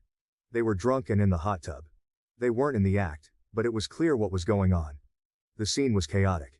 Empty bottles scattered around, clothes strewn haphazardly, and Alice, visibly intoxicated, was barely coherent. When Ken walked in, Alice started freaking out. She began calling Ken names and screaming that it wasn't Sunday yet. Her words were slurred, and her movements were unsteady. The younger men looked uncomfortable and started gathering their things to leave. Ken, trying to keep his composure, quickly escorted their daughter back to his truck so she didn't see the worst of it. He was furious but kept calm for their daughter's sake. Alice's outburst didn't stop. She kept yelling obscenities and accusations, completely oblivious to the actual day. Ken managed to get their daughter out of there without her witnessing too much, but the damage was done. The next day, Alice had no recollection of what had happened. She woke up with a hangover and a hazy memory of the night before. She had texted Ken horrible things while she was F up. The messages were vile, filled with deeply personal and hurtful comments. Ken showed them to my husband, who then showed them to me. I won't say word for word what they said, but it was really personal shit. The kind of things that cut deep and are hard to forget. Alice's drunken texts accused Ken of being a failure, of never loving her, and she even made derogatory remarks about his manhood. It was as if all her pent-up anger and frustration had been unleashed in a barrage of venomous words. Seeing those texts made my heart ache. This wasn't the Alice I knew. She was spiraling, and it was affecting everyone around her. The incident was a tipping point for Ken. He decided to go nuclear, determined to take her to the cleaners. He wanted the house, full custody of their daughter, and child support. He wasn't just angry, he was done. For Alice, the realization of what she had done hit hard. She tried to apologize, but the damage was irreparable. Ken was adamant that there was no going back. Their daughter, caught in the middle of this chaos, started preferring to stay with Ken, feeling more stable and secure with him. I know this isn't Alice. She's going through shit. She needs friends right now, and I'm literally all she has. Alice's actions that night were a manifestation of her inner turmoil, a desperate cry for help masked by alcohol and poor decisions. It was a moment of weakness that had severe repercussions, rippling through the lives of everyone involved. Her own daughter would rather stay with Ken. I'm not going to cut my best friend out over this. The issue? My husband wants me to cut her out. He's said some really terrible things about her. He's called her a shitty mother. I know she loves her daughter. He's called her a self-absorbed f***ing b***. He says he doesn't want me getting sucked into her drama and behavior. Every time I insist that she'll turn it around and just needs help right now, he shuts it down, saying this is who she really is, and he doesn't know why I want to associate with people like her. I know a lot of this is just shit that Ken has told him, and he's defending his buddy. They've been close for years, and I get it. He's loyal to Ken. But it's different for me. Alice and I have a history that goes way back before either of us met our husbands. I'm not excusing her behavior, but I think it's unreasonable for him to want me to cut my best friend out of my life entirely. Alice has asked me to go out with her a few times recently. She's lonely and going through a really tough time. I went once without telling my husband because I knew what he'd say, and honestly, I just wanted to talk to her in person, to see if I could help her somehow. When I finally told him we had met up, he went ballistic. He accused me of hiding things from him, which, okay, I did, but only because I knew he wouldn't understand. He repeated that if I don't cut her out we'd have issues too. It's like he's drawing a line in the sand, and I'm stuck in the middle. On one side, there's my husband, who's been my rock for a decade, the person I share my life with. On the other side, there's Alice, my best friend, who's like a sister to me. Cutting her out feels like betraying a part of myself, a part of my past and everything we've been through. Update. This is not a happy update. Alice and I arranged to meet on Saturday morning. I plan to bring coffee and assist her with some tasks around her house before her business trip on Monday. My goal was to express our collective concern, her family's and mine, about her well-being and to let her know we all want her to be happy, though her recent behavior has been troubling. I hoped we could have a sincere conversation, that I'd reconnect with the friend I knew, that she'd agree to seek therapy, and that she'd start moving in a positive direction. None of that happened. She was combative from the second I showed up at her place, almost like she knew what my intentions were before I even said anything. Her defensive posture and curt tone were immediate red flags. When I told her I was worried about her, she brushed it off, insisting that she was fine and just blowing off steam, having some fun. She claimed that after all her hard work, she deserved to let loose, especially now that Ken had left her. Her defiance was palpable. She talked about how ungrateful Ken had been over the years, despite all her hard work and the financial support she provided. She listed everything she'd paid for and done for him, framing herself as the martyr in their relationship. It made me cringe to hear her speak this way because it was so out of character. She had always been the strong, independent one. But now, it felt like she was rewriting their history to fit her narrative. For the record, Ken is a hard-working guy who didn't need her money. He was the breadwinner when they first got together, supporting Alice as she climbed the corporate ladder. While it's true that she makes quite a bit more than him now, in no way was he dependent on her financially. They had always maintained a partnership based on mutual respect and shared responsibilities. Listening to her, it was clear that she was trying to rationalize her recent behavior, painting herself as the victim who had been taken for granted. But I knew better. Ken had supported her through thick and thin, standing by her side as she pursued her career ambitions. Her current perspective was skewed by the pain and anger of their separation. Alice's demeanor didn't change as I tried to reason with her. Every attempt I made to bring the conversation back to her well-being was met with more justifications for her actions. She was adamant that she was just having fun, and that she deserved it after everything she had been through. It was as if she was trying to convince herself as much as she was trying to convince me. Her combative attitude left me at a loss. Some of my friends pointed out it was likely that Alice was cheating on Ken. Reluctantly, I asked her about it. She got extremely defensive, her face flushing with a mix of anger and hurt. She gave me the whole, "I can't believe you'd even ask me that" attitude, her voice rising in indignation.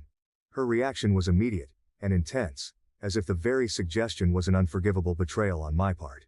I reminded her about the hot tub incident and how bad it looked. I painted the picture again. Ken walking in with their daughter while she was in the hot tub with two younger men, visibly intoxicated.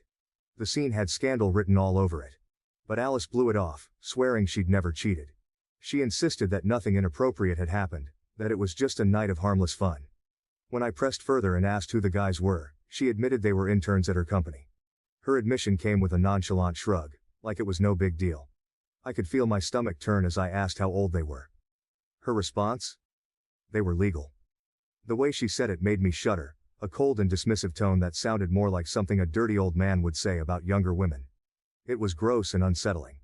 Her flippant attitude didn't sit right with me. I could sense she was trying to downplay the whole situation, to brush it off as inconsequential. But the casualness with which she referred to these interns, combined with the scene Ken had walked in on, painted a troubling picture. I couldn't shake the feeling that there was more to the story than she was letting on. Whether or not she was cheating before the breakup, I don't know. I don't really know anything about this woman anymore. The friend I had known for years, who was once reliable and grounded, now seemed like a stranger.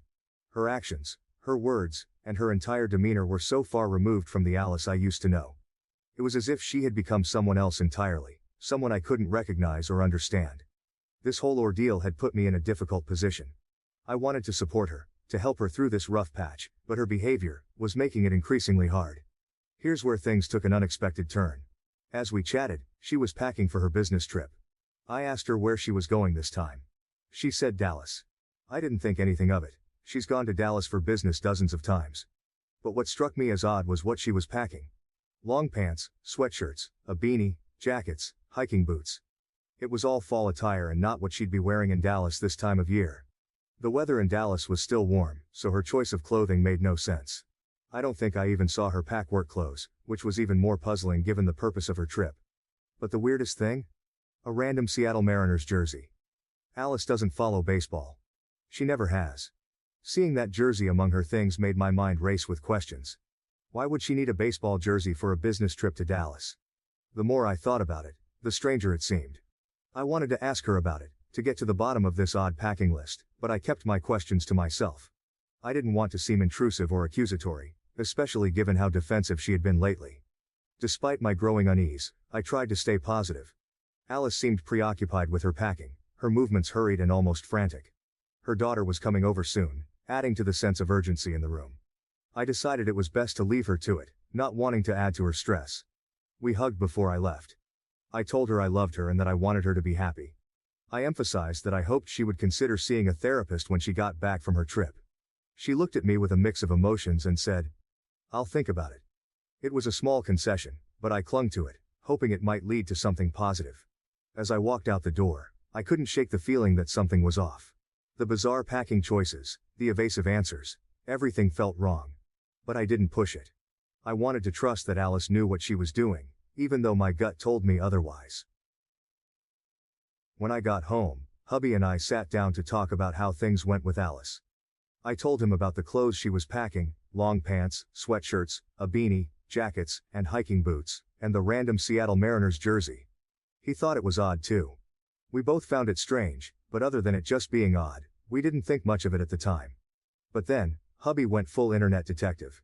He was determined to figure out what was going on. After a bit of searching, he discovered something that made my heart sink. Guess who lives in Seattle and has a Facebook profile picture of himself at a Mariners game? Her daughter's biological father. The realization hit me like a ton of bricks. When I checked the Mariners' schedule, they did have home games next week. I called Alice immediately, my hands trembling as I dialed her number. When she picked up, I tried to keep my voice steady. "Are you really going to Dallas?" I asked. She responded casually. "Yeah, why?" I took a deep breath and pressed on. "Are you sure you're not going to see her ex in Seattle?" There was a long pause on the other end of the line, probably a full minute of silence that felt like an eternity. I could feel the tension mounting. "Alice, you better not lie to me, I'll find out," I warned her. Finally, she came clean. She admitted that she had gotten in contact with him right after Ken left her and that they'd been talking more and more. She claimed he was a different man now, that he had turned his life around. She launched into a spiel about how he had changed, how he was more responsible and stable now, how he wanted to be a part of his daughter's life again. But all I heard was blah blah blah. I was furious and heartbroken. This man had caused her so much pain in the past, and now she was letting him back into her life. After everything she had been through with Ken, the last thing she needed was to get involved with someone who had hurt her so deeply before. The fact that she had lied to me, that she had planned this whole trip under false pretenses, made it even worse. I didn't know what to say. I was filled with a mix of anger, disappointment, and fear for what this could mean for her and her daughter. I didn't talk about her baby daddy in the last post because it wasn't relevant. But just know this man is a piece of shit human being. He cheated on her while she was pregnant and kicked her out when she confronted him. He'd slap her around, call her terrible names, and degrade her in ways that no one should ever have to endure. This f***ing guy even had the audacity to say he wanted nothing to do with their child. When Alice finally reached out to me, desperate and broken, I didn't hesitate. I flew to Seattle, picked her up, and brought her home. She stayed with me for a bit, trying to piece her life back together. Those days were tough. Alice was a shell of herself, dealing with the trauma of abuse and the daunting task of raising a newborn alone. But Alice, being the resilient woman she is, slowly started to rebuild. She found strength in her daughter, who became her beacon of hope. Not long after moving in with me, she met Ken. He was a breath of fresh air, a kind, hard-working man who treated her with the respect and love she so desperately needed. Within a year of dating, they moved in together, and Ken embraced the role of a father to her daughter with open arms. He provided stability and affection, something Alice hadn't experienced in a long time. Ken was there for the milestones, her daughter's first steps, first words, and first day of school. He was the one who stayed up all night when she had a fever, who taught her how to ride a bike, who read her bedtime stories. In every sense that mattered, he was her father. Their little family seemed perfect, a stark contrast to the nightmare Alice had escaped. Thinking back to those days, it's painful to see how far things have fallen apart. Alice went from being in a loving, supportive relationship to the mess she's in now. The memory of what she went through with her baby daddy only makes her current choices more baffling and worrisome. She knows firsthand the kind of person he is, yet she's letting him back into her life. It's like watching her walk back into a burning building. The thought of her daughter potentially being exposed to that man again is unbearable. She deserves better. Alice deserves better. But she's so lost right now, so blinded by her pain and confusion, that she can't see it. It's like she's forgotten the horrors of her past and is willing to risk everything for a man who never deserved a second chance. All of this makes me fear for her even more. I told her that of all the shit she's pulled recently, this was by far the worst thing she could do. My voice was shaking with anger and disappointment as I laid it out for her. I couldn't believe she would ever speak to that man, after what he did to her, and how he treated her. She kept saying it was years ago, that he had changed, and that he wanted to meet his daughter one day. But that didn't matter to me. The scars he left, both physical and emotional, were still fresh in my mind, even if she chose to forget them. When she said he wanted to meet his daughter, something inside me snapped. I started screaming and yelling into the phone so loud I think I blew out my voice. Are you out of your mind? After everything he did to you, to us, you're going to let him back into your life? Into your daughter's life? I was beyond furious, my anger fueled by years of witnessing her pain and suffering because of that man. I told her I was done with her. I told her if she gets on that plane to Seattle, to not bother contacting me ever again. I hung up on her. She called back and texted once, but I ignored it. I didn't have the energy for her anymore. I just sat on the couch crying all night while my husband held me. He didn't rub it in. He didn't give me an attitude. He just let me cry and told me he was sorry. Sorry that my best friend was making such destructive choices. Sorry that I was caught in the middle of this mess. Sorry that there was nothing he could do to fix it. I felt completely drained, emotionally and physically. The weight of my words and the finality of what I had said hung heavy in the air. This was the woman who had been my confidant, my rock, my sister in every way that mattered. And now, I was watching her walk down a path that I knew would lead to nothing but more heartache and devastation. The realization that I might have lost her for good was almost too much to bear. I couldn't understand how she could be so blind, so willing to rewrite history for a man who had only brought her pain. The memories of helping her rebuild her life, of watching her grow stronger and more independent, now seemed distant and futile. It was like all the progress she had made was slipping away, and there was nothing I could do to stop it. My husband's arms around me were the only thing keeping me from falling apart completely. Alice texted me this morning. She said she was sorry for lying to me but that she's a big girl now and can look after herself. Her words were a slap in the face, a dismissive wave of her hand as she brushed off my concerns and our history. It was as if everything we had been through together, all the support I had given her, meant nothing. Her stubborn pride was leading her down a dangerous path, and there was nothing more I could do to stop it. I asked her if she was still going to Seattle. There was a part of me that hoped she might change her mind, that she might see reason and reconsider. But her reply was a simple, unyielding, yes. That one word sealed the deal. I felt a mix of anger and sadness as I blocked her number. It was over. With a heavy heart, I told Ken everything. He was upset but not surprised. His eyes held a sadness that mirrored my own. He said he knew how close Alice and I were and that he was sorry I'd lost my friend. His empathy was comforting, a small solace in the midst of the turmoil. I told him I was sorry he'd lost his wife, that the woman he had loved and supported had drifted so far from him. You guys were right. I feel like a fucking idiot. Maybe it's a little selfish of me, but I feel betrayed. I had invested so much into our friendship, had stood by her side through thick and thin, only to watch her throw it all away. The sense of betrayal cut deep, leaving a wound that I wasn't sure would ever fully heal. Alice's decision to reconnect with the man who had caused her so much pain was a betrayal not just of our friendship, but of herself and her daughter. She was undoing all the progress she had made, and it was heartbreaking to witness. I felt powerless, knowing that I had done everything I could and still failed to save her from herself. The memories of our friendship, once a source of comfort and joy, now felt tainted by the recent events. Every laugh, every shared secret, every moment of support and understanding was overshadowed by her betrayal. It was a harsh reminder that sometimes, no matter how much you care for someone, you can't save them from their own choices. As I sat there, processing the end of our friendship, I felt a mix of emotions. Anger, sadness, disappointment, and a lingering sense of guilt. Had I done enough? Could I have done more? These questions haunted me, even though I knew the answers wouldn't change the outcome. Alice had made her choice, and now I had to live with mine. I just lost a friend. A part of my life. My friend lost his wife. And worst, a kid just lost her mom. No matter how challenging life becomes, there will always be someone willing to extend a helping hand and guide you through your darkest times. Once you find such individuals, it is essential to cherish and maintain those relationships. Additionally, while work plays a vital role in our lives, it is crucial to balance professional responsibilities with family commitments. Your family serves as your sanctuary, a place of solace when external circumstances become turbulent. Failure to strike this balance may result in losing what you hold most dear. Prioritizing both your career and personal life is imperative for long-term fulfillment and stability. Thank you for watching. If you haven't subscribed yet, please do so and hit the notification bell to stay updated with more shocking real-life stories happening around you. I discovered my stepmom's Reddit account and was shocked to find out how much she hates me and my siblings. I'm really pissed off and want to vent. I even cried reading the things she said and I don't know what to do. I don't need any advice, I just want to vent. My father has been married to my stepmother for 5 years. He has been divorced from my mother since my younger brother was 2 years old. There's no beef between them and they have a great co-parenting. I have a 17-year-old sister, a 16-year-old brother and I'm 25. Then my father has a 3-year-old son with my stepmother. I found her Reddit account in a pretty random way. Since I'm only home on the weekends, I let her use my computer. She forgot to close her email because I was able to come home during the week. She doesn't post too much but she comments too much. I was honestly going to close the email but it caught my attention that all the replies were from step-parents subreddit, so curiosity won me over. I know, it's not a good thing to do and curiosity killed the cat.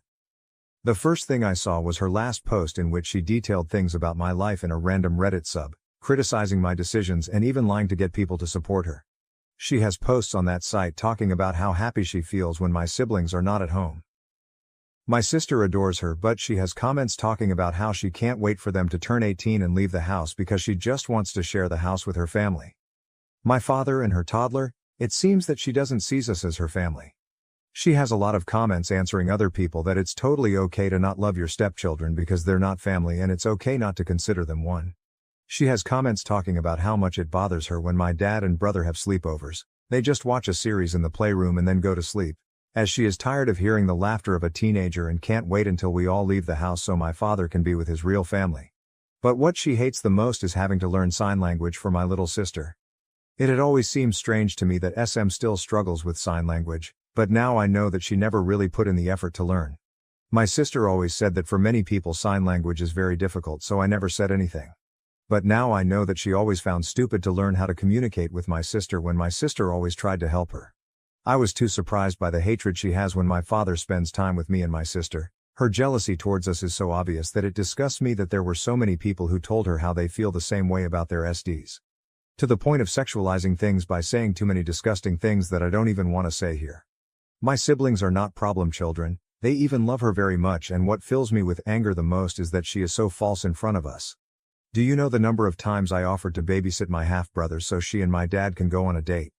All those times she refused to let me take care of him, but now I saw comments that she left about how I am living at my father's house and I don't help her at all, only for other people to respond saying that she should give my father an ultimatum to make me leave because I'm too old to live with him and he has a new family. I cook my food, do my laundry, I help my father pay the bills while she doesn't, and normally only come home on the weekends because I'm doing a police academy almost full week. I don't even care if I'm making it too obvious who I am. It was my father who told me to move back with him so that when I come back from the academy on Friday nights it will be a shorter trip. She sexualizes my interactions with my father, saying that it is not normal for me to sleep a nap hugging him and that I should know my place. He is my father, what the hell wrong with her? I'm so disgusted. I have the comments, I have the post. I have even comments from years ago and I will use them, I don't care. Comments. Comment 1, show dad her posts. Comment 2, this, Show your father what she really thinks of you all, because once you're all eventually out and she gets her wish, she's going to work double time to keep it that way and isolate him. Update 1. I decided to delete the post because for now I can't tell anyone what happened because I'll basically be locked up in the academy until Friday morning. In fact, I shouldn't even be using my cell phone now. Someone with too much free time shared the situation in that sub of step-parents to warn my SM. I have screenshots of everything, including a video showing that it is her email and showing the comments. If she sees that post, what will she do? Delete the account? I already have the proof. But I don't want my siblings to find out before I tell them, and I know that those types of posts usually end up in those TikTok that re-upload posts without permission, so I prefer to delete the post so that it doesn't stand out even more. Although my siblings don't use Reddit or that kind of content. I'm going to post again in that sub when I talk about everything with my family, so I hope Redditors know how to keep the secret of the post for now. I know they won't, ha ha ha. Being a stepmom is hard. Yes, one thing is feeling that you're having a hard time, and another totally different thing is making a post saying that you hate it when your stepdaughter is around her father because you think she's going to fuck him, TF. It is not the same to say being a step-parent is stressful, than to say honestly learning SL is unnecessary. BC when the girl turns 18 I will not see her again, it is a waste of time since she can read lips. Also some people complained about me hugging my dad. I also took a nap hugging my mother or my siblings. I'm sorry for having a family that loves me and are not perverts who see a hug as something sexual.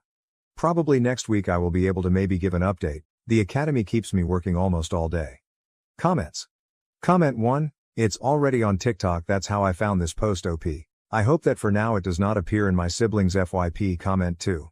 As soon as it's posted on Boru it's on TikTok. Update 2. Hi. For now I'm going to post this little update here since I haven't spoken to my father yet, but I spoke with my siblings and mom. I told my dad that I was staying at a friend's house when I left the academy, but I actually went to my mom's house and told her everything. She doesn't even know what Reddit is, that site isn't used too much here, but I translated the comments and posts for her. I showed her the videos and my mom was furious. I explained to her that in the comments BM it's Madre Biologica. I was confused about it too the first time I read that, also with SM. So my SM also made comments and posts complaining about my mother being that they have always had a cordial treatment. But still my SM was lying saying that my mother was troublesome. No one in the comments said anything, everyone supported her and they recommended that she should move far away with her legal family, far away from the problematic BM and kids. First we told my brother, who was also upset and said that she was a fake but that he has seen her ignore my sister and pretend that she does not see or hear her a lot of times. He explained that like me it also seems strange to him that SM has not yet learned sign language.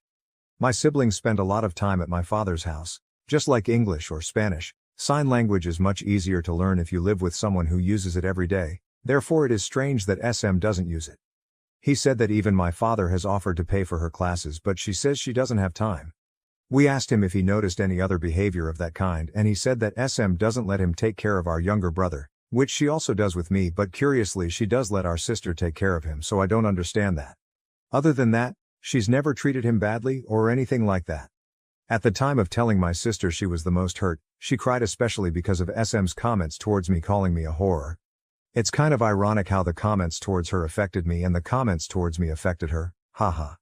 Something that my sister noticed that I didn't is that almost all of SM's comments are criticizing me, my sister and even my mother. But my brother, she has only criticized sleepovers or when he comes back late from being with his friends. But she has criticized my and my sister's clothes, made up things about my life, confessed that she hates it when we hug our father, she said we're too clingy, she talked badly about my mother, etc. My sister said it's sexist and maybe she's got some mental problem. My sister said she always believed SM didn't really hear her and she maybe wasn't speaking well and didn't understand her. I think that's the shittiest thing of all. My sister's greatest pride is being able to pronounce some words no matter how short they are or if they sound like noise for some people. We understand her, but SM made her feel insecure every time she ignored her. I know that my sister always justified that by believing that it was her mistake and that SM made an effort to learn but it was simply more difficult for her, but now we know that no, she was never interested in learning. I'm getting mad again as I write this, sorry. My mother said she was going to talk to both of them, mainly because even though it's an anonymous site, SM's way of expressing herself is sick and she's not going to let my siblings be around someone like that. Oh, but she's venting, being a stepmom is lonely. I received comments like that. It's not the same to say I feel lonely and I feel stressed, than to say my stepdaughter behaves like a slut, just because me and my minor sister uses a bikini for the pool. Her account is old, She's been leaving comments like that for years. With lies, with complaints we never heard before. It's just messed up. We arranged that we're going to tell our father all together and show him everything, so we're probably going to tell him tomorrow because I need to leave for the academy on Monday. My SM account has not been deleted. It's crazy how she makes things up to get approval from strangers. At this point I don't even know if she's crazy or a mythomaniac. I would like to go back to her email since the password is saved, but I don't know if she will receive a notification of that because this time I closed the account. Update 3. We talked to my father over the weekend. For now he is staying at my mother's house. It is a complicated situation since in the middle of everything is my half-sibling too. During the weekend I went to my father's house and the first thing I did was tell my stepmom separately that I've seen her Reddit account and I'm going to talk about it with my dad. She told me that I can't condemn her for something she uses as an intimate diary, but I told her that this is not a diary, it is a social network where she makes her problems and lies public. If someone other than me discovered her account, then what was going to happen? Were they going to believe all the things she invented? If her identity was revealed on that account by someone else, I would have too many problems and could even be kicked out of the academy. Again, there's a big difference between saying I'm stressed and, my stepdaughters behave like sluts around their father. I simply told her that my mother and sister also know it and would come to talk about it too. She for obvious reasons just went to lock herself in her room not wanting to talk with me. Once we talked to my father I showed him most of the posts and comments. There were so many crazy comments that I think it would take me too long to read them all because they were just so long too. She's that kind of people who comments the bio of their lives in the posts of other people. My father got angry. My SM never expressed having a single problem with us like that. The situation would be different if we knew what she thinks about us. My father went to look for my SM who refused to talk about it and was mostly angry with me for violating her privacy. My father told her that she's insane for thinking that my sister and I sexually provoked him. That he can't believe the way she talks about my sister and the happiness she expresses every time my sister goes to the hospital and is not home, how she expresses to be counting the days until my sibling stops going to the house forever. My father told her that she knew that he is a father and that he would never leave us aside. She made her decision, and even so, instead of talking about her problems she decided to create an account to play at being a victim. She said she needs a place to vent, but he told her that venting is not the same as telling lies. Venting is not the same as hating your stepdaughters and talking horrible things about them, and she could have spoken about it and not just lied. They argued a lot, but it didn't get anywhere because she kept defending herself and my father only told her that it was over. My mother told my father that she is not going to let my sister and brother be around a woman who is clearly mentally unstable because no normal person thinks like that. After arguing too much and even trying to make SM understand that what she did is wrong, she just justified herself all the time. My father went with us and told her that he is going to come back just to see my brother every day, but that he no longer trusts her and never saw that side of her. She lied for so many years. Nothing really went as I expected because I expected her to be more mature. I think I at least hoped that she could apologize, but I think she doesn't even think that what she did is wrong. In her mind everything was totally justified because being a stepmother is difficult, but nothing justifies her being so cruel and poisonous. But yeah, that's what happened. I think it's hurtful. To know that someone can hide that much darkness inside. I wasn't too close with her, but I liked her, to the point of sharing my clothes and things with her, so I also feel sad about it. Mostly for my dad. Comments. Comment 1. Wow. Just wow. You think you know someone and then 1 second, bam. I am so sorry you and your family are dealing with this. SM is off her rocker. Does she need constant attention and approval? She needs therapy and most likely the whole family because this is a traumatic event and major trust issues are now forming. Stay well, stay strong. OP. Comment 2. I am happy that your father stood up for you all. I got kicked out of step-parent Reddit because it was clear that some step-parents were unhinged and hated their step-kids with a passion. OP. Yeah, I even had to delete the first post because I was told that someone had made a post in that sub to alert my SM. Thank you for watching. If you haven't subscribed yet, please do so and hit the notification bell to stay updated with more shocking real-life stories happening around you. I broke up with my girlfriend because she wanted to stay a virgin. Now she wants to get back together but had sex with someone else during our breakup. I, a 23-year-old male, met my ex-girlfriend, a 21-year-old female, 3 years ago. We lived on campus at university in different halls of residence. After a few months, we got together and for the most part had a very happy relationship. There was always one issue though. My ex grew up in a very religious home. Her father is a pastor. She has been open with her family that she does not share their faith. They weren't happy about it but accepted that she has to make her own choices on that. Nevertheless, I think some of that religious upbringing was still in her mind. I grew up in a different religion but was never very serious about it and am no longer religious. Our relationship was pretty normal except that she told me very early that she was a virgin and wanted to stay that way until she was married. It wasn't for religious reasons, as I mentioned she isn't religious. But she was very focused on not disappointing her dad. We did other sexual things, just not intercourse. I never had much luck with girls growing up, and going into the relationship I was a virgin. And I still am, at least if you classify being a virgin as never having had intercourse. Anyway, I was becoming more resentful of the fact that everyone I know was having normal sexual relationships and we weren't. I couldn't understand why she didn't want to have a full sexual relationship, though of course I never pressured her about it. I felt that while I was at university, and pretty broke, getting married was something for the future. Last year, I was in my last year of university and she was working in her first professional job. Her degree was shorter than mine, so she finished university first despite being younger than me. She was talking a lot about all these successful guys she met at work, which did make me feel lesser as I was still a broke university student. Coupled with her still not wanting a full sexual relationship, it did make me feel more resentful.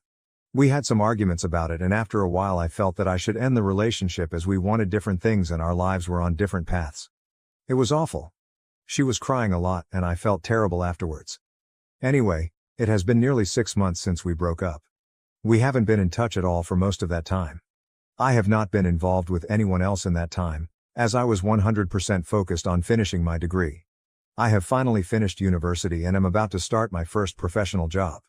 She recently got in touch again and asked to meet up.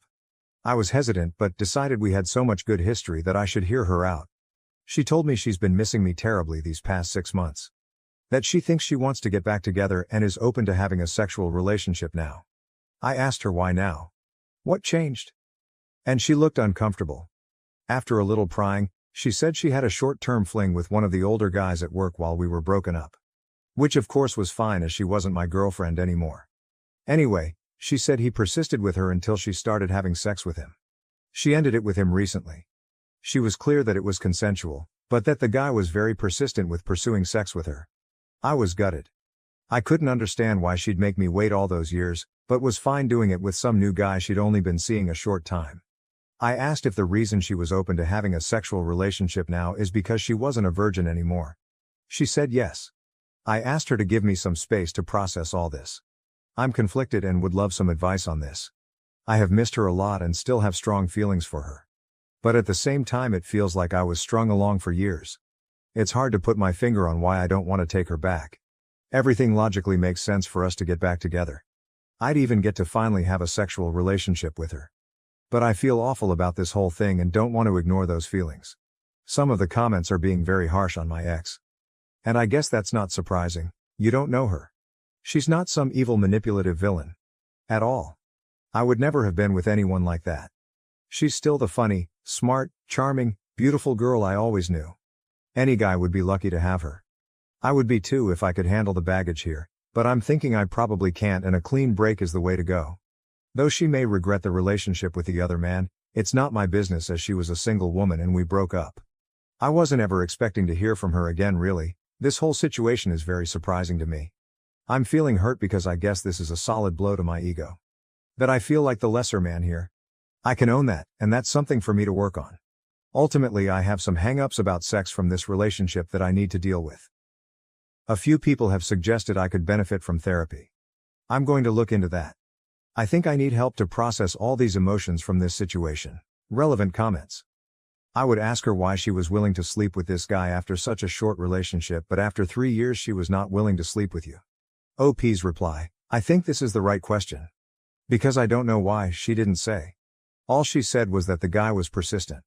I'm torn about whether to simply text her that I don't want to rekindle things and leave it all in the past. Or whether I should ask more questions about what happened. Because this hurts.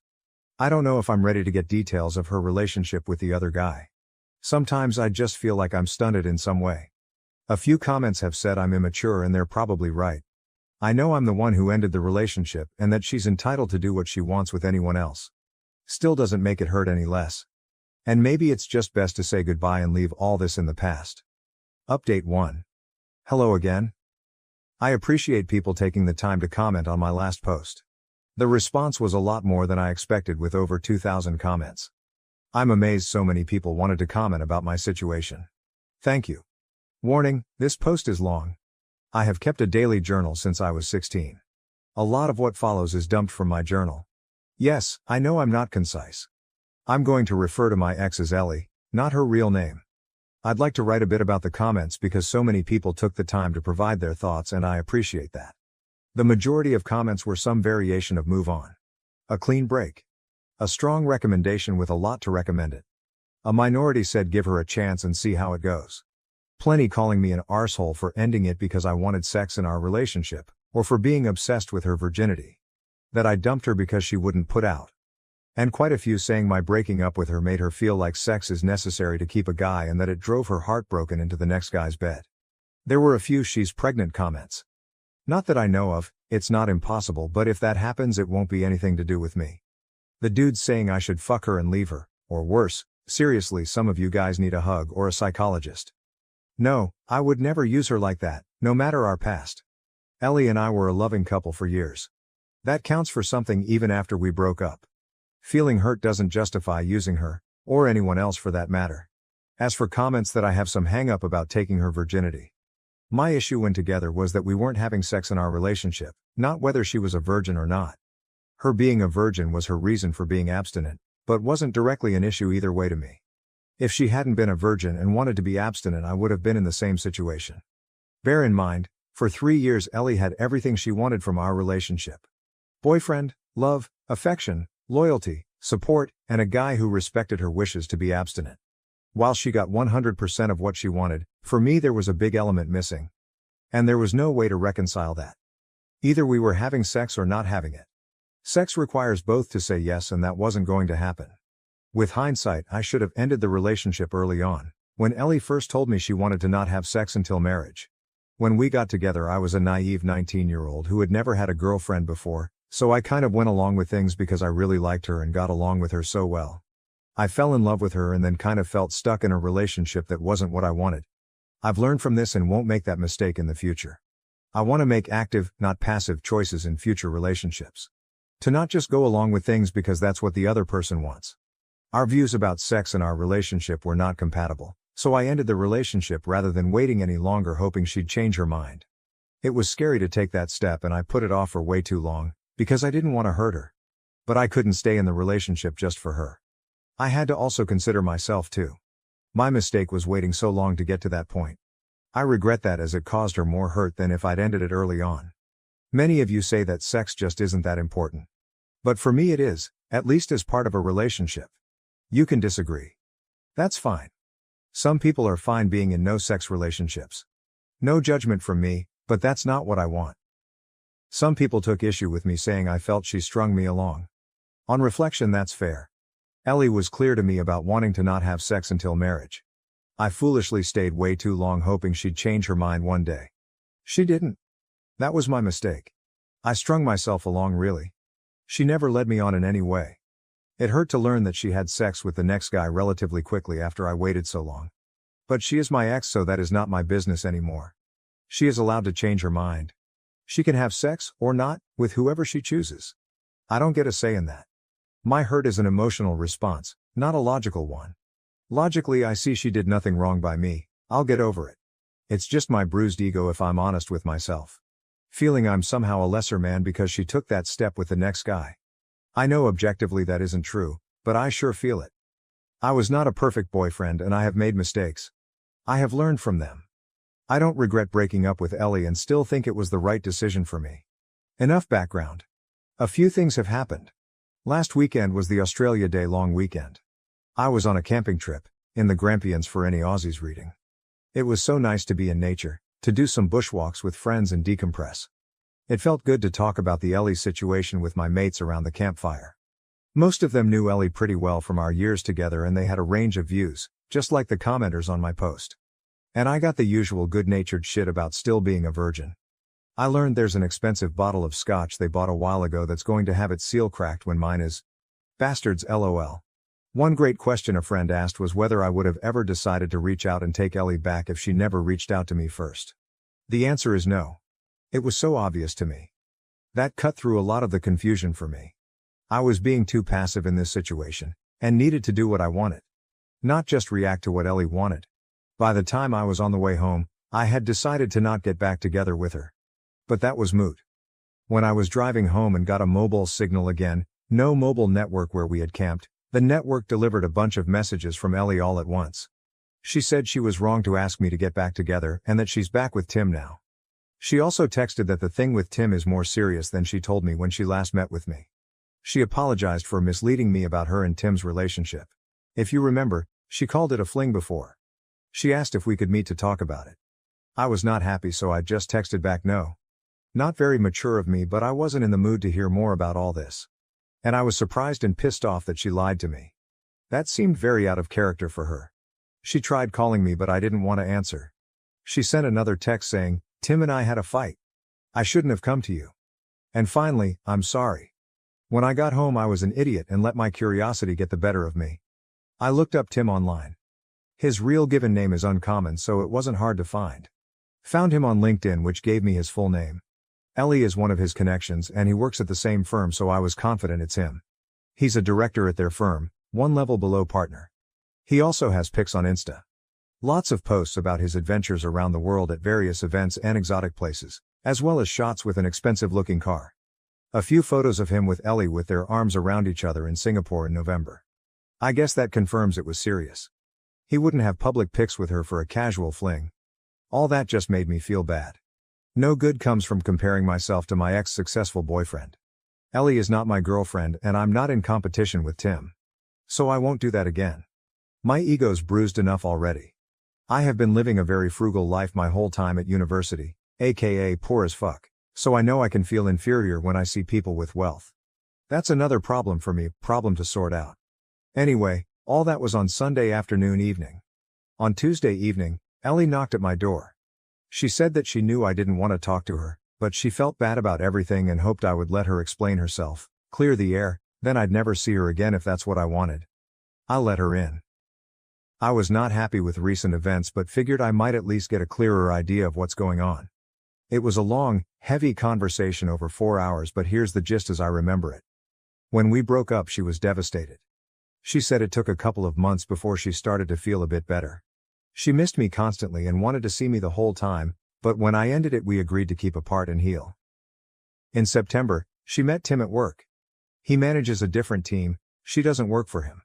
She said he was very charming and attractive and showed almost immediate interest in her. They got to know each other and he asked her out. She was worried it was a rebound but felt so much better getting his attention that she went along with it.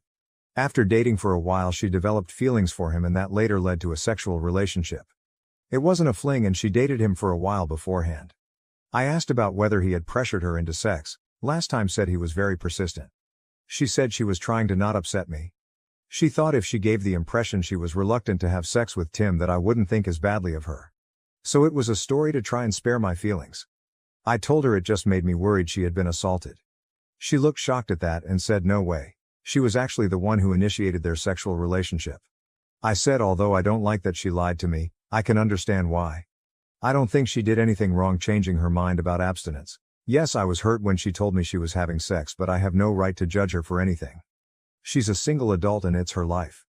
I don't think badly of her. She burst into tears and said something like, "I thought you must hate me now." I assured her that I didn't. She said she was sad it didn't work for us, but that she never would have dropped her virginity commitment if we had not broken up. After we broke up, she decided that it was a commitment she made to her dad when she was still a kid and it was messing with the life she wants now. So by the time she and Tim got into their relationship, she had already decided she was ready for sex with the right person. I asked about her dad and she just said he doesn't need to know. I asked about why she asked to get back together. Tim is older, she told me he's 32, and has been at the firm 10 years. One day at work, one of the women made a snarky comment to Ellie about being another one of Tim's girls. She did some digging and it turns out Tim has a history. He has dated a long list of women from work, several of them were young graduate employees just like Ellie. The rumor around the office is that Ellie is just the next girl to get used by him. She was horrified. She accused him of using her. They argued and she told him it was over. Soon after that she came to me. She felt as if we might be able to rekindle things now that she was open to a sexual relationship. But my hesitation and time to calm down made her realize that was a mistake. Over the weekend, Tim asked her to work things out. She decided to give it a chance. She tried to call me but they went to voicemail. I was camping. So she sent those messages instead. So I guess that's settled. I don't want her back and she's in a relationship so she doesn't want me back either. We chatted a bit about how our families are going. She congratulated me on finally finishing university. She asked if I'd been seeing anyone and when I told her I'd been studying hard and working a lot since exams, retail job, with no time for girls, she laughed and said I'm still a big nerd. She hoped we could be friendly if we ever see each other. But she wants to keep out of contact out of respect for her relationship with Tim. She wants to give it a real chance of working. Which is fair enough. She gave me a hug, said thank you for understanding and left. So there you have it.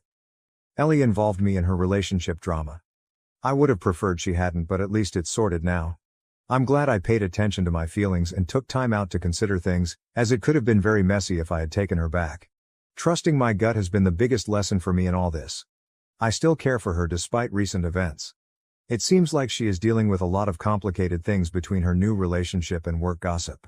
I wish her well and hope she will be happy, whether it's with Tim or not. She was my first love and I expect I'll always have warm memories of her. But I am clear now that I don't want her back. She is my past and I want to look forward. Well, this has become an essay. Tutors at university always told me I was too waffly in my writing. Well, fuck those guys, I'm not a student anymore. I can now focus on launching my new career with no distractions. I've worked so hard for so long to get here. My new job starts on Monday. It's going to be so great building actual real experience in my new profession, not just endless theory. I'll be earning much better money, no more student poverty. And I've got graduation in May to look forward to as well. I'm open to finding someone new but that is way down my priority list. I'm not going to actively pursue that anytime soon. OP on Ellie changing. I came to terms with our relationship months ago. When she came back to me, it stirred up some old feelings, because we'd been a couple so long. But thinking about it now, that was more of an echo of those memories than real feelings. All of this drama was Ellie's doing. I would have preferred she never involved me so I could have been blissfully ignorant of her romantic life.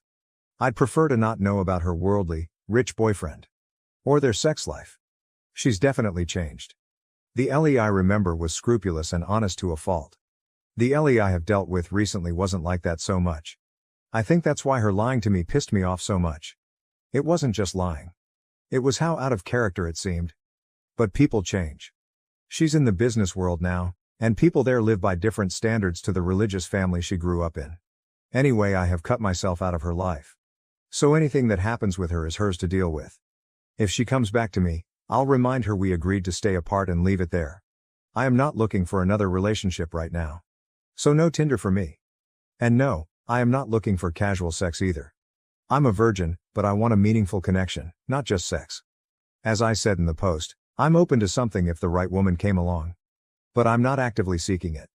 That might change after a while, but right now I want to keep focused on my new career. OP on having closure. A lot of the comments here act like that final meeting was all for her benefit. Sure, she got some kind of relief or closure out of it, but it was also good for me. Seeing who she is becoming just made is 100% no doubt in my mind that we wouldn't ever make sense. She has changed a lot in the last year, starting when we were still together and she had started her job. Random phrases like, work hard, play hard, being generally less kind and more dismissive of others. Clearly she was being influenced by those around her, but it was her choice to take on those behaviors. I love the old Ellie, but I'm not sure I even like the current one much. Anyway, I didn't feel like she intruded. I felt like I got a nice neat ending to the whole thing and can get on with my life with a clear conscience. But we're clear now that it's over forever and I have her promise that she will stay out of contact. If she ever does try to come back I can remind her of her own promise and close the door. Update 2. If you recall from my previous posts, my ex Ellie and I mutually agreed to be no contact after some drama on her part. At the urging of Redditors I also blocked her to help maintain no contact. I've been working since February as a graduate engineer and it's been everything I hoped it would be. I'm meeting amazing smart people, learning so much every day and am finally earning a salary after years of being a broke student. Having a little money in the bank and being able to afford to do things like eating out is such a nice change. When I finished university in November, I moved in with my brother temporarily. He'd just broken up with his ex and needed help with his rent. That's where I was living when Ellie last came to see me. He found a new housemate, and since his place was on the wrong side of the CBD for my job, I moved into a shared house in the southeast of Melbourne. The place is a bit run down, but the rent is reasonable, by insane Melbourne standards, and there are lots of pubs, bars and restaurants nearby. The location and my housemates have been great. I'm seeing someone. I'll call her Olivia, not her real name. She's the sister of one of my housemates. We met when my housemates and I had a BBQ and she dropped by. We got talking and were still talking hours later until everyone else had left. Her brother told us to STFU so he could get some sleep, haha. I asked her out that week and we've been close since. My housemate, her brother has been making fun of us ever since, including more than a few crude jokes when she stays over. We agreed to be exclusive 6 weeks ago, so it's still quite new. She's so cool, and smart, and gorgeous. The chemistry was instant and intense from the moment we met. We just clicked so well. It's such a great time when we're together. Olivia is an accountant at a big firm. One of Olivia's workmates was having a party last month. She asked me to come to meet some of her work friends. We went inside and Olivia introduced me to the woman who hosted the party, her workmate Jess. There would have been maybe 40, 50 people there. I didn't know anyone but Olivia. At one point I offered to grab more drinks. The kitchen was in a separate room. As I was getting them, a guy asked me to pass him a beer from the fridge. I introduced myself and he said, "Hi, I'm Tim." We chatted a couple of minutes about our jobs and how we know Jess, then I just said nice to meet you and returned to the group.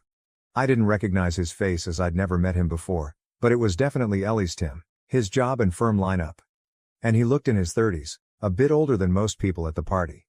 Neither of us mentioned Ellie when we were talking. Later on I asked Jess how she knew Tim. She said she used to work at the same firm as Tim, also where Ellie works, but she moved to another employer, where Olivia works. Despite living in a city of 5 million, it's still a small world. On the tram ride home I must have been quiet because Olivia asked what was on my mind. I said that the Tim guy at the party was, or maybe still is, my ex's boyfriend. I said I didn't think he knew who I was, or if he did he didn't say anything. That prompted me to share some history about me and Ellie. Olivia was wide-eyed and said, "You never told me you were a virgin." Then she laughed and said, "Well, we took care of that." She asked if I had any feelings for Ellie and I truthfully said no. I dealt with all that months ago. More recently, there was a formal charity dinner that Olivia was asked to support. Her employer was a sponsor of the event. She was keen to show me off. We were at a table with a bunch of her work colleagues. Nice people. One of her work friends was so excited to meet me, and Olivia can't stop talking about you. That made me feel really good. After dinner a few of us were chatting and I got a tap on the shoulder. I turned around and to my surprise it was Ellie. Tim was with her. It was so weird to see her again. Tim said he remembered meeting me at that party but never made the connection to Ellie until just now. She must have told him about me. Ellie looked very different. She had lost a lot of weight and was very slim. The tight red dress she was wearing made that obvious. Her dad would not approve. Not that she was ever overweight, but I'd never seen her that thin before. She was immaculately made up with what looked to my ignorant eye like expensive jewelry. She'd changed her hair too, now blonde instead of her natural auburn. She looked like a sleek rich girl, not the poor pastor's daughter I remember. Don't get me wrong, she looked amazing, but she looked like a different person. I know it was a formal event so we were all dressed nicely, but this was a major transformation. Despite her glam looks, when I saw her I didn't feel anything for her. Just nothing. Ellie said she was so glad to see me and she had some news, holding out her hand to show a diamond engagement ring. I know nothing about diamonds but it looked pretty big and expensive to me. I offered my congratulations to them both. Just then Olivia walked back over. I introduced her to Ellie and Tim. Olivia put her arm around me and Ellie's smile seemed to kind of freeze. I didn't really know what else to say, so I just said nice to see you again and wished them all the best for the wedding. Tim walked off and Ellie just sort of stood there a moment. It was awkward. Later on as we were leaving, Ellie was staring at us as we walked out. Olivia said later that, "I think she still has a thing for you." I said it doesn't matter. Anyway, cut to a few days ago. My brother messaged me saying Ellie stopped by looking for me. Yes, Reddit, you were right. He knew to not share my new address with her, so all he said was I'd moved out. Next day I received an email from an address I hadn't seen before. It was Ellie. No acknowledgement that she was breaking our agreement to be no contact. No mention she stopped by my old place. It said, "It was so great to see you again. I've missed you, and, that girl you were with is pretty, how serious is it?" And telling me she and Tim have big plans for their wedding next year and she hopes I can come. I was annoyed because she is trying to make her life my business. Again. Despite promising no contact. Even going to the trouble to make a new email address to get around me blocking her. I showed Olivia the email and she rolled her eyes and asked me to think about why my ex would send me that. Why indeed? Olivia is great at cutting through bullshit and reads people way better than I do. Ellie can't have me back. I'm in a relationship now, plus she's engaged, and it's not like I would go to their wedding. Who goes to their ex's wedding? It wouldn't be right. I don't know why she's trying to contact me, but I can guess that she wants to use me for emotional support again. Or maybe things are rocky with Tim, who knows? Whatever she wants, it's not happening. She has family and friends, she can talk to them. I deleted the email and blocked the address without replying. Ellie promised she'd keep out of contact and just couldn't help herself. I still intend to keep my word of no contact, even if she doesn't. I've also set up a filter to send any email containing her name to the bin. Olivia and I had a talk after that. I asked if she was concerned about the Ellie thing, but she said no, she's not worried, she didn't get serial killer vibes from Ellie. I'm glad none of this has put her off me. So nothing too dramatic, but it does prove you guys were right. Ellie couldn't not contact me despite promising to do so. I was able to sidestep her much more easily than last time. Ultimately, this is a good news story. Life is so great right now. I've got a cool new girlfriend, a fun place to live and a new career I love. It has been easy to leave Ellie behind. Thank you for watching. If you haven't subscribed yet, please do so and hit the notification bell to stay updated with more shocking real-life stories happening around you. I faced police calls due to a classmate's misunderstanding about my bruises. Now, she must change classes and face the consequences. I, 19, am in a nursing program. We do a lot of physical exams on each other to practice, which involves wearing shorts and tanks. It's important to mention that I am permanently blind in one eye. I'm constantly running into walls, doors, railings, plants, people, animals, everything. As you can guess, I'm covered in bruises 90% of the time, on my blind side. In the course one day we were talking about signs of abuse and the teacher said constant bruising. I raised my hand and added that it's important to talk to the patient if they're an adult, before calling the police, as it could be something else. She asked for an example, so I rolled up my sleeve and explained that the bruises were from door handles of the school, which were varying colors and heights. She nodded and agreed. She said that with children, we call the authorities the moment we suspect abuse. With adults, we first attempt to talk to them, and if their reason seems valid, we don't call. The lessons continued, and about a week later, the cops showed up at my door. They told me they had received a report that I was being physically abused and always covered in bruises. I explained my disability to them. They checked my home, talked to my family, and found no further signs of abuse. When I asked questions, they told me they got my address from the university because they take abuse seriously here. When they talked to the university about me, the university was very concerned and just wanted to help me.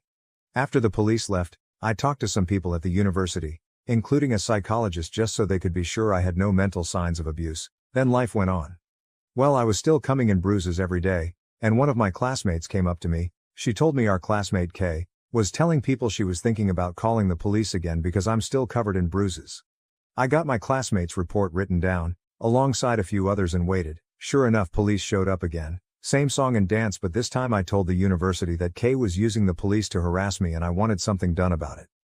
The university decided the best course of action was to move her from my labs to the other ones so she couldn't see whether I was bruised or not. She's now told me I'm an asshole and that she was just trying to help me and I didn't need to mess up her whole university schedule. Relevant comments. Deleted user. She really didn't learn the lesson the class was taught, did she? A lesson she needs to understand if she's going to work in this job. If she'd done what the teacher taught, talk to the adult, then none of this would have happened. She brought this on herself. Comment 1. She was harassing you by carrying on calling the police. Once can definitely be out of concern, but after everything was checked out and you were safe, she decided to continue, so it's totally on her. OP, I was fine with the once, it's okay, people make mistakes, but after the second time I wanted to make sure it'd stop. Comment 2, I'm not blind in either eye and I'm also always bruised. My legs and sides always have a big purple knot somewhere. It's a daily occurrence.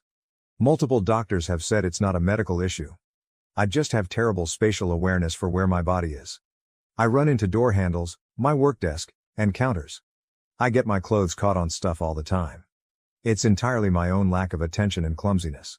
Comment 3, Kay knew about your disability and literally learned in class about talking with the patient before reporting. Additionally, K could be a serious danger to her patients if she did this with a DV case. The abuser may escalate when confronted by police, which can create a dangerous and potentially deadly situation. Comment 4. K found out the consequences of 1. Not believing you, and 2. Not minding her own business. She needs to learn to rein that in, or she's not going to keep a job as a nurse with assumption-making skills like that. Comment 5. Genuine question. How do you get bruised almost every day? Do you have low sight in your other eye as well? Do you wear eyeglasses? I'm blind in one eye as well, by birth. I'm short-sighted, but I rarely get bruised running into things. I usually sprain my ankle due to not noticing unlevel ground, or hit my toe on the wall corners due to blind spots once or twice a year, but the peripheral vision and the angle at which I turn my head to keep my eye at center is more than enough to not bump into things so frequently. OP. I'm nearsighted in the other eye. Stuff on my left side is just impossible to see. Glasses get in the way of some of my peripheral vision. Keeping my head turned too long causes stiffness in my neck, and I have to be able to turn my head fast and quick. As I said, well, I get bruised a lot. It doesn't interfere with my job. It's something I've grown up with. And I bruise easily. I don't bump into anything at home, but in the outside world I do. Comment 6. I ask this as a nurse, and I mean no disrespect, but are you sure that nursing is the best field for you given that impairment? OP. Yes, I love helping people, and I'm fully capable of the job. I'm the only one who ever gets injured in my daily life, lol. And it's typically because I'm not paying enough attention to my surroundings and don't notice something new and trip on it. Update 1. Okay, so, I'm blind in one eye. I run into random stuff if I'm not paying enough attention. I'm covered in various bruises. Showed this during class while talking about abuse and how we have to talk to adults before calling. Girl decided to call the cops on me twice claiming I'm abused, resulting in me forced to go to counseling, talk to therapists, police, etc. until everyone was assured I wasn't abused. So anyways, it's been a bit since that post and I have big updates on her. I called her K in the other story, so let's stick with that. So anyways, I had previously gotten her removed from my labs. We still shared class, not lab. I figured everything was fine now and she'd leave me alone. But I was wrong. Not only was she spreading rumors that I was abused, but she called the cops again. Apparently more than once, as the other 2 times the cops said they had a report of abuse. This time they said reports. When I asked how many reports, they said that it was multiple people. So I don't know if others in class called or she had her family do so. I just don't know. They couldn't tell me who called due to privacy when it comes to reporting, to try and make sure abusers don't attack the reporters. Apparently my university had attempted to stop them when the cops spoke to them, but the cops had to check anyways, so they came after talking to the university anyways. And again we did the same song and dance. I told them I felt like someone was using the cops to harass me. And the cops took this. They said no one would show up again.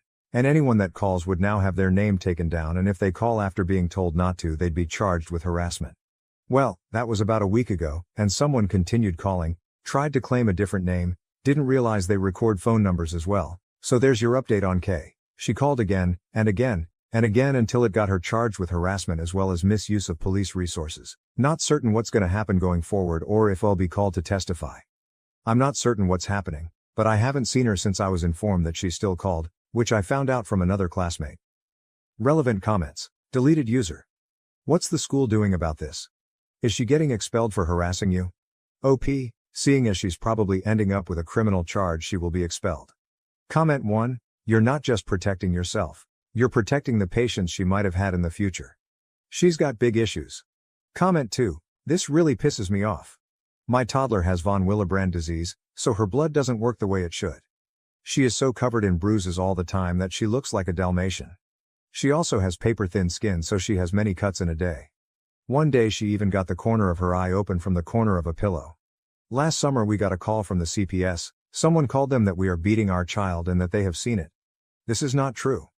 And if you really saw a parent beating their 1.5-year-old child, wouldn't you stop it when it was happening? Not called a week later. Best part was that we weren't even in the country when the beating took place. Someone was just mad because we have been renovating our house and the noise was too much for them. Pure harassment. Comment 3. I read your other post and was glad to find this update. While I agree Kay is definitely in the wrong and needs to have the consequences of her actions. Hopefully not being a nurse is one of them, since she seems unfit for it. I really came here because I was so upset about how people were saying you shouldn't be a nurse because you are blind in one eye. My brother is blind in one eye. Actually, he has had a prosthetic eye since he was a kid. He has been a nurse for more than 30 years. ER nurse, cardiac surgery nurse, trauma unit. He's done it all while having no sight on one side. People that say you can't be a nurse need to F off. They are narrow-minded AHs. Also, my brother rides a motorcycle and has done since he was a teen. Do what makes you happy and F all the rest of them. Good luck on your career. Update 2. I don't know exactly where to start with this post, but I kinda want to give this update because I'm hoping it's the last one. So I made my last post only 12 days ago and shit kinda went down. Now, I need to explain that quite a bit of this is secondhand, because I luckily avoided the crazies. So basically, Kay does not know where I live, knows the general town, but nothing else. I did invite one girl in our class to my house to work on a project. She was the only person other than the university that knows where I live. Kay knows this, because her and girl who Emma call Lily, are kinda not related. Lily's cousin is married to Kay's cousin, so they knew each other prior to the program but not really well, and Lily is also the one that told me about Kay still calling even after the police promised me they would not show up again, which they haven't. They just started taking down the numbers and keeping track of who called, when, and did they call after being told not to. So basically, Kay knew me and Lily were paired up for the project, knew Lily came to my house, did not know where the house was, or what it looked like, just that it was in a town X kilometers away from where they were. They also knew the town name via Lily's mom, so I got warned by Lily that Kay's mom was going to try to find me to get me to drop Kay's charges. I'm not the one charging her. The police are. I have not pressed any charges despite some people saying I should get a restraining order. Lily warned me, and I hid in my house and did not leave until Lily told me that Kay's mom had returned home. Kay's mom then proceeded to harass Lily in an attempt to get Lily to give Kay's mom my address so she could knock on my door instead of driving around aimlessly hoping to spot me. Lily refused, and deleted all text between me and her to ensure that even if Kay's mom stole her phone, and somehow got past the password, that she would never get my address. Lily then informed the university of the situation, and had proof via text, that the university had her print off and give to them, and the police. The university's security are now watching for Kay's mom's car, and Kay's mom. Security is informed that if and when I'm at school they are to escort me to and from my car. My car is also to be parked near cameras, by order of the university, until the situation dies down. Luckily I'm at clinicals and not anywhere near the university. Kay was kicked out before clinicals so has no idea which clinics the students are at, or which I'm at. Had she stayed in longer, she'd have a literal list posted to the class page, about where I'm at, and where in the building I'm at. Kay's family apparently was informed by the police that any attempts to contact me would be harassment, so says Lily. Can't guarantee, but yeah. I kinda don't know how to feel. The next time I have to go to the uni is for exams in like 3 weeks, so hopefully Kay's family doesn't hold on to this that long. Until then I'm safe in a building filled with security, locked doors, and places to run. The placement was also informed about this situation and with pictures from Lily, who's at a different placement, are watching for Kay's family, and has banned them from the premise in advance.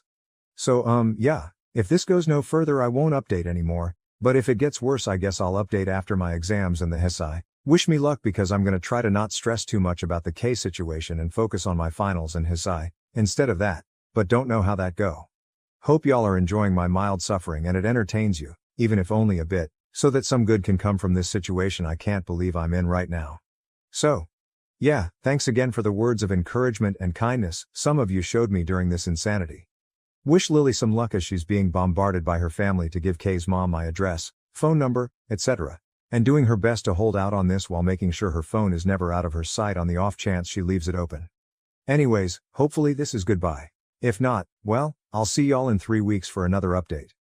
Relevant comments. Comment 1, I don't understand why there is so much drama from Kay and her family. Like what the heck is happening that they feel the need to harass you? Have you presented a restraining order? OP, hi. I still don't feel a restraining order necessary as they really only keep people willing to listen away, and that's not really the case here. I plan to just avoid it, the police and courts handle it and forget it ever happened. Comment 2, this is going too far. What's wrong with that woman? And has her whole family gone insane? Not only are they harassing you but they're putting your family in danger. She's basically accusing them of abuse. It could damage their reputation but also put their job on the line depending on their fields. It's good that they are providing you with security but it's still not enough. Lily won't possibly be able to warn you every time that woman goes out of her house. In case she eventually finds your house and comes to threaten you, you should probably get cameras for your door to record everything. When you say she was kicked out, do you mean the school? Because I really hope your university realized how unhinged Kay's behavior has been and how unfit she is to start a career in this field. Not only does she lack common sense, but she's also acting in a deranged manner. Targeting someone like that is not acceptable, especially not under the fake pretense of trying to help. Had you really been a victim of abuse, you would have probably been even more traumatized by this situation. OP.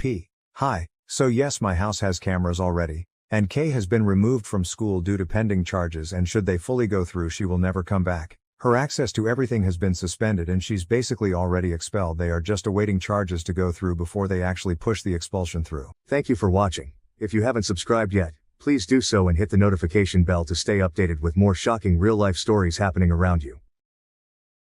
After refusing to babysit my stepsister's kids, my dad threatened to cut me off, leading to uncovered family secrets and strained ties. I'm Sophia, 28F, and I've been dealing with some family trouble recently. My parents split when I was 10, and it was not a good experience. My mother moved out, and I lived with my father for several years. It was only the two of us. We were close, and I assumed we told each other everything, but as I got older, I realized there were many things my father withheld from me. When I was 16, my father introduced me to Linda, 50F. They had been dating for a time without informing me. I was hurt that he kept this a secret, but I attempted to be supportive. A few months later, they married, and Linda moved in with her daughter, Emma, 25F. The transition was difficult. I went from being an only kid to suddenly having a stepsister. Emma and I never really clicked. She was lively and outgoing, whereas I was more reserved. We were courteous to one another, but we never became close friends or anything like that. At 18, I moved out for college, relieved to get some space from my new family. I focused on my academics and met new people. After graduating, I found a job in the same city and decided to stay. I'd go to see my father and Linda on holidays, but that was about it. Emma and I scarcely communicated, just exchanging birthday texts and attending family dinners when I was in town. Fast forward to today. Emma recently came to my city with her 27-year-old husband Jake, and their two children, Liam, 4M, and Ava, 2F. Jake accepted a new position at a technology startup, so they relocated here. Emma does not work. She is a stay-at-home mom. When they first moved, my father called and requested me to assist them settle in. I was not delighted about it, but I agreed. I took them around the city, helped them select a suitable neighborhood, and even helped with part of the relocation. I believed that was the end of it, but I was mistaken. Emma began visiting my flat every evening with her children about a week after they relocated. She would ask me to look after them for an hour or two while she went errands. I initially accepted because I wanted to be nice, but it soon became a daily occurrence. I worked from home as a graphic designer, and while I was finished with work by the time she took the kids off, I value my alone time in the evening. I utilize that time to relax, work on personal projects, or socialize with friends. The kids are okay, but I'm not really a kid person. I don't know how to keep children entertained, and being around them always makes me nervous. I reminded Emma several times that she needed to hire a babysitter, but she always had an excuse. "It's just for today," she'd remark. "I'm still getting used to the city." I started to suspect she was taking advantage of me. Last Friday, I had planned to go out with my pals. We were celebrating my best friend's promotion, which I'd been looking forward to all week. I told Emma in the morning that I would be unable to watch the kids that evening. She said okay, and I assumed that was all. But at 6 p.m., just as I was about to leave, Emma arrived at my door with Liam and Ava. Before I could say anything, she handed me the kids and drove away. I tried calling her, but she did not answer. I even called Jake, but he did not respond. I had to postpone my plans and stay at home with the kids. I was infuriated. Emma had ruined my plans before, but this was the first time she fully ignored my refusal to babysit. I was trapped with the kids until 9 p.m., when Emma arrived to pick them up. When she arrived, I challenged her regarding her behavior. She pretended it was no big deal and claimed she had an emergency. When I pressed her for information, she was unclear and evasive. I warned her that this could not happen again and that she needed to get a proper babysitter. Emma became enraged and stated I was being selfish, and that families should assist one another out. That is when I lost my temper. I told her that we were not truly relatives. I explained that just because our parents married doesn't mean we had to be close. I informed her that we had scarcely spoken in years before she moved here, and now she was acting as if we were best friends. I told her I was done babysitting and that she shouldn't bring the kids over until invited. Emma left in tears. I felt awful, but also happy that I had finally established a clear boundary. I believed that was the end of it, but I was mistaken. The next day, my father called me. He was upset with me. He stated Emma had contacted him crying, accusing him of being nasty to her and the children. My father told me that I should apologize and continue to babysit Emma. He said that this is what families do for one another. I attempted to convey my side of the situation. I informed him about Emma taking advantage of me, repeatedly ruining my plans and never respecting my time or boundaries. But my father was not listening. He continued emphasizing that I should be more understanding and helpful. Then my father said something that deeply saddened me. He called me selfish and expressed disappointment in the person I had become. He told me that Linda and Emma were now my family, and I needed to accept it. He even mentioned how distant I had been since he married Linda, hinting that I still harbored a grudge. I was shocked. I told him they were his family, not mine, and that I was an adult capable of making my own decisions. I told him that I had my own life and obligations and I couldn't just drop everything to be Emma's on-call babysitter. This resulted in a major debate. My dad threatened to cut me off if I didn't apologize to Emma and resume babysitting. I felt hurt and enraged. I informed him I was self-sufficient and didn't need his money. I also suggested that if he wanted to cut me off over this, perhaps we weren't as close as I believed. My father ended the call by hanging up on me. Linda and other family members have since messaged me, accusing me of being unfair. They suggest that I be more empathetic of Emma's circumstances as a young mother in a new city. Some of my aunts have even called to say I'm pulling the family apart. Emma hasn't contacted me directly, but she has been writing on social media about how families should always be there for one another. She has been tweeting quotes about the value of sisters and how blood does not determine family. It appears like she is attempting to publicly guilt-trip me. I feel like I'm going mad. Am I truly in the wrong here? I don't think it's fair for Emma to expect me to be a free babysitter anytime she wants, and I don't think my father should threaten me about it. But I'm beginning to wonder whether I went too far in claiming Emma and Linda aren't my real family. Part of me feels guilty. Perhaps I could have been more patient with Emma. Perhaps I should have tried more to connect with her when we were younger. But another part of me is angry and resentful. I feel that my thoughts and boundaries are not being respected. I have always treasured my freedom. After my parents divorced, I learned to rely on myself. I worked hard in school, received a college scholarship, and have established a successful profession. I'm not used to having people rely on me in this way, and I'm not sure I want the responsibility. At the same time, I can't stop thinking about Liam and Ava. They're innocent in all of this, and I genuinely care about them. I don't want kids to feel rejected or undesired, but I also don't think it's good for them to have an aunt who dislikes babysitting them. I tried discussing this with some of my friends, but they seem divided.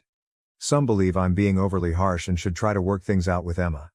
Others believe that I'm correct in setting boundaries and Emma is entitled. I do not know what to do. Should I apologize? Should I stand my ground? I feel like this thing has spiraled out of control, and I'm not sure how to fix it. I don't want to lose my relationship with my father. But neither do I want to be taken advantage of. This scenario has caused me to question a lot about my family and myself. Am I really as selfish as my father claims? Have I been harboring bitterness for his remarriage without realizing it? Should I have worked more to develop a relationship with Emma over the years? I keep thinking about how things may have turned out differently if my mother was still present. She relocated across the nation after the divorce, and we don't communicate much. I wonder what she would say about all of this. I am at a loss. I believe that no matter what I do, someone will be upset with me. I want to do the right thing, but I don't know what that is anymore. Update 1. It's been almost 2 weeks since my last post, and things have only become more complicated.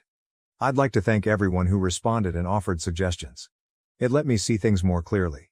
After reading the comments, I decided to stand my ground. I did not apologize to Emma or begin babysitting again. This created some strained family relations. My father stopped communicating to me completely, and Emma continued to post passive-aggressive messages on social media about false family members and the value of being present for your nieces and nephews. The quiet from my father was especially difficult. We used to communicate at least once a week, but now there is nothing. I tried to convince myself that it was for the best and that I was creating good limits, but it still hurt. My stepmother, Linda, attempted to mediate the conflict. She contacted me several times, attempting to get me to reconcile with Emma and my father. She said she understood where I was coming from, but that family valued compromise. I appreciated her efforts, but I still felt as if everyone was rejecting my emotions. I immersed myself into my profession, taking on extra freelance projects to take my mind off the family problems. I also began going to the gym more frequently and took up a new hobby, painting. It was soothing to produce something lovely in the midst of my life's craziness. However, something unexpected occurred last week, which changed everything. I was in a neighborhood coffee shop working on a project when I overheard a familiar voice. It was Jake, Emma's husband. He was seated at a table with a woman I did not recognize. At first, I assumed it was a work colleague, but then I noticed Jake reach across the table and take the woman's hand. They spoke in quiet tones and looked at each other in a way that indicated this wasn't a nice meeting. I couldn't believe what I was witnessing. Jake was supposed to be at work, not having what appeared to be a love encounter with another woman. I sat there frozen, unsure what to do. Shall I confront him? Should I snap a photo as proof? In the end, I did not do either. I silently gathered my belongings and exited the coffee shop. I went home, my thoughts racing from what I'd just watched. I did not confront Jake. I wasn't sure whether I should tell Emma. Will she believe me? Our relationship was already fragile, and accusing her husband of adultery might only make matters worse. I chose to sit with the information for a day and consider what to do. The next evening, Emma called me.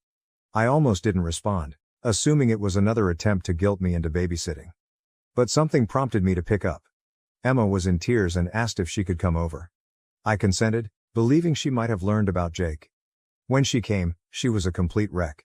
Her eyes were red and puffy and she appeared to have not slept for days. But it was not about Jake at all. Emma admitted she had lied about running errands when she left the kids with me. She acknowledged seeing a therapist for postpartum depression and anxiety. Emma broke down while telling me her experience. She has struggled since Ava's birth, feeling overwhelmed and inadequate as a mother. She hadn't told anyone in the family because she felt humiliated and terrified of being judged. She left the kids with me during her therapy appointments. I was stunned. I felt a range of emotions: pity for Emma's situation, rage that she had deceived and taken advantage of me, and regret for how harshly I had judged her. I told Emma that, while I realized she was going through a difficult period, it was unacceptable for her to lie and dump her children on me without notice. We spoke for hours. Emma apologized for her conduct and for not being open about her issues. She promised to hire a proper babysitter for her sessions. I informed her that, while I couldn't be a regular babysitter, I would be happy to assist out on occasion if she gave me advance notice. As we spoke, I began to view Emma in a new light. I learned that despite her seemingly wonderful life, she struggled just like everyone else. It made me reflect on how little I understood about her life and how quickly I had judged her. Emma also discussed her emotions of loneliness after moving to the city. She stated she was thrilled to be closer to me, believing we could finally have the sisterly bond we had never had. She said she had pushed too hard and too quickly, and she apologized for not respecting my boundaries. I also conveyed my own feelings. I told her how I felt left out after Dad remarried and how I battled to fit into our new family dynamic. We chatted about our childhood, sharing recollections and opinions that we had never discussed before.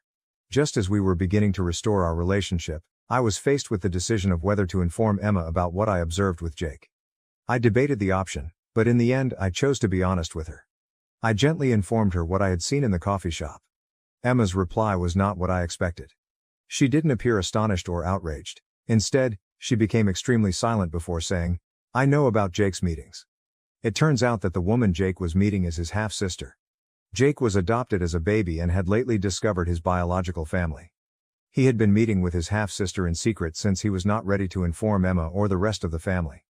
He was concerned about how it may affect their family relationships, particularly with his adoptive parents. I was happy Jake was not cheating, but I was also frustrated by our family's concealment. I told Emma that all of this, her treatment, Jake's meetings, could have been avoided if everyone had simply been honest from the start. Emma agreed and said she'd speak with Jake about being more open with the family. She also pledged to be more open with me in the future. We concluded the evening on a brighter note than we had in weeks. The next day, I called my father. I informed him about Emma's troubles and how we had worked things out. I also told him that, while I was willing to have a relationship with Emma and occasionally help out with the kids, my limits needed to be respected. To my amazement, my father was understanding. He apologized for his reaction and acknowledged that he had put too much pressure on me. We promised to improve our communication and respect each other's boundaries more. We also talked about the past, including how his remarriage affected me and how we had grown apart over time. It was a challenging conversation, but it seemed like we were finally confronting topics we had been ignoring for too long. Things have calmed down, but I still feel like I'm walking on eggshells. There are numerous secrets and unsaid concerns in our family. I'm glad Emma and I were able to sort things out, but I have a feeling there will be more trouble. I'm trying to stay positive, but I'm also bracing myself for what might happen next. This entire experience has made me realize how little I knew about my family members. It's made me ponder what additional mysteries lie beneath the surface. For the time being, I'm working on gradually restoring my connections with Emma and my father. It's not easy, and there are still periods of tension, but it appears like we're headed in the right path. I'm discovering that family connections are complicated, and communication and honesty are essential. I'm also trying to strike a balance between being present for my family and preserving my own boundaries. It's a work in progress, but I'm hopeful that we can be family without compromising our distinct wants and identities.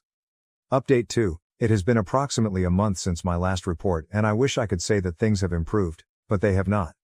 In reality, things have gotten a lot worse. Remember how I started to feel like more drama was about to unfold? Well, I was correct, but I could not have foreseen what happened next. Emma called me last week, frantic. She was in tears and hardly intelligible. When I calmed her down, she informed me that she had received some horrible news. Jake hasn't simply met his half-sister. He's had an affair with her. Emma grew suspicious of Jake's numerous meetings and decided to follow him. One day, she noticed him meeting the woman at a hotel rather than the customary coffee shop. She approached him, and he confessed to the affair. He attempted to excuse it by claiming that he felt a connection with his half-sister that he had never had before, but Emma was understandably appalled and devastated. I was shocked. I felt bad for not pressing harder when I initially saw Jake with the woman. I attempted to console Emma as best I could over the phone, but she was distraught. She explained that she was leaving Jake and asked if she and the kids could stay with me for a bit. Despite our previous disagreements, I couldn't send her away in her time of need. I agreed to let them stay. Emma and the kids moved in with me the next day. It's been a tough transition. My flat isn't really designed for 2 young children, and Emma is still really emotional. She alternates between tears and aggressive outbursts. I'm trying to be supportive, but it's taking its toll on me. To make matters worse, Jake has been bugging Emma with continuous phone calls and messages. He's even popped up at my flat several times, causing havoc in the corridor. I had to threaten to contact the police to get him to go. It has been distressing for everyone, especially the children, who do not understand what is going on. Another explosive went off in the midst of the mayhem. My father contacted me, seeming anxious. He said he needed to tell me something important and asked if he could come over. When he arrived, he dropped a bombshell that shocked me to the core. It turns out Jake's half-sister is also my half-sister. My father admitted to having a brief romance with Jake's biological mother years ago, before meeting my stepmother. This woman gave birth to a daughter, who Jake has been having an affair with. I was stunned. I couldn't believe what I heard. My father had held this secret for nearly 30 years. He stated he only found out recently when Jake's half-sister took a DNA test and it matched some of our family members. My father got in touch with her and learned the truth. I felt as if my entire universe was crumbling. Everything I believed I knew about my family was a lie. I was angry with my father for keeping this a secret, at Jake for betraying me, and at myself for failing to anticipate any of this. I haven't told Emma about the recent revelation yet. She's already coping with so much, and I'm worried this may push her over the brink. But I know I'm going to have to tell her someday. The previous several days have been a haze. I've been trying to keep things regular for the kids while simultaneously supporting Emma and dealing with my own thoughts about this new sister. I've taken some time off work to deal with everything, but I'm not sure how long I can do it. I'm at a loss on what to do next. My flat has become a refuge for my sister and her children, a safe haven from her cheating husband, and it now feels like the hub of a decades-long family scandal. I'm trying to keep everything together, but I feel like I'm drowning in secrets and lies. I'm not sure how our family will ever heal from this. The trust has been damaged, and I am not sure it can be repaired. I'm thinking about going to therapy to deal with all of this, but for the time being, I'm just taking it day by day. I've tried to contact some friends for help, but it's difficult to explain the scenario without seeming like I'm making it up. How would you inform someone that your brother-in-law is having an affair with your hidden half-sister? It sounds like something from a horrible soap drama. I am also concerned about the long-term ramifications of all of this. What will happen to Emma and the children? Will Jake seek custody? And what about my half-sister? Should I try to reach her? Do I really want to know her? Given the circumstances, it's also worth considering how this may influence my relationship with my father. I'm upset that he kept this a secret for so long, but I understand that he was probably terrified and ashamed. Even so, knowing what he did makes it difficult to look at him in the same way. For the time being, My primary emphasis is on Emma and the children. Despite the volatility, I'm attempting to provide a stable atmosphere for them. It's not simple, but it seems like the proper thing to do. I'm also attempting to care for myself. I've started journaling to help me process my emotions, and I'm making an effort to do something I enjoy every day. Even if it's as simple as reading a book or going for a walk. I know I'll have to make some important decisions shortly about Emma's predicament, my connection with my father, and whether or not to contact my half-sister. But for now, I'm just trying to get through each day. If anyone has been through something similar and has any suggestions, I'd be grateful. This entire scenario is daunting, and I could use all of the help I can get. Update 3. It's been 3 months since my last update, and much has changed. After the shock of the discoveries subsided, we had to cope with the aftermath. I eventually told Emma that Jake's affair partner is our half-sister. She was devastated all over again, but it also provided her with the necessary closure. She sought for divorce and received a restraining order against Jake. The legal procedure has been messy, but Emma is sticking firm. Emma and her children remained with me for approximately a month before she found a tiny apartment of her own. She began working part-time at a local bookstore and is gradually reconstructing her life. This experience has actually brought us closer together. I occasionally help her with the kids, but only on my terms, and she respects my boundaries. We haven't contacted our recently discovered half-sister. We aren't ready for it yet, and I'm not sure we ever will be. The circumstances of her existence, as well as her acts with Jake, make it difficult to consider having a relationship with her. My relationship with my father has been strained. I was upset with him for hiding such a significant secret for so long. We've had several lengthy, painful discussions on trust, honesty, and the consequences of his decisions. He has been visiting a therapist to deal with his shame and learn how to regain trust with his family. It is a slow process, but we are making progress. I've started visiting a therapist to deal with all of my inner problems. It's helped me go through my feelings and set reasonable boundaries. I am learning that it is acceptable to prioritize my own mental health and well-being, even when family members are in crisis. One unanticipated result of all this is that I've reconnected with my mother. After everything came out, I contacted her because I needed someone to talk to who wasn't personally engaged in the situation. We've had some wonderful discussions and she's been a source of comfort throughout this. We're striving to restore our relationship and it's been great to have her back in my life. I've also made significant changes in my life. I decided to take a sabbatical and travel. I needed to go away from the family drama and rediscover myself. I'm writing this post from a modest cafe in Europe, where I've spent the last month. This distance has helped me gain perspective.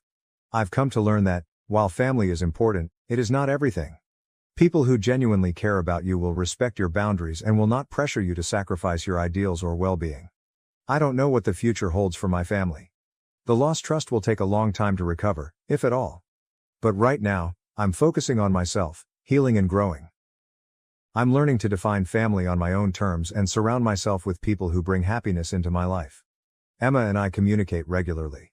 She's doing better now, focused on her children and her new career. The divorce proceedings are ongoing, but she's managing them with strength I didn't know she possessed. We are arranging a trip with the kids next summer, something to look forward to. Jake, as far as I know, has left the city. His affair with our half-sister ended horribly, and he's been attempting to reconcile with his adoptive family. I don't know all the specifics, and honestly, I don't want to. My father and I are progressively restoring our relationship. We talk once a week, and while things haven't returned to normal, they're improving. He's trying to be more open and honest, not just with me, but with everyone in the family. This entire event has taught me a great deal about resilience, forgiveness, and the value of honesty. It has also taught me that it is never too late to establish boundaries and prioritize your own well-being. Thank you to everyone who has followed my tale and offered advice along the way. Your support has meant more than you realize. If there's one thing I've taken away from this, it's that life may take you by surprise in unexpected ways. All we can do is strive to approach each day with honesty, courage, and self-respect. Thank you for watching. If you haven't subscribed yet, please do so and hit the notification bell to stay updated with more shocking real-life stories happening around you. I refused to wax a trans woman client because I didn't want to touch male genitalia out of respect for my husband. My name is Sarah, and I am a 34-year-old licensed esthetician. From a young age, I was fascinated by the beauty industry and the way it could transform not only a person's appearance, but also their confidence. My journey into this field began in my late teens when I started working at a local spa. It was there that I discovered my passion for skincare and waxing, which eventually led me to pursue formal training and certification as an esthetician. Over the years, I honed my skills and built a reputation for being meticulous, compassionate, and dedicated to my clients' well-being. After gaining significant experience and saving up enough money, I decided to take the plunge and open my own small waxing salon. It was a dream come true, and I poured my heart and soul into creating a space that felt welcoming and safe for everyone who walked through the door. I named it Glow and Smooth, and it quickly became known for its serene atmosphere and exceptional service. My goal was always to ensure that my clients felt comfortable and cared for, no matter their background or needs. Glow and Smooth is more than just a business to me. It's a reflection of my commitment to providing a sanctuary where people can come to feel rejuvenated and confident in their skin. I meticulously designed the salon to have a calming ambiance, with soft lighting, soothing music, and a clean, inviting decor. Every detail, from the choice of high-quality products to the personalized service, was thoughtfully curated to enhance the client experience. I take pride in the fact that many of my clients have been with me since the beginning, and they often tell me how much they appreciate the tranquil and respectful environment I have created. Running my own small waxing salon, Glow and Smooth, involves more than just performing services. It also requires meticulous organization and preparation for each client. My booking process is straightforward yet thorough, designed to ensure that every client receives the highest level of care and attention. Clients book their appointments through an online system that asks for essential information, including the type of service they require and any specific needs or concerns they might have. This system helps me prepare for each session, allowing me to tailor my approach to meet individual preferences and ensure a comfortable experience. I review the appointment schedule daily, making notes on each client's preferences and any special instructions they may have provided. One day, I received a booking from a new client named Alex for a full Brazilian wax. The appointment was set for the following week, giving me ample time to prepare. As with all new clients, I reviewed Alex's information in detail. The form was filled out correctly, and there were no specific notes or concerns mentioned. I made sure to have all the necessary supplies ready and to set up the room in a way that would be welcoming and comfortable. When the day of the appointment arrived, I went through my usual routine of sanitizing the room, arranging my tools, and ensuring that the atmosphere was calming and inviting. I have always believed that the environment plays a significant role in the client's overall experience, and I strive to make every visit to Glow and Smooth as pleasant and relaxing as possible. As the appointment time approached, I heard the soft chime of the doorbell, signaling Alex's arrival. I greeted her with a warm smile, inviting her into the reception area. My initial impression of Alex was positive. She seemed friendly and somewhat nervous, a common reaction for clients coming in for an intimate waxing service. I introduced myself and guided her to the treatment room, making small talk to help her feel more at ease. Once we were in the room, I began our usual pre-service consultation. This is a crucial part of the process, as it allows me to understand the client's needs and address any concerns they might have. I explained the procedure in detail, including the steps I would take to ensure her comfort and safety. As we talked, it became clear to me that Alex was a trans woman. This realization brought a wave of internal conflict, as I was reminded of the personal boundaries I had set for myself and the agreement I had with my husband. Mark and I had established certain boundaries early in our relationship to ensure mutual respect and comfort. One of these boundaries was that I would only perform intimate waxing services on biological women with female genitalia. This decision was based on our personal values and the need to maintain trust and respect in our marriage. While I have always been a strong supporter of the LGBTQ+ community, I felt that this boundary was necessary to respect both my own comfort levels and my husband's feelings. I found myself in a difficult position. On one hand, I wanted to provide Alex with the same care and respect that I offered all my clients. On the other hand, I felt a deep sense of obligation to adhere to the boundaries and agreements that had been a cornerstone of my marriage. The internal struggle was intense, and I knew I had to handle the situation with sensitivity and honesty. Taking a deep breath, I gently explained to Alex that while I fully supported her and the LGBTQ+ community, I had personal boundaries that I needed to respect. I told her about the agreement I had with my husband and how it related to my practice. I assured her that my refusal was not out of discrimination or transphobia, but rather a matter of personal comfort and maintaining the integrity of my relationship. Alex listened quietly, her expression shifting from confusion to disappointment.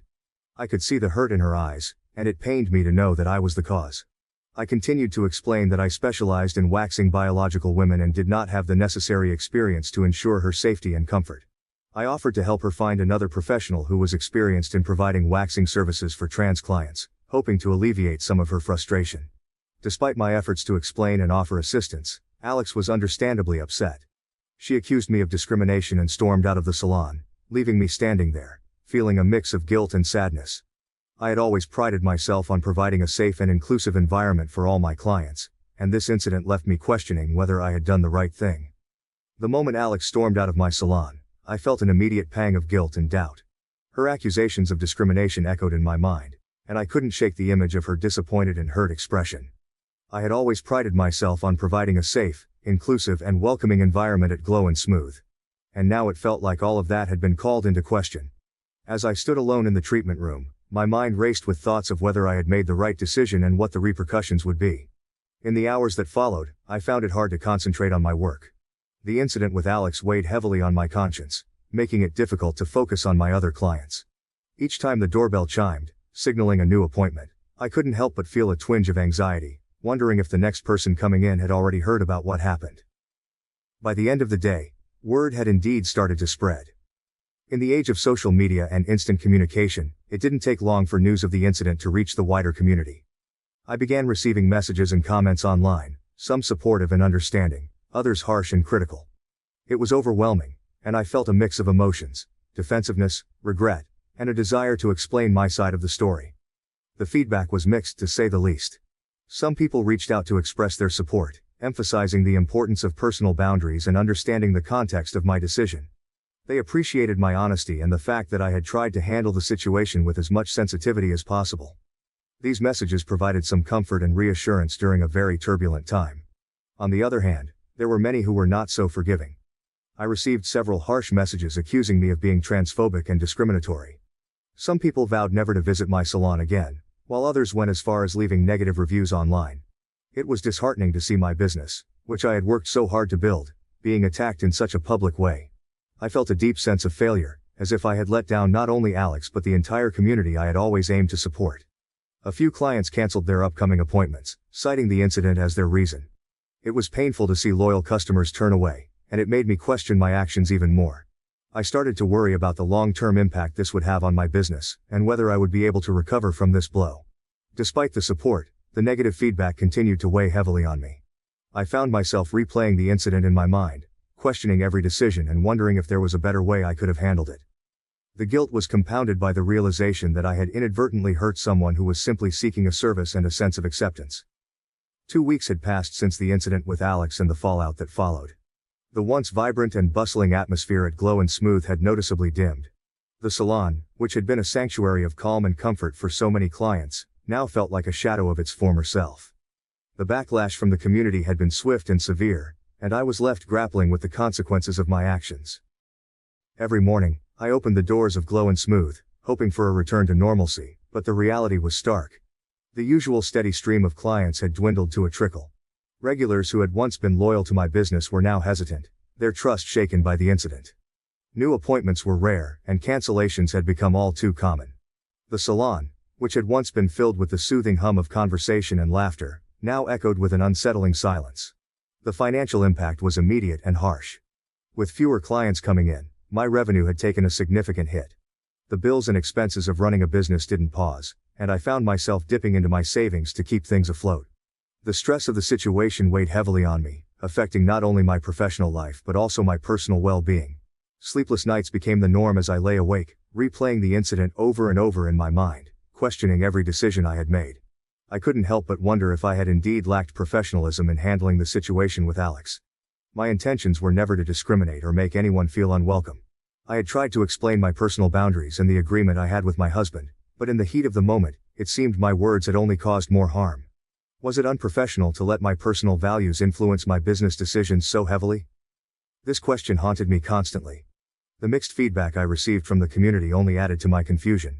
Some clients and friends had reached out with words of support, emphasizing the importance of respecting personal boundaries and understanding the context of my actions. They appreciated my honesty and the attempt to handle the situation with sensitivity. However, others were not so forgiving. Accusations of transphobia and discrimination were leveled against me, tarnishing the reputation I had worked so hard to build. I sought solace in conversations with my husband, Mark, who remained steadfastly supportive. He understood the complex emotions I was grappling with and tried to reassure me that standing by our values was the right thing to do. But even his unwavering support couldn't entirely ease the burden of guilt and doubt I carried. In an attempt to navigate the fallout, I reached out to other professionals in the beauty industry, seeking their advice and experiences. Some shared similar challenges they had faced and offered guidance on how to move forward. They emphasized the importance of empathy, communication, and the need to continually evolve to better serve a diverse clientele. Their insights were valuable, but I still struggled to reconcile my personal values with the professional demands of inclusivity. I also contacted LGBTQ+ advocacy groups, hoping to gain a deeper understanding of how to create a truly inclusive environment at Glow and Smooth.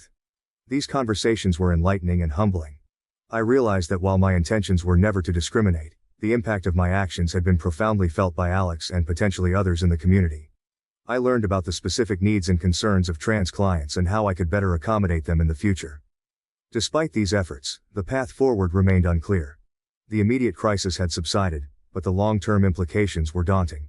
My confidence in my ability to manage the salon and provide a welcoming space for all clients was shaken. The once clear vision I had for Glow and Smooth was now clouded by uncertainty and self-doubt. As I stood in the empty salon, I felt a deep sense of loss. The dream I had worked so hard to achieve seemed to be slipping away, and I was unsure how to reclaim it. I knew that I needed to find a way to balance my personal boundaries with the professional responsibility of inclusivity, but the journey to get there seemed fraught with challenges. The incident with Alex had been a wake-up call, forcing me to confront my own beliefs and the impact they had on others. It had also revealed the fragile nature of trust and reputation in the business world. Moving forward, I was determined to rebuild and learn from this experience, but the road ahead was undeniably steep and uncertain. The lessons from this painful chapter would shape not only my business practices but also my understanding of empathy and inclusivity in a diverse and ever-evolving community. Thank you for watching. If you haven't subscribed yet, please do so and hit the notification bell to stay updated with more shocking real-life stories happening around you. I stopped being physically intimate with my husband because our connection faded. His constant grumpiness and unkindness toward me and the kids have made our home cold, and despite my wishes, it seems we're heading toward divorce. I stopped being physically intimate with my husband 7 months ago. Why? The comments on your thread basically said why. I didn't feel connected to him anymore. When I reflect on the early days of our marriage, there was a lightness between us, an easiness that seemed to permeate days and fill our home with laughter. We used to communicate with a look, understand each other's silence, and cherish the moments caught between the demands of daily life. He was my confidant, the person who made me feel seen and cherished. I remember the way he used to tuck a strand of hair behind my ear, or how his hand would find mine across the crowded spaces of our lives. Those gestures, seemingly insignificant, held the weight of promises and the warmth of enduring love. Then, gradually, the atmosphere shifted. The buoyancy that had defined our relationship began to dissipate, replaced by a heaviness that neither of us could clearly identify at first. After we had kids, those signs of affection went 100% to his children. However, it wasn't just about the kids, though their arrival certainly reshaped our world in profound ways. It was something deeper, a fundamental change in how he saw me, or perhaps, in how he chose to express his feelings. I became an afterthought. Worse actually, I became an annoyance. At first, the change was slight. His smiles perfunctory and his once frequent caresses had become rare. Every time I walked into the room, the light in his eyes seemed to go out, as though I were a burden rather than a blessing. It was a silent anguish that intensified with every apathetic look and harsh comment, hurting in ways I was unable to put into words. Our conversations, once filled with shared dreams and playful banter, became logistical exchanges primarily focused on the kids or household duties. I tried to bridge the widening gap, reaching out with tentative words of affection, or attempting to initiate the kind of spontaneous intimacy that had once come so naturally to us. Each effort seemed to meet with a wall of indifference or, worse, irritation. The more I pressed, the more he withdrew, until the distance between us felt insurmountable. I could never do anything right.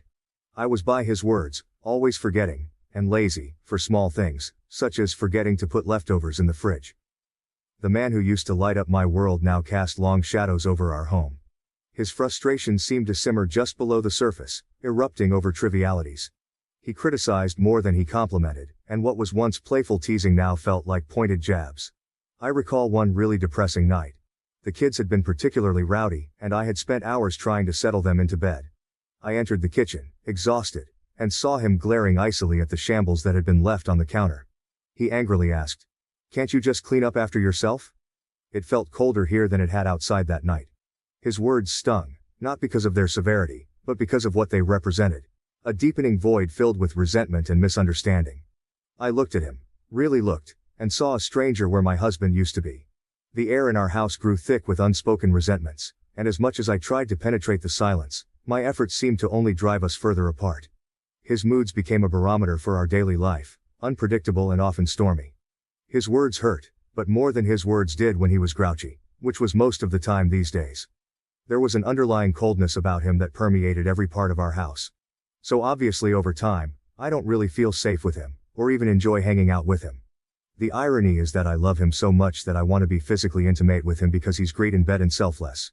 But I just don't desire him. He's not kind to me or the kids when he's grumpy, which is most of the time. I tried to explain, to tell him how much I missed him, how much I missed us. We could have a perfect life, I said, my voice barely above a whisper.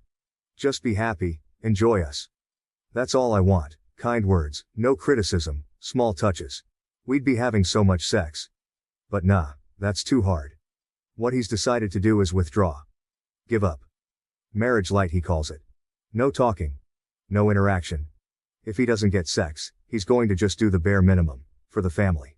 Because sex comes first, then he'll be nice. Smart guy, but he's literally doing the opposite and saying that's the solution to his lack of sex problem. With a look of discouragement or even contempt, he shook his head. He turned his back on me and whispered, "It's not that simple." And it was then that I understood that the everyday affirmations of love and respect that had been steadily eroding were the answer, something he either failed to perceive or was unable to understand. Even though I don't want a divorce, it's clear that we are moving toward one. It was clear that we were spiraling toward an end neither of us had envisioned on our wedding day, driven there by lost connections and unmet needs. The irony was that, although we both desired intimacy, we were unable to bridge the widening gap. Update.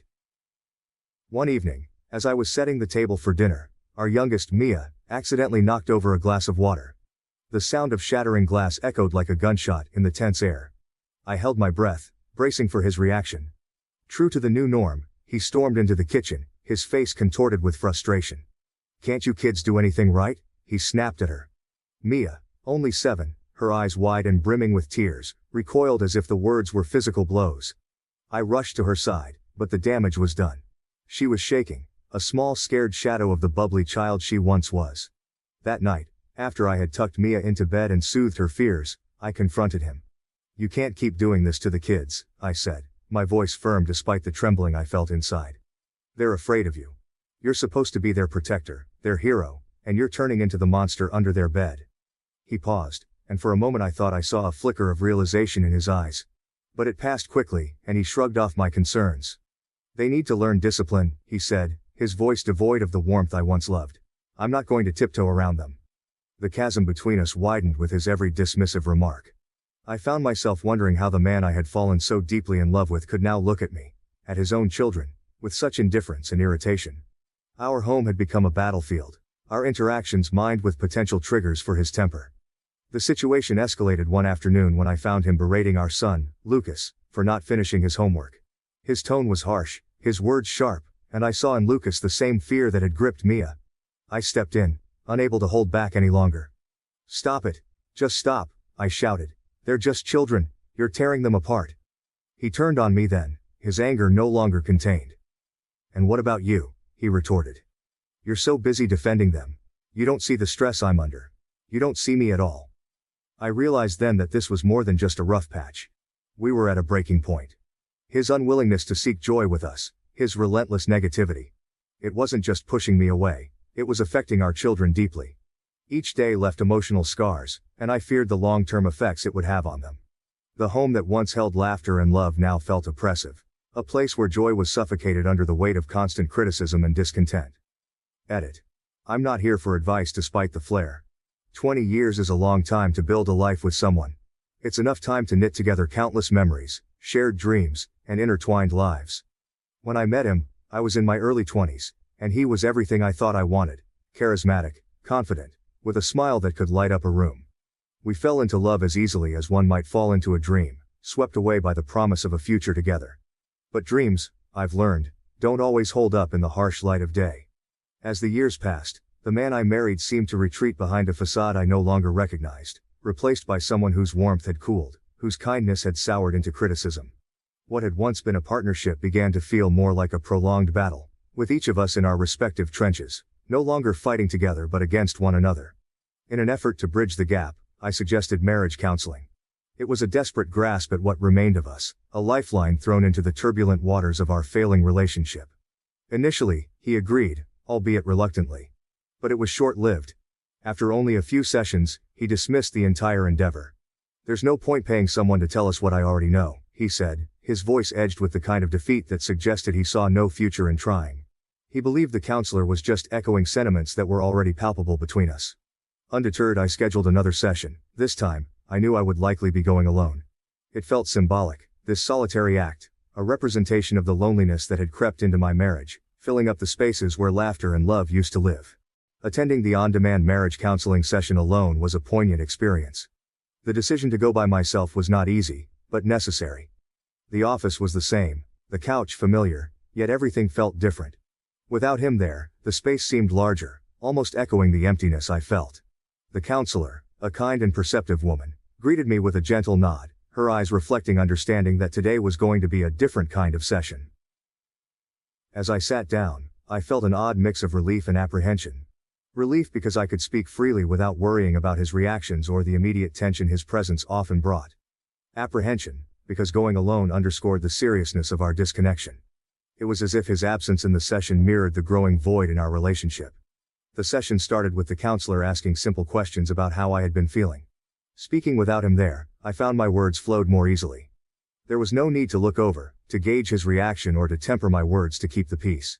I talked about the loneliness, the sadness of feeling unpartnered in what was supposed to be a lifelong partnership. I shared the yearning for kindness, the need for a space where I wasn't constantly critiqued but understood and accepted. The counselor listened intently, occasionally guiding the conversation deeper into my feelings of disillusionment and loss. She asked about what happiness looked like for me now, in the current context of my life. This question stumped me. I had been so focused on trying to salvage whatever was left of our marriage that I hadn't stopped to consider what my own happiness might look like independently of him. We explored the dynamics that had led to our current state. Discussing these without him there allowed me to be more honest, more forthright about my grievances without fear of escalation. The counselor helped me see how my people-pleasing tendencies might have enabled some of the dynamics that were so painful now. We talked about setting boundaries, about the importance of self-care and self-respect in any relationship. The session came to an end and I felt lighter. It wasn't as though my problems vanished magically, but more like I started to see things clearly. By sharing my fears and worries openly, I felt stronger. Yes, the feeling of being alone was still present, but with it came a newfound courage, realization of my own needs, and the understanding that it's okay to pursue a life that meets those needs. Leaving the counselor's office, I felt a stark contrast to the times I had left it with him by my side. Previously, each session was followed by a silence, sometimes resentful, sometimes exhausted. We would leave together but more divided, each of us retreating into our own corners of pain and misunderstanding. This time, I left feeling a sense of individual purpose. The path forward was not yet clear, but the journey felt like my own. Reflecting on our 2 decades together, I've come to realize that the foundation of our relationship was flawed in ways I hadn't seen, or perhaps hadn't wanted to see. I have always been a people pleaser, a trait that made it easy for me to overlook slights, to forgive without amends, to absorb the brunt of his frustrations without complaint. I thought this was resilience, perhaps even a form of love. But there is only so much one can bear before realizing that what is being carried is not shared weight but a unilateral burden. Now, as I contemplate attending counseling alone, it feels like both an end and a beginning. It's an admission that while I can work on myself, I can't force him to engage with me in this process. The love I have for him persists, a stubborn flame not easily extinguished even by years of hardship. Yet, loving him no longer means sacrificing my own well-being. I've fallen out of love with the man he has become, even as I cling to the memory of the man he once was. The mutual respect, compassion, and kindness I yearn for are fundamental, yet they seem like foreign concepts to him now. My hope for a free space, where mistakes are met with understanding rather than contempt, feels like a modest ask in the grand scheme of a shared life.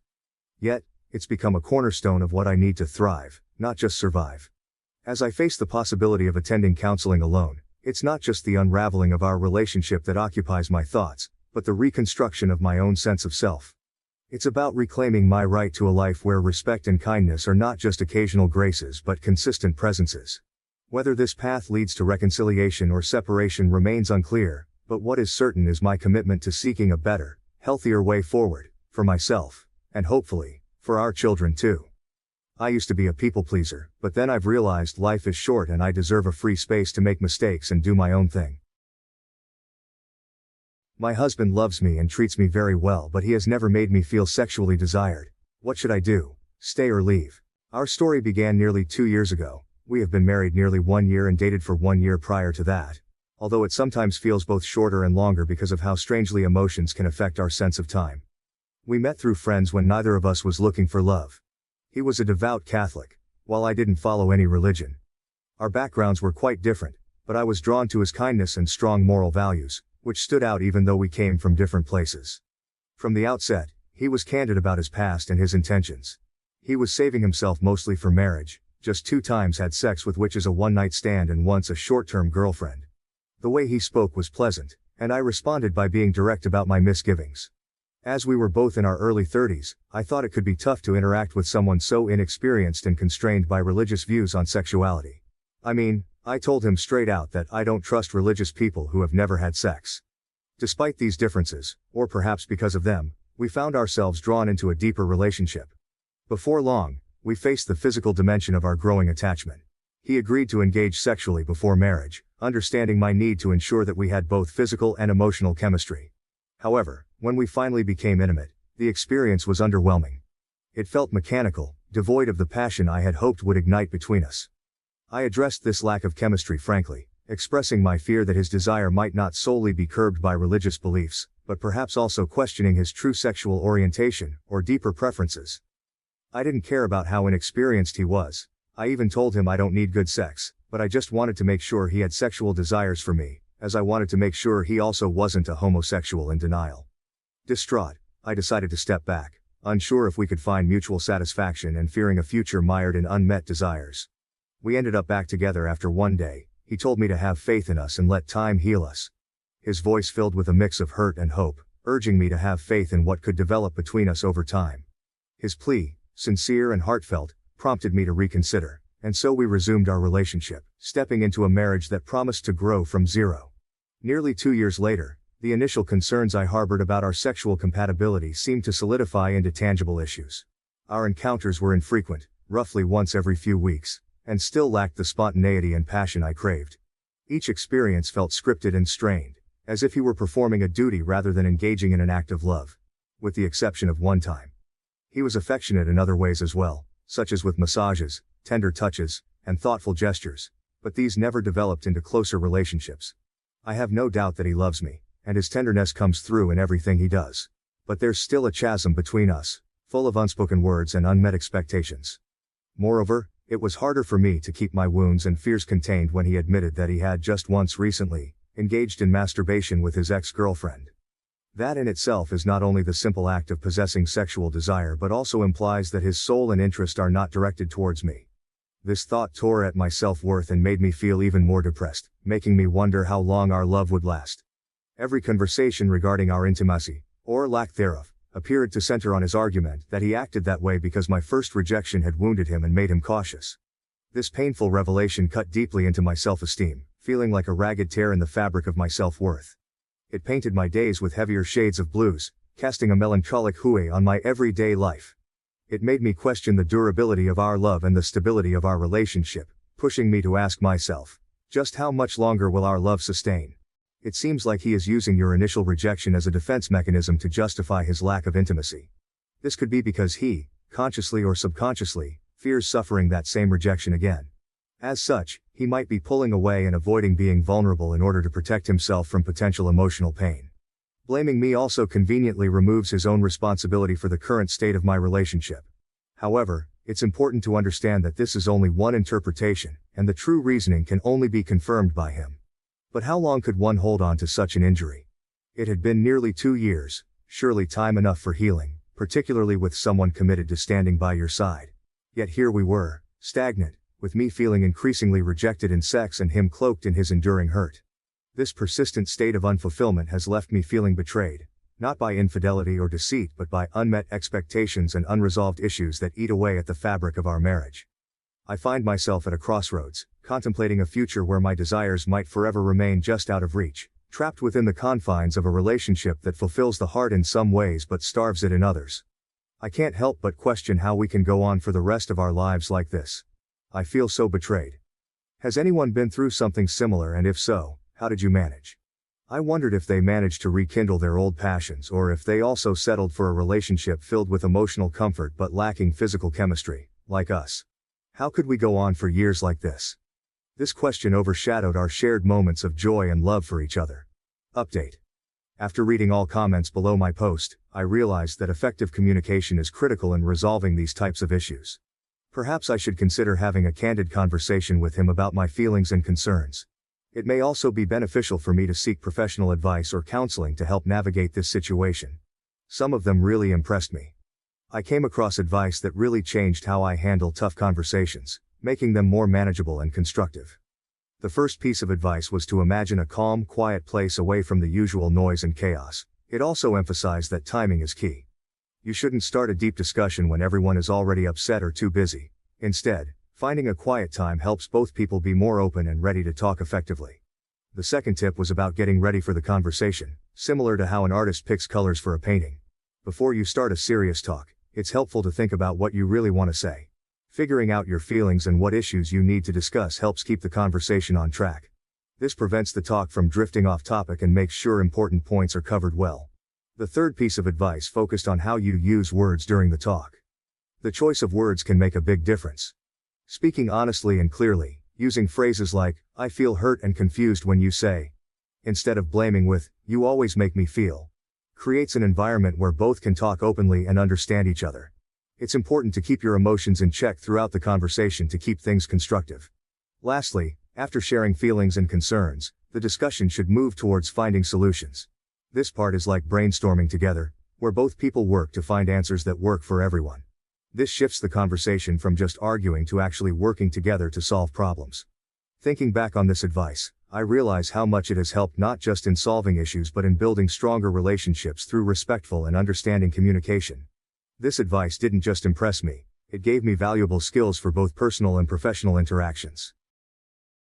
Boyfriend found out how much money I have. He wants me to pay off a house for us, buy a new car, and fund a trip for him to go abroad. Should I end it?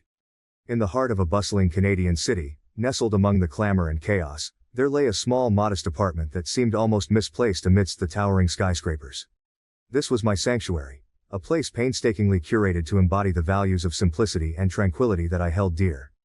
My name is Mary, and at 28 years old, I had crafted a life quite different from the opulent one I left behind in Italy. Here, in this understated nook, I found peace. The apartment was a one-bedroom affair, with walls painted a soft creamy white that caught the gentle morning light.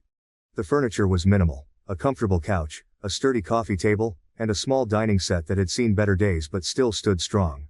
The decoration was sparse, with a few carefully chosen pieces that spoke more of sentiment than of monetary value. A small balcony overlooked a quiet street, where the sounds of the city were muted, just enough for me to enjoy my morning coffee in relative peace. Living here, my needs were few, and my desires even fewer.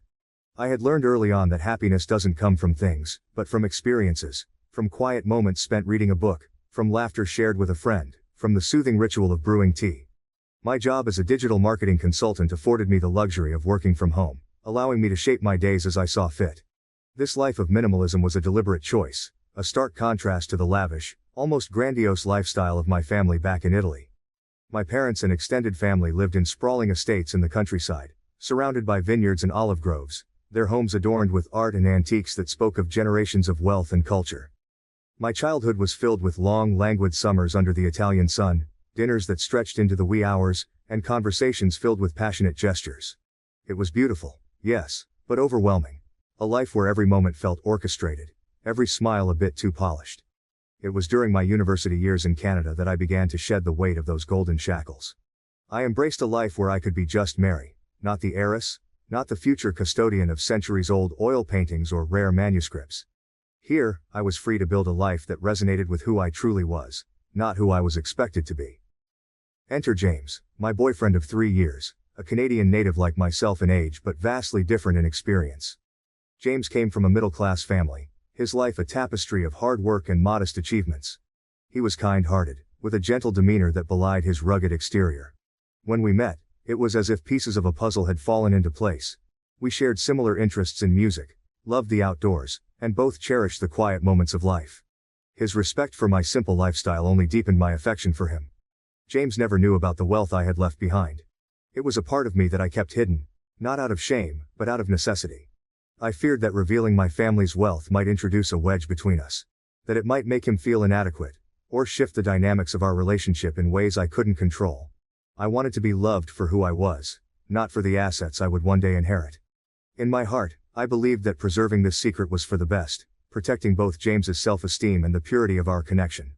Our relationship was built on the foundations of mutual respect and shared values. We spent our weekends exploring local markets, cooking meals together, or watching old movies curled up on the couch. It was a peaceful, fulfilling existence, and for a while, I believed it would always be this way. But life, as it often does, had other plans. The catalyst came unexpectedly, in the form of an invitation to a family reunion back in Italy. It was an event I couldn't avoid, my grandmother's 80th birthday, a milestone that demanded my presence. As the date approached, the thought of bringing James along filled me with both excitement and dread. I was eager for him to see the country I loved, to experience the warmth of my family. Yet, I was terrified of how he might react when faced with the reality of my background. With a heavy heart, I booked our tickets, telling myself that it was time to face whatever consequences might come. As we packed our bags and prepared for the journey, I felt the weight of my secret heavier than ever. Little did I know, this trip would unravel the delicate threads of our relationship, exposing not only the truths I had hidden, but also the vulnerabilities we both carried. What lay ahead was a test of love and trust, one that would redefine the future of our relationship forever. The plane descended slowly through the cottony clouds, revealing glimpses of the lush Italian countryside, a stark contrast to the sprawling urbanity of Toronto. As the wheels touched down on the runway, a surge of nostalgia washed over me. Italy was not just my birthplace, it was a repository of my earliest and most cherished memories. Beside me, James peered eagerly out of the window, his face lit with the excitement of a child. This was his first time traveling outside North America, and his enthusiasm was palpable. We navigated through the airport with our luggage rolling behind us, the chatter of Italian filling the air like a familiar melody. I could feel James's curiosity bubbling as he tried to catch phrases and words, his eyes wide with fascination. As we stepped outside, my Uncle Luca was waiting for us, his arms wide open, a broad smile spreading across his face. "Benvenuti," he exclaimed, enveloping me in a warm embrace before turning to James with a firm handshake. "And you must be James. Mary has told us so much about you." James chuckled nervously, exchanging pleasantries in his halting Italian, which he had been practicing for weeks before our trip. As we drove away from the airport, the landscape transformed from urban sprawl to verdant vineyards and rolling hills dotted with olive trees.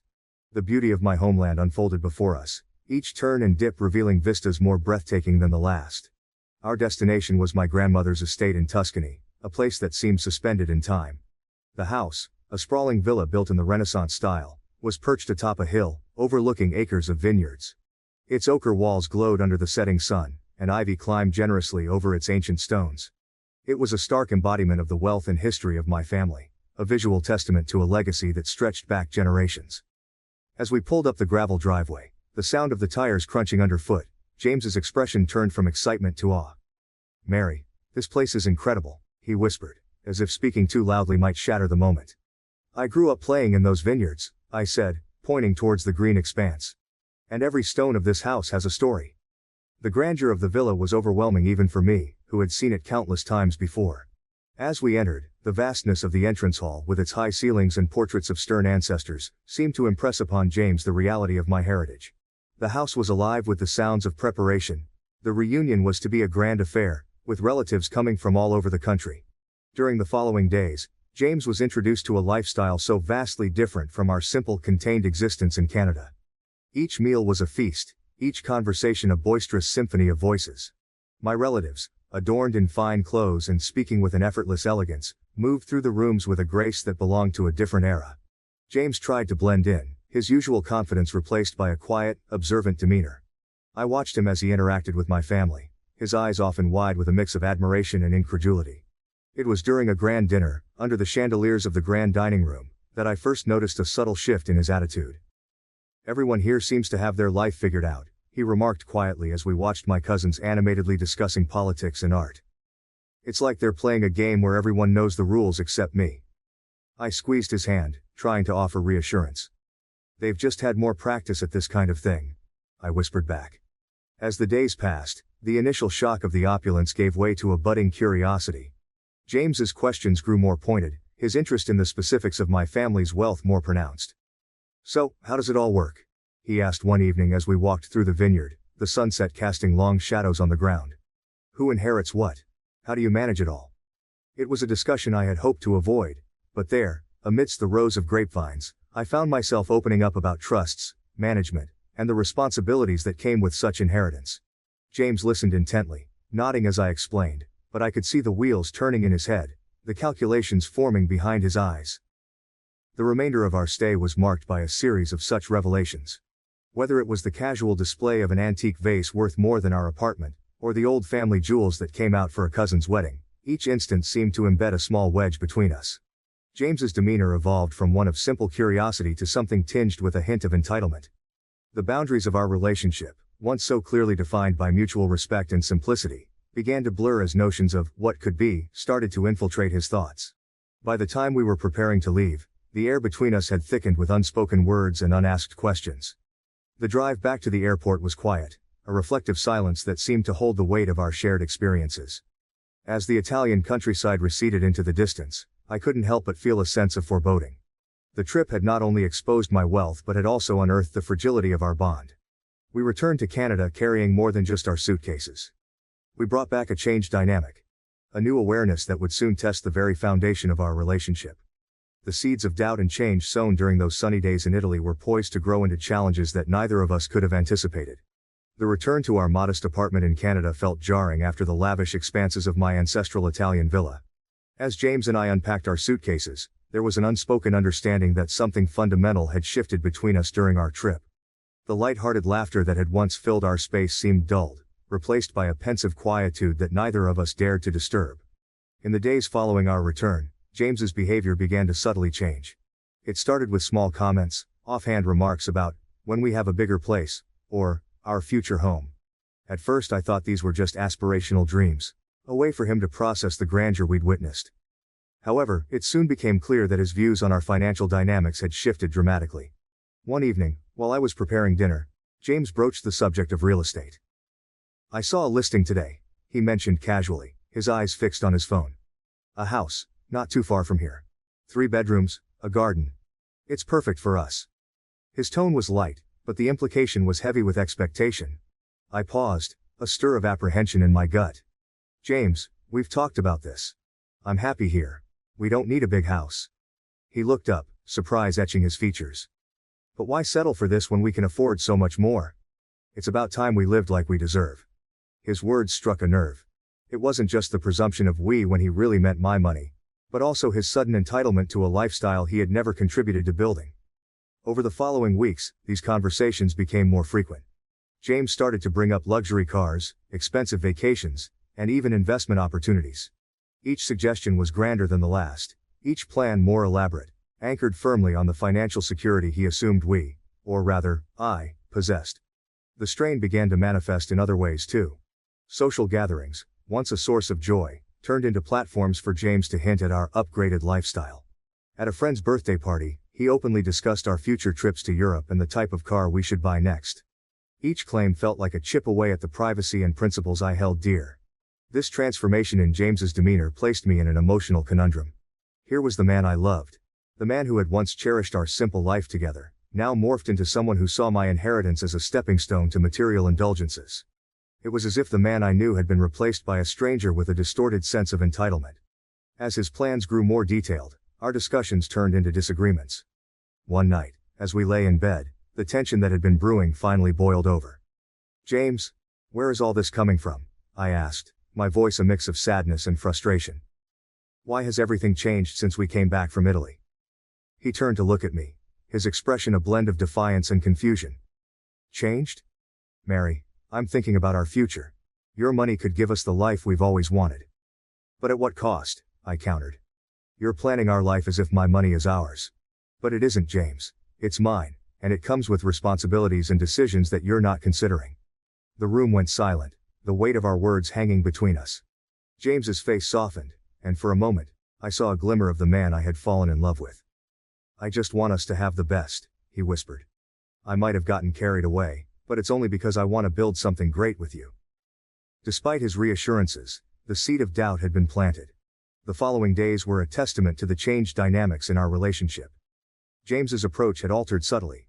Where once there was partnership, there now lay a transactional expectation. It was not just about sharing a life but about leveraging my wealth for a lifestyle that he now deemed essential. The practical implications of this shift were significant. Financial discussions, once rare and collaborative, became fraught with tension. Planning for the future was no longer about our dreams and goals, but about managing expectations and defending boundaries. I never thought I'd have to deal with him. My financial independence, a source of pride and empowerment, had become a battleground. Moreover, this shift affected how I viewed our relationship's foundation. Trust and respect, once given freely and reciprocally, now required constant negotiation and reassurance. The egalitarian nature of our partnership, which had been one of its strengths, was compromised. I found myself second-guessing not just decisions about money but the motivations behind James's affections and plans. This evolving dynamic also brought with it an emotional toll. There were moments of profound loneliness, times when I felt misunderstood and cornered. The joy that had once colored our daily life together was now occasionally marred by a palpable tension, making our interactions stilted, our conversations careful. In moments of solitude, I questioned the sustainability of our relationship. Could love endure when it was shadowed by financial imbalance and expectations? Was there a way to reclaim the simplicity and sincerity that had once defined us? These were questions that lingered in the quiet corners of our home, unanswered but increasingly urgent. As days turned into weeks, a palpable tension built between us. The air was thick with things unsaid and wishes unexpressed. It was late one evening, as we sat side by side on our couch with the TV chattering idly in the background, that the facade of normalcy finally cracked. "Mary, why don't we consider moving? Somewhere bigger, maybe even start looking at houses?" James ventured cautiously, his voice tinged with a hesitancy that was unlike him. I turned to look at him, really look at him, and saw not just the man I loved but also the growing divide between us. "James, why would we do that? This place. It's enough for us, isn't it? Hasn't it always been?" He shifted uncomfortably, avoiding my gaze. "Well, yes. But don't you think we deserve a bit more? I mean, your family lives so differently. Aren't you ever tempted?" The question hung between us, dense and daunting. I sighed deeply, feeling the weight of the moment pressing down on us. "James, I grew up around all that excess. And yes, it's beautiful. But it's not what makes me happy. I've chosen this life with you because it's what feels right for me. Not because I can't afford any differently." "But it's not about what we can afford, Mary," he countered, his voice rising slightly in frustration. "It's about what you can afford, and honestly, isn't it a bit wasteful not to use it?" His words stung, the implication clear and cutting. I felt a coldness seep into the space between us, chilling the warmth we had cultivated over our years together. "Is that how you see it, James? My family's money is a resource for us to tap into whenever we feel like it? Because that's not how I view it. That money, it comes with strings, with expectations and responsibilities that you don't understand." James looked taken aback, his expression softening. "I didn't mean it like that, Mary. I just thought..." "What? That suddenly because my family has money, our plans, our dreams should change?" My voice was sharper than I intended, edged with a bitterness that tasted foreign on my tongue. He paused, the air thick with our unsaid thoughts, before he reached for my hand, his touch tentative. "I'm sorry, Mary. I suppose I got carried away. It's just all so new to me. I never thought I'd be close to someone with so much possibility." I pulled my hand gently from his grasp, needing the space to gather my thoughts. "James, my family's wealth isn't what I want our life to be about. I love our life, our home, just as it is. I don't want that to change because of money." He nodded slowly, his eyes meeting mine with a sincerity that punctured the tension. "I understand. Or at least I'll try to. I love you, Mary. I love this life we've built. I don't want to lose it over fantasies of something that might not even make us happy." It was then I realized how deeply entangled our dreams had become with the reality of my heritage. We sat together, the distance between us filled with the echo of our words, slowly finding our way back to each other. "I'm sorry for pushing," James murmured after a long silence, his voice low. "I'll respect your feelings about this. We can go as slow as you need. Let's just keep living our life, our way." I nodded, feeling a fragile peace settle over us. It was a temporary resolution, a band-aid over a wound that needed more than just promises to heal. But it was a start, a recognition of our mutual desire to preserve what we had, even in the face of tempting possibilities. As we turned back to the flickering light of the TV, a small smile passed between us, a silent acknowledgement of the complexities of love and wealth, and the simple truth that sometimes, holding on to what you value most requires letting go of what the world tells you should matter. Update. The weeks following our muted confrontation were a study in fragile normalcy. James and I navigated our days with a cautious tenderness, each of us aware of the unspoken fissures slowly spreading beneath the surface of our relationship. I believed, perhaps naively, that we could mend what had been strained by the revelations of wealth and differing desires. But the real test of our bond was yet to come. A test that would shatter the tentative peace we had brokered. The betrayal came on an unexpectedly warm evening, at a gathering hosted by a close friend. It was the kind of casual event we had attended countless times before, a backyard barbecue, where the smell of grilling mixed with laughter and music floated on the late summer air. James and I arrived together, hands linked, our smiles a bit too practiced, too ready. As the evening progressed, I noticed James slipping more comfortably into the crowd, his laughter a little louder, his gestures more expansive with every drink he consumed. I mingled too, but with a mind distracted by the watchful maintenance of my facade. It wasn't until I was by the makeshift bar, fetching us another round of drinks, that I overheard it. "No, you don't understand. Mary can afford way more than this. Her family is loaded. She's basically set for life," James was boasting, the words floating over to me, sharp and clear above the hum of party chatter. Frozen, drink in hand, my heart raced as I processed his words. A group of acquaintances around him laughed, someone whistling low in admiration. "Seriously man, that's wild. And here you are living in that tiny place?" Another voice chimed in, half joking, half serious. I felt the air leave my lungs in a whoosh, my presence at the bar suddenly suffocating.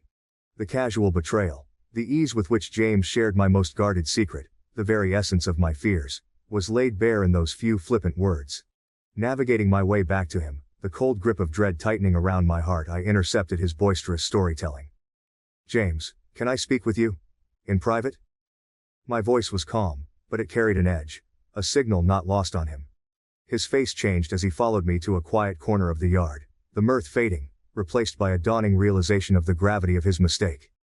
"Mary, Did you think it was your news to share?" I interrupted, the hurt making my words sharper, colder. "Did you think it wouldn't matter to me?" he stammered, a mix of alcohol and genuine remorse muddling his words. "I'm sorry. I didn't think it would be a big deal. I got carried away, and you decided my privacy, my trust wasn't worth respecting."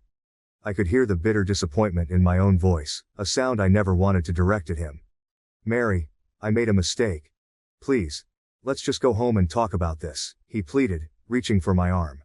I pulled away, my decision crystallizing with stark clarity. "No, James, we can't just talk it away this time. This isn't just a mistake. It's a betrayal." The rest of the evening was a blur of hushed apologies and quiet exits. We left separately, the ride home a solitary journey for each of us, filled with the echoing words of what had passed between us. That night, alone in the apartment we had shared, the walls seemed to close in on me. Each shared memory now tinged with the stain of betrayal.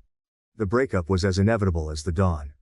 When James returned the next morning, his eyes hopeful yet wary, I knew what needed to be said.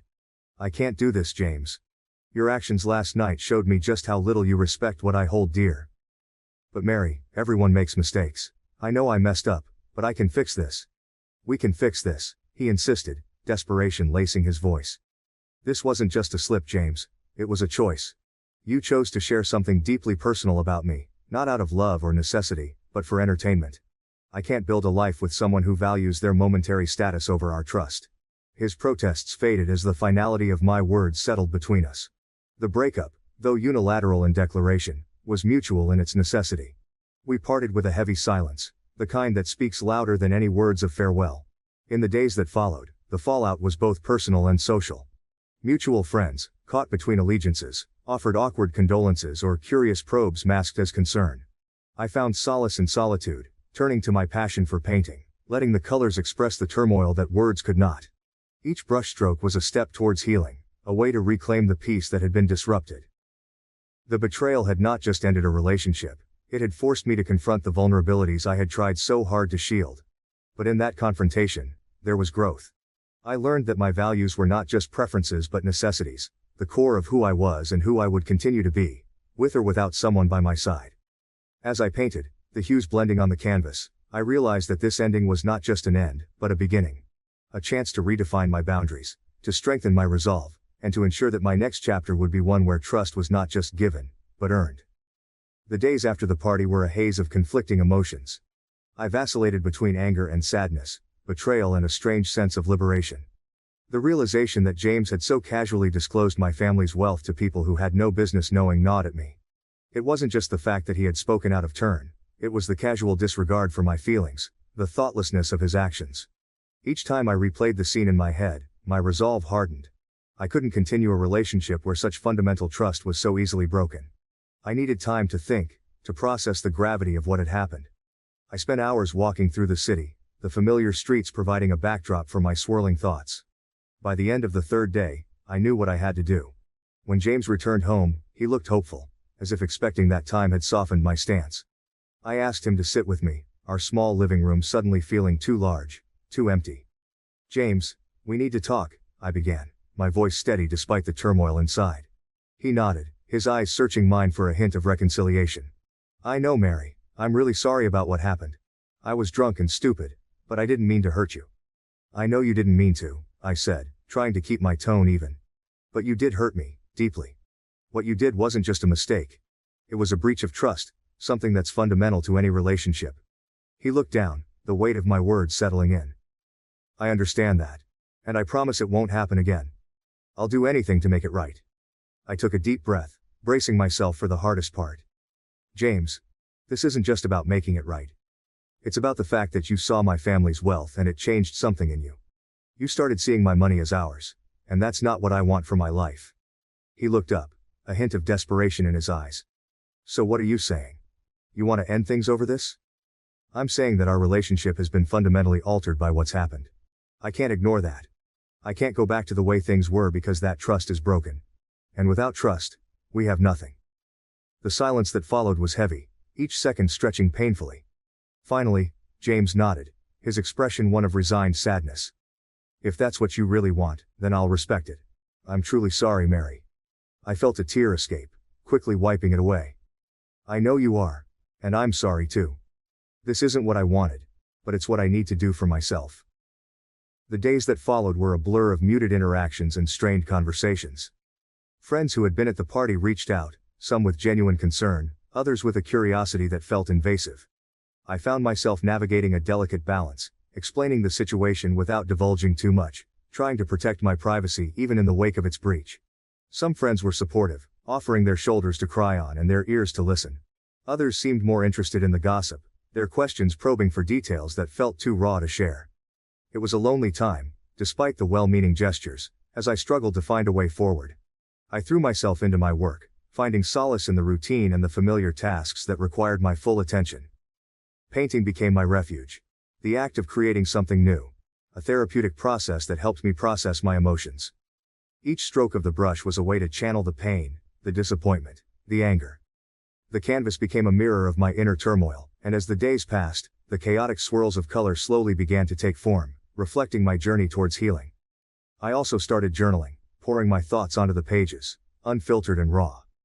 It was a way to make sense of the tangled web of emotions, to understand the why and the how of what had happened. Writing became a nightly ritual, a time for reflection and self-discovery. Through these creative outlets, I began to reclaim my sense of self. The betrayal had left scars, but it also taught me valuable lessons about trust, boundaries, and the importance of protecting what mattered most to me. I emerged from the experience stronger, more resolute, and more determined to live a life defined by my values, not by the expectations or judgments of others. As time passed, the initial sting of the betrayal faded, replaced by a quieter, more profound understanding of what I needed in a relationship. I knew that the next time I opened my heart to someone, it would be with a clearer sense of my own worth and a firmer grip on the boundaries that protected my peace. In the end, the breakup was not just an end but a beginning. It marked the start of a new chapter in my life, one where I was more attuned to my own needs and more protective of my own happiness. It was a hard-won lesson, but one that I carried with me as I moved forward, ready to face whatever came next with a renewed sense of purpose and strength.